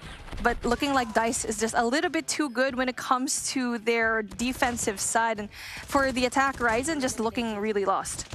It's just one of those things. It's again, I think I give a lot more credit over towards Dice's SMGs necessarily than kind of painting a negative picture around Ryzen and their approaches, because I mean, they were just always being a pest somewhere, whether it was hitting off of a pinch, getting deep on a flank, breaking a timing somewhere somehow. Again, it's only 9 combined kills for them, and that's bested individually by both Awaken and Saves, but I still have to give a lot of credit to the subs for disturbing the offensive setup for Ryzen and allowing the ARs and snipers to connect. Actually, their plays, especially on that offensive side, was pretty good. It's just there was a little bit of reluctancy, especially going in from the Bravo side every single time. And there were actually times that Dice was kind of slow when it comes to the rotation into that defense. But obviously, they're still winning a lot of those gunfights. Instead, obviously, having one player having just 1 kill is definitely going to be hard on your win here. So now we look towards Raid, and again, kind of like the same sentiments that we were talking about for ARP when they're playing up against Luminosity. Yeah. Hey, you didn't get beat down at all, actually, in your opening hardpoint. In fact, you were playing really good Call of Duty, period. Now you're going over to Raid for the Control, a map that I would say is probably, out of the 3 that we've got, the most evenly balanced from both the defensive and offensive side. But what does the playbook look like? Do you know where the power positions lie? Because that is the entirety of this map. no matter what side of the control zone you spawn on, being able to control power points on this map is everything towards finding success, whether that is, again, capturing either of the two zones or, more importantly, kind of putting out a bit of a forward spawn trap. Not fully, but of course, trying to trap them towards garage side. Also, when it comes to, let's say, trying to go in for that jungle control, I mean, you got to stop the push, because that's one place from top laundry all the way down into special forces base, where a lot of the times the spawn traps actually happen. You actually do get to see a lot of the teams go in there more for that cubby control. Usually you do get to see more of the ARs, the snipers, try to go in there and just stop the push. We'll see what happens. It will be Dice spawning on the defensive side first. Ryzen will be coming into their opening offense with no operators, no score streaks initially. Talk about how big those advantages can be in a round 2 offense, having operators at the ready. So can they do this the hard way? 5-man stack through bedroom for this offense approaching on towards A. No one is looking towards mid-map, though, and T-Bag has already gotten a read on this, and goodness, this guy is not afraid of a gunfight at any range with the SMG. Gets one for free, and now all of a sudden Ryzen are one-dimensional in this approach in towards A. T-Bag is the one guy you could definitely just leave in a sight because of how good he actually does mechanically. But he does get a little bit of backup, though. Air's going to be right there with the sniper, but unfortunately does get down with Legacy. T-Bag gets a kill, but he does get traded out by Losty. So far, though, you do get to see that Dice is doing a pretty good job at just stopping the push coming in from Ryzen. Wonder what's going on with Mago right now. He has not moved since the opening spawn. So we'll keep an eye on that as Dice continue to find the kills in and around A. And now they've got bedroom control as well as forward ring control at B, which is not good news. And yeah, something's wrong here with Mago. He has not moved, and his teammates are all kind of huddled around him at the moment. So very well may be a tech issue on his side as Awaken continues to farm. Awaken's going to be really upset if this ends up being a reset because he starts off 6-0 with potential streaks on the board early. Yeah.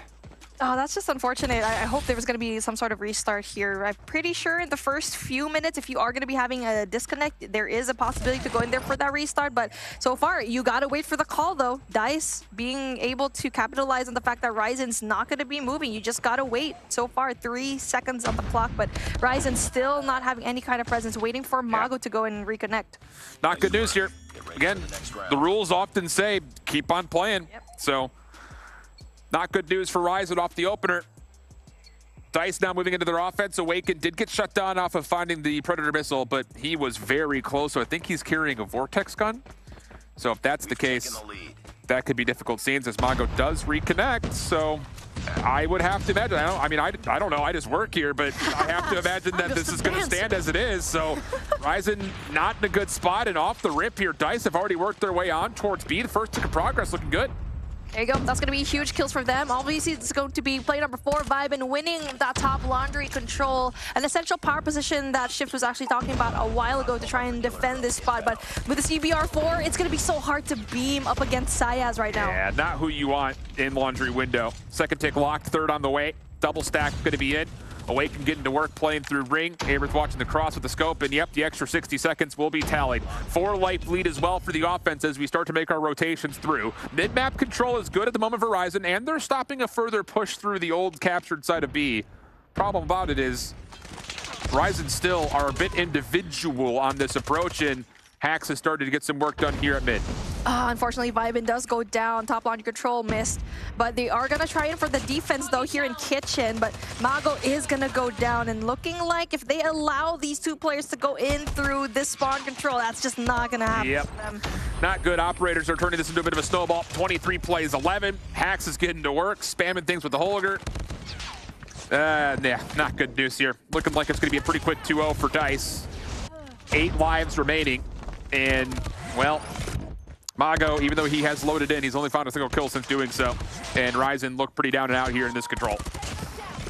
Able to stop that push, though. Able to stop that spawn control. And so far, that battle through mid is definitely going to be important if they can try to just mitigate their lives. But unfortunately, even when it comes on the defense, which is supposedly the easier task to do, they're still losing when it comes to those gunfights with a minute on the clock. Dice still has a lot of chances to go and get this alpha flag. Just one of those things with COD Mobile control compared to regular Call of Duty multiplayer control. If you get that zone capture right off the rip, you're likely in 5v5 like this going to just steamroll through. It's just so much time to pick apart what usually is about 20 more kills. So that much early success for Dice is often, I would imagine, going to lead to overall success in the round. as we have a 2-0 count. 4 operators at the ready. Hax is pretty much at one point in time fully streaked out. And the problem here for Ryzen is pretty much tenfold. You got to get it done here, plus the defense, plus another offense.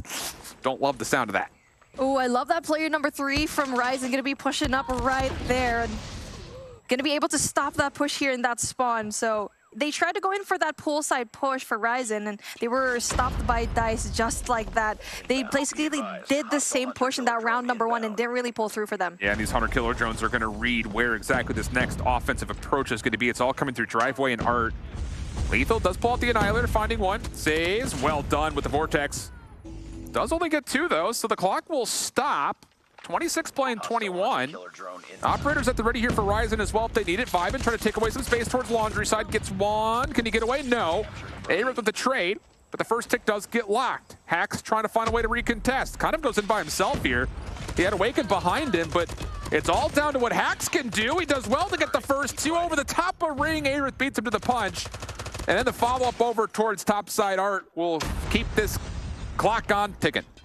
I feel like the moment that Vibin lost that gunfight in top laundry, they should have just sent someone else, because so far the push here, Bravo, was pretty good. They still had lives to manage, and now Aerith going in there with the Sparrow, definitely going to be hard for her, but Vibin is able to actually get rid of that essential operator for Dice. Vibin's pretty good. Problem is, he was by himself. Yeah. And now the life count once again becomes a bit of an issue. Second tick of progress also being depleted by the defensive Dice. And the kills, well, they keep on coming. So Ryzen miss out on an opening first round, essentially. Mago in the last 2 rounds, though, has only found 3 kills. So whatever the issue was, he needs to figure it out quickly, as we will head to takeoff. Pending, of course, that Ryzen doesn't do something miraculous with these last 8 lives.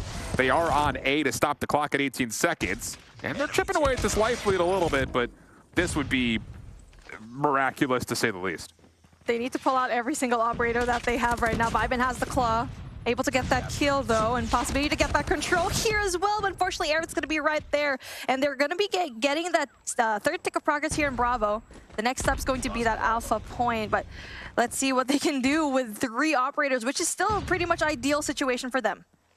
Problem is, Dice just has to trade. 11 plays 5. They've got full bedroom control, and they're actually pushed into garage. Teabag making sure that nothing happens in towards spawn. Mago is running out of charge on his Sparrow, and yeah, he will only shoot a couple of bolts out before it eventually goes away. No kills yet. Awaken, feeling like this could be the moment. Pops out the claw, make sure that no one hangs out through mid. Teabag makes his play deep, and the trades are going to be good enough. Unless Lethal can do it all himself, 1v8. Nope, not gonna happen. 3-0 in the control for Dice. And outside of the opening first round, call it what it is, that was straight domination from Dice in round 2 and round 3. I mean, we kind of gave them a really good shot when it comes to that hard point. It seems like a really different team now for Control. It seems to be very lost when it comes to both the offensive side and the defensive side.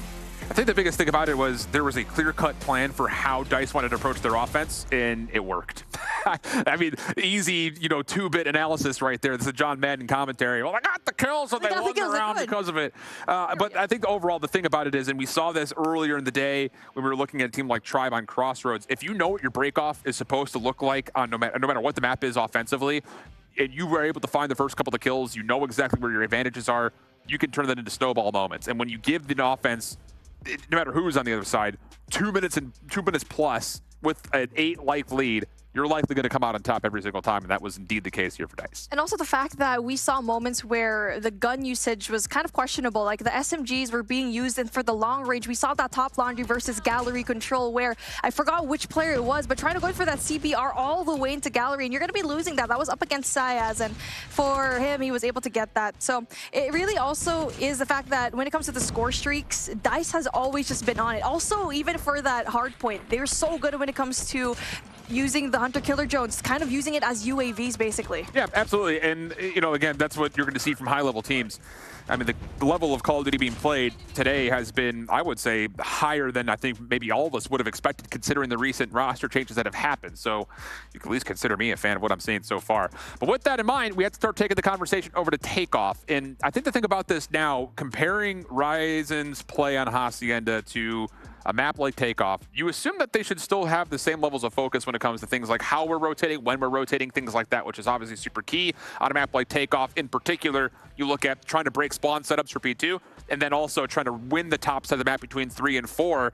It's a pretty easy idea when it comes down to this is what we have to do to find success. Just comes down to can Ryzen actually find a way to continually come out on top with the execution to give themselves the advantages they need to win hardpoint, truthfully, not by technicality. Yeah, and also try to just time your score streaks and your operators to either one. Do you want to use it to break the hill if you are going to be late on that rotation, or do you just want to go in for the early rotation and defend inside of the hard point and use all of your operators, which is something that a lot of these teams actually do. P3 control, definitely going to be something that these teams definitely want to have. But as we finally are starting off here, Dice already up 2, which it could have easily been a 3-0 for them, but Ryzen Gaming, a chance of possibly bringing this into a reverse sweep. A good read here from Sayas. Ooh, Legacy actually wins the key gunfight, doesn't make much of a difference though.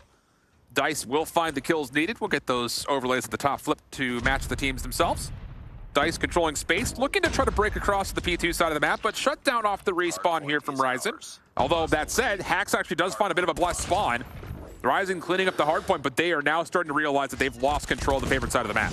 Oh, there you go.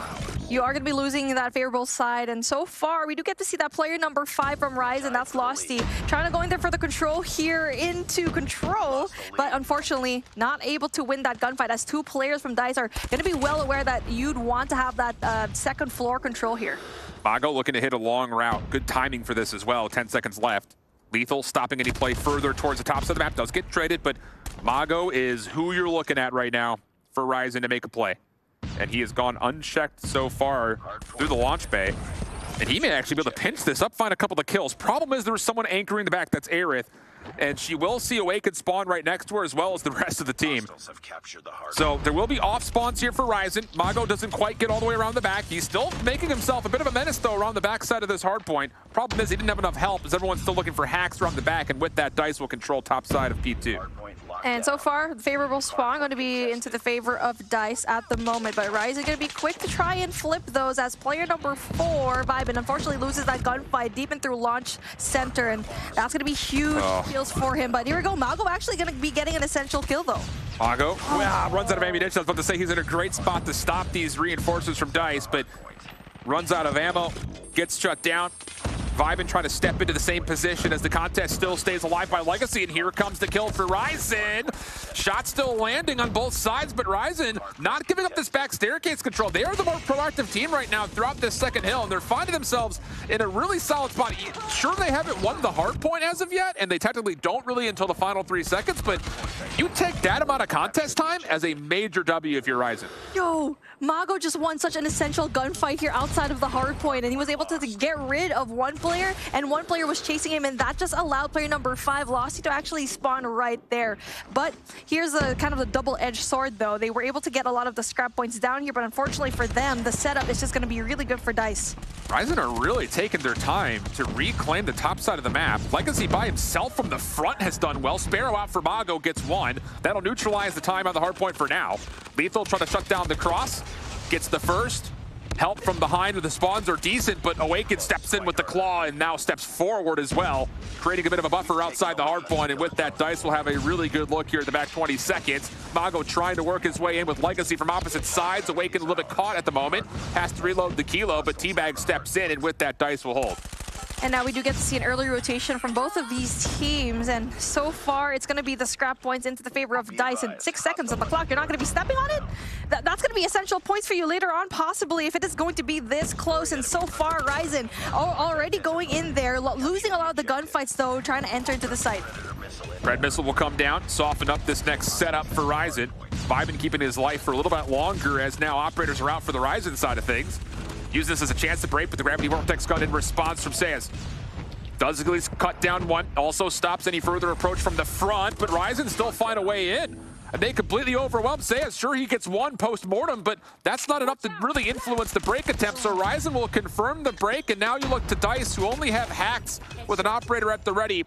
Problem is, you've got an Annihilator and a Purifier to work through, and Ryzen are finding the kills they need to lock in this back 30. And huge kills coming in from Vibin. He had the claw out to just flush and sneak himself inside the P4, go up the stairs, going to 2F, and just get rid of so many plays from Dice, trying to enter the side from far away. But break almost comes through from Dice, and wow, that's too easy. That's huge. But Mago on the back end gets an essential 3K with a nade. Still leads it to a 1v1 though. That break really should not have happened for Dice. Ryzen gives away, I think, a little bit too much. They should have locked in that first 30, or that last 30 rather, without too much contest. But Dice break through by almost sheer force of will. And now as he rotate back over towards Fountain, Dice are trying to work their way around the back. Aerith with the heads-up rotation. Does the route man get paid here though? 1v1 possibly to win the spawns. Aerith takes it, and yep, there's the flip. 84 plays 83, but Dice with the power position and the control over towards P2 side of the map. Legacy in a really good spot right here in scaffolding. Does get taken out though really fast. Teabag with the Annihilator going to be really good from far, far away. He does get smoked out. And the information from Ryzen should be going in here that Teabag's going to be right there with the Annie. And so far though, so good. This play number 1. Teabag still gets those kills. Picture perfect. I'm sorry, what? Ryzen spawned behind the play. They just get absolutely blessed. I don't know what sacrifices they made to the COD gods, but it's paying off in a major way right now. Losty still spawning behind, vibing with them, and Dice are kind of scrambling to figure out where exactly the Ryzen setup is going to be. The problem is there is no setup. It's all 1v1s all across the map.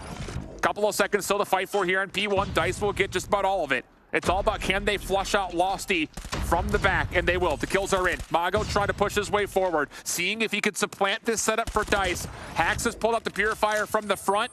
Spawns good for Dice on the left side of the minimap, and with Hax finding kills, that should absolutely secure it for Dice. So far, both teams have just one operator to play with. So far, though, Hax brings it out, Purifier in hand, able to stop the push coming in from scaffolding, and that trophy system just saves his life so much. But it does get taken out, though. It's still, so far, Dice all over the board, and as Mago brings out the Sparrow, unfortunately, he does go down and just kind of wasting that operator.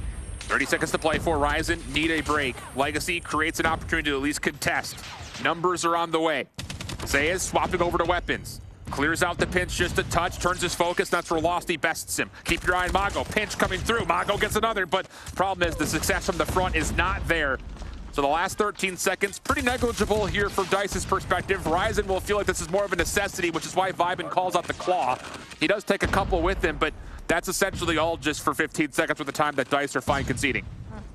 149 and 98, and it's just going so far ahead, and Dice is able to utilize all of their score streaks in that hill and able to stop the push from Ryzen as well. And now we do get to see 2 players from both teams trying to fight for this hill, and so far so good. Awaken going to be able to get these kills, 19 to his name, just spamming out that Kilo 141, and unfortunately for him, he does go down. Mago is dominating right now. He's at 31 and he's hitting routes. The rest of the team needs to step up in a big way. Vibin's trying to hang on to this one. He's at 22 with score streaks at the ready, but Dice are still at the hard point. And as a team versus team environment, Dice is coming out on top of these plays more often than not. Killfeed continues to favor them time and time again. Good operator usage as well has helped them build this lead to now 170 to 109. And Ryzen will once again concede the scrap time in order to long rotate over towards new. Tough decision to make, and that now means that you have to pull 45 plus in this new hard point. I feel like they probably should have stacked that generator area where we did get to see Awaken have so many kills trying to stop the push, trying to stop that pinch. But so far, though, Ryzen just wants to go in for that rotation instead, just trying not to go in for the contest here in P3. So far, though, almost one player, Hax, almost slips inside of the hard point, but a 3-piece possibly going in for that push. And so far, it's still a stalemate. Losty trying to clear. Knows he's got a couple of weak players in front of him. Teabag trying to hit around the back with the Annihilator, but only finds the first 2. Cannot get this pinch underway. Spawns will flip. Dice will make the long play around the back and then hit this for multiple points. Trophy system down. Mago shut down. DC try to find a way to break and looking good for it. Fred Missile also called down to stop the reinforcements, and there's the break. Dice will surely get over 200 points, and now Ryzen have to scramble to get back into this game.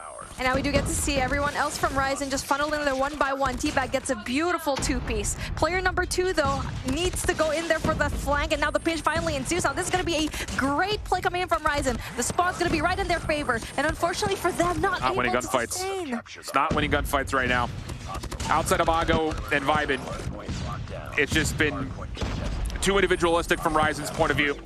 Dice continue to clean things up around the hard point, and they will get to 211, make it 212 technically, through the second set of hills. Back over towards Fountain. Dice in control of the favorable spawns. Ryzen do have the numbers over the top of Fountain, but I mean, they need to pull 30 seconds plus here if they want to have a chance, and then also win rotation anew. Definitely.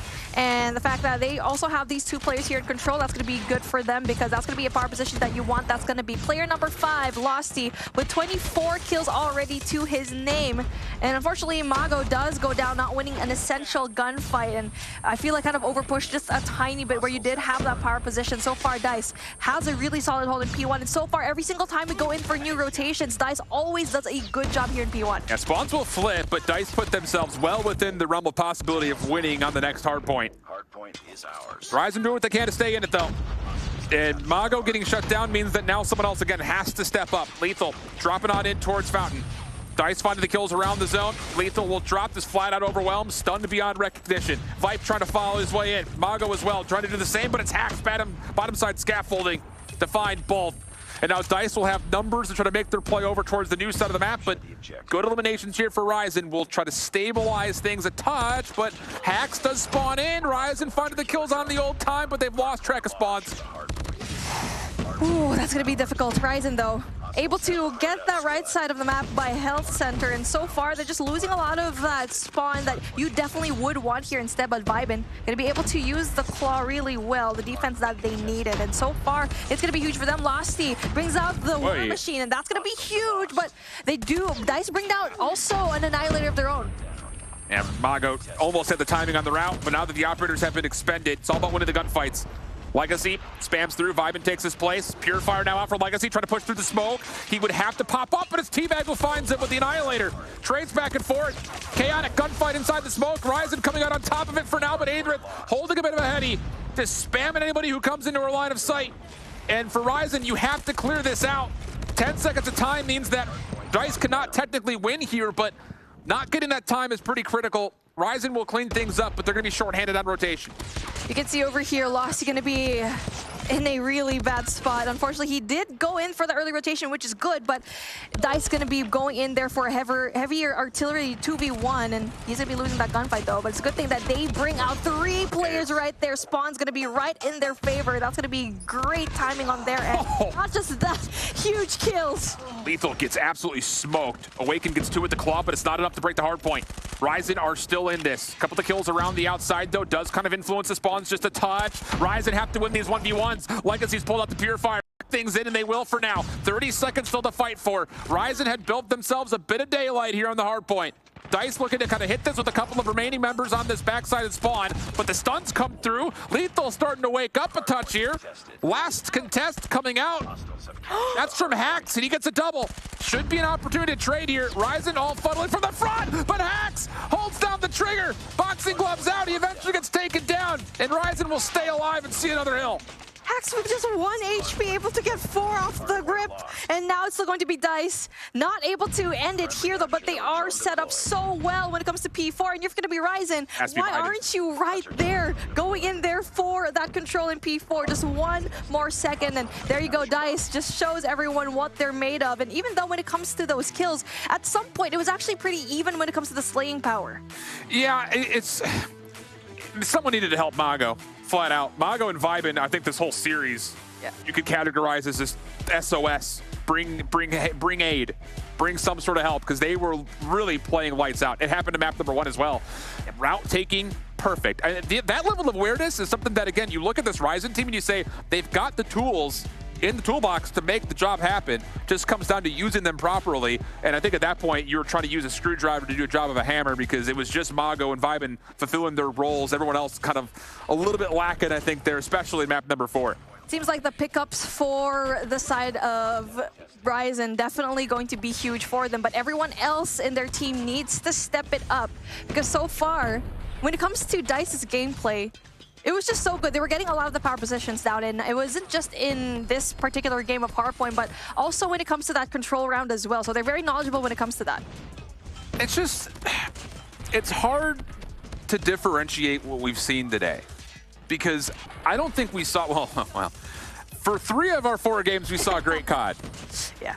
Just outside of, I think, Limited, who look a little bit behind the 8 ball right now, all the other 7 teams played some really solid mechanical Call of Duty today. There were some major differences, I think, in individual performers, for sure. There was a couple of spotlights that were, I think, very avidly taken. I mean, Mago drops 54 for the L. Like, that's not common. And to see that happen, you know that you have the potential for someone to take over and win a map. It just comes down to finding, you know, someone who doesn't go, was at 31 and 43 from Lost E, 27 and 32 from Lethal, which isn't terrible. But when someone drops 54 and 38, you have to find a way to win games like that. So some sparks of possibility there, Bobby. Takeaways on that last match of the day. I mean, Mago's absolutely he's gonna be on a revenge tour for all of Stage 4. He was kind of the last domino to fall as far as the roster mania changes, and he got on the bad side of it with the ARP team picking up Yawn in his place, despite the fact that he was with them for a lot of time leading up to it. So he definitely feels like he's got a lot to prove. I'm excited to see what he can do through the rest of the tournament, but like you guys said, you got to get more out of your teammates, and unfortunately, 1 or 2 players popping off is not quite going to get the job done. And I think the thing that's even more influential about that statement, it wasn't just the fact that Mago was finding 54 kills. He was also the route man. He was opening up space and spawns. He was trying to set up pinches on hard points. He was playing the map perfectly. It just came down to maybe at times he actually needs to be a little bit more selfless and say, I'm in a good spot. Someone come help me. Because we know how spawns are in COD Mobile. They're super sticky in 5v5, especially in a map like Takeoff. So you can't just single-handedly break spawns like that. And maybe there's a lesson learned there for Mago. It's like, yeah, you did great. You're making all the right plays. But someone needs to make the call saying, I'm coming with you. Wait for me. Because that, I think, would be the difference maker in a couple of different moments on that map in particular. All right, well, first week done. All right, first day of competition is done. You can see a quick little recap here of how the day went if you're just tuning in right now.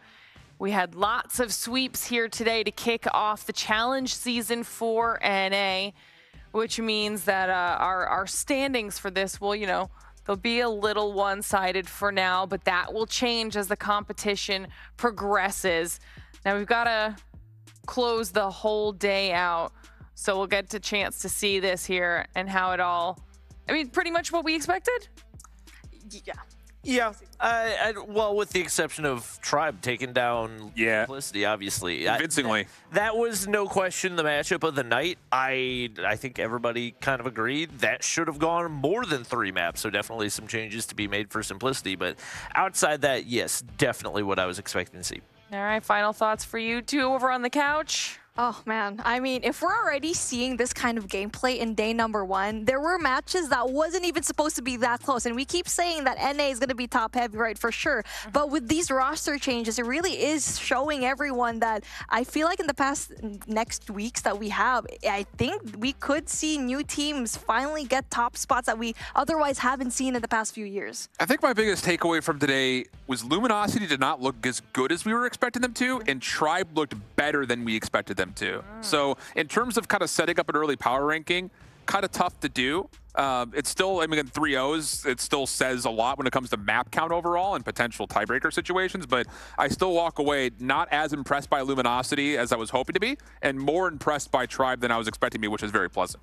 All right, well, that's a pretty solid week if you ask me. Obviously, like we keep saying, we've got an entire month of action, so make sure you guys are following us on social media to stay up to date with everything that we've got going on. Twitter, Instagram, Facebook, all of our live streams, so you don't miss a single moment of COD Mobile action. And of course, we have that brand new Discord. If you're part of the community and you want to hang out with us some more, you can head on over to discord.gg/Snapdragon Pro Series to hang out, talk all things COD Mobile, and just spend some time with us over the summer while we're getting through the challenge season. Because for now, that is week 1 done and dusted for NA. Already some of our teams are rising to the top, and I'm sure it's going to be a very exciting season for the rest of it, so you're going to have to tune back in to catch what happens next. Of course, thank you to Snapdragon Elite Gaming, Samsung Galaxy, Monster Energy, and the U.S. Air Force for helping to make this whole thing possible. And of course, to everybody at home, thank you so much for watching. We'll see you next week.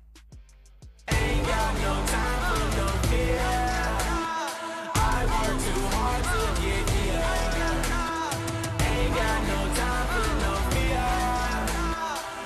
work too hard. in, coach. I've been going hard, time to let it show. Everything raw, give it to me now. Let me have the spot, man, it's going down. Gotta get it here, I don't wanna wait. Take what I want, then I go train. Gotta get a win, I won't lose the game. This is my year, I ain't gonna break. Strap in, cause it's gonna be a long ride. Working on me every single day and night. There comes a time when your worlds will collide. If it's holding you back, push it right to the side. On another level, I will never settle. Mind over matter, get the gold medal. On another level, I will never settle. Mind over matter, get the gold medal. Ain't got no time for no fear. I work too hard to get here. Ain't got no time for no fear. I work too hard to get here. On another level, I will never settle. Mind over matter, get the gold medal. On another level, I will never settle. Mind over matter, get the gold medal. On another level, I will never settle. Mind over matter, get the gold medal. On another level, I will never settle. Mind over matter.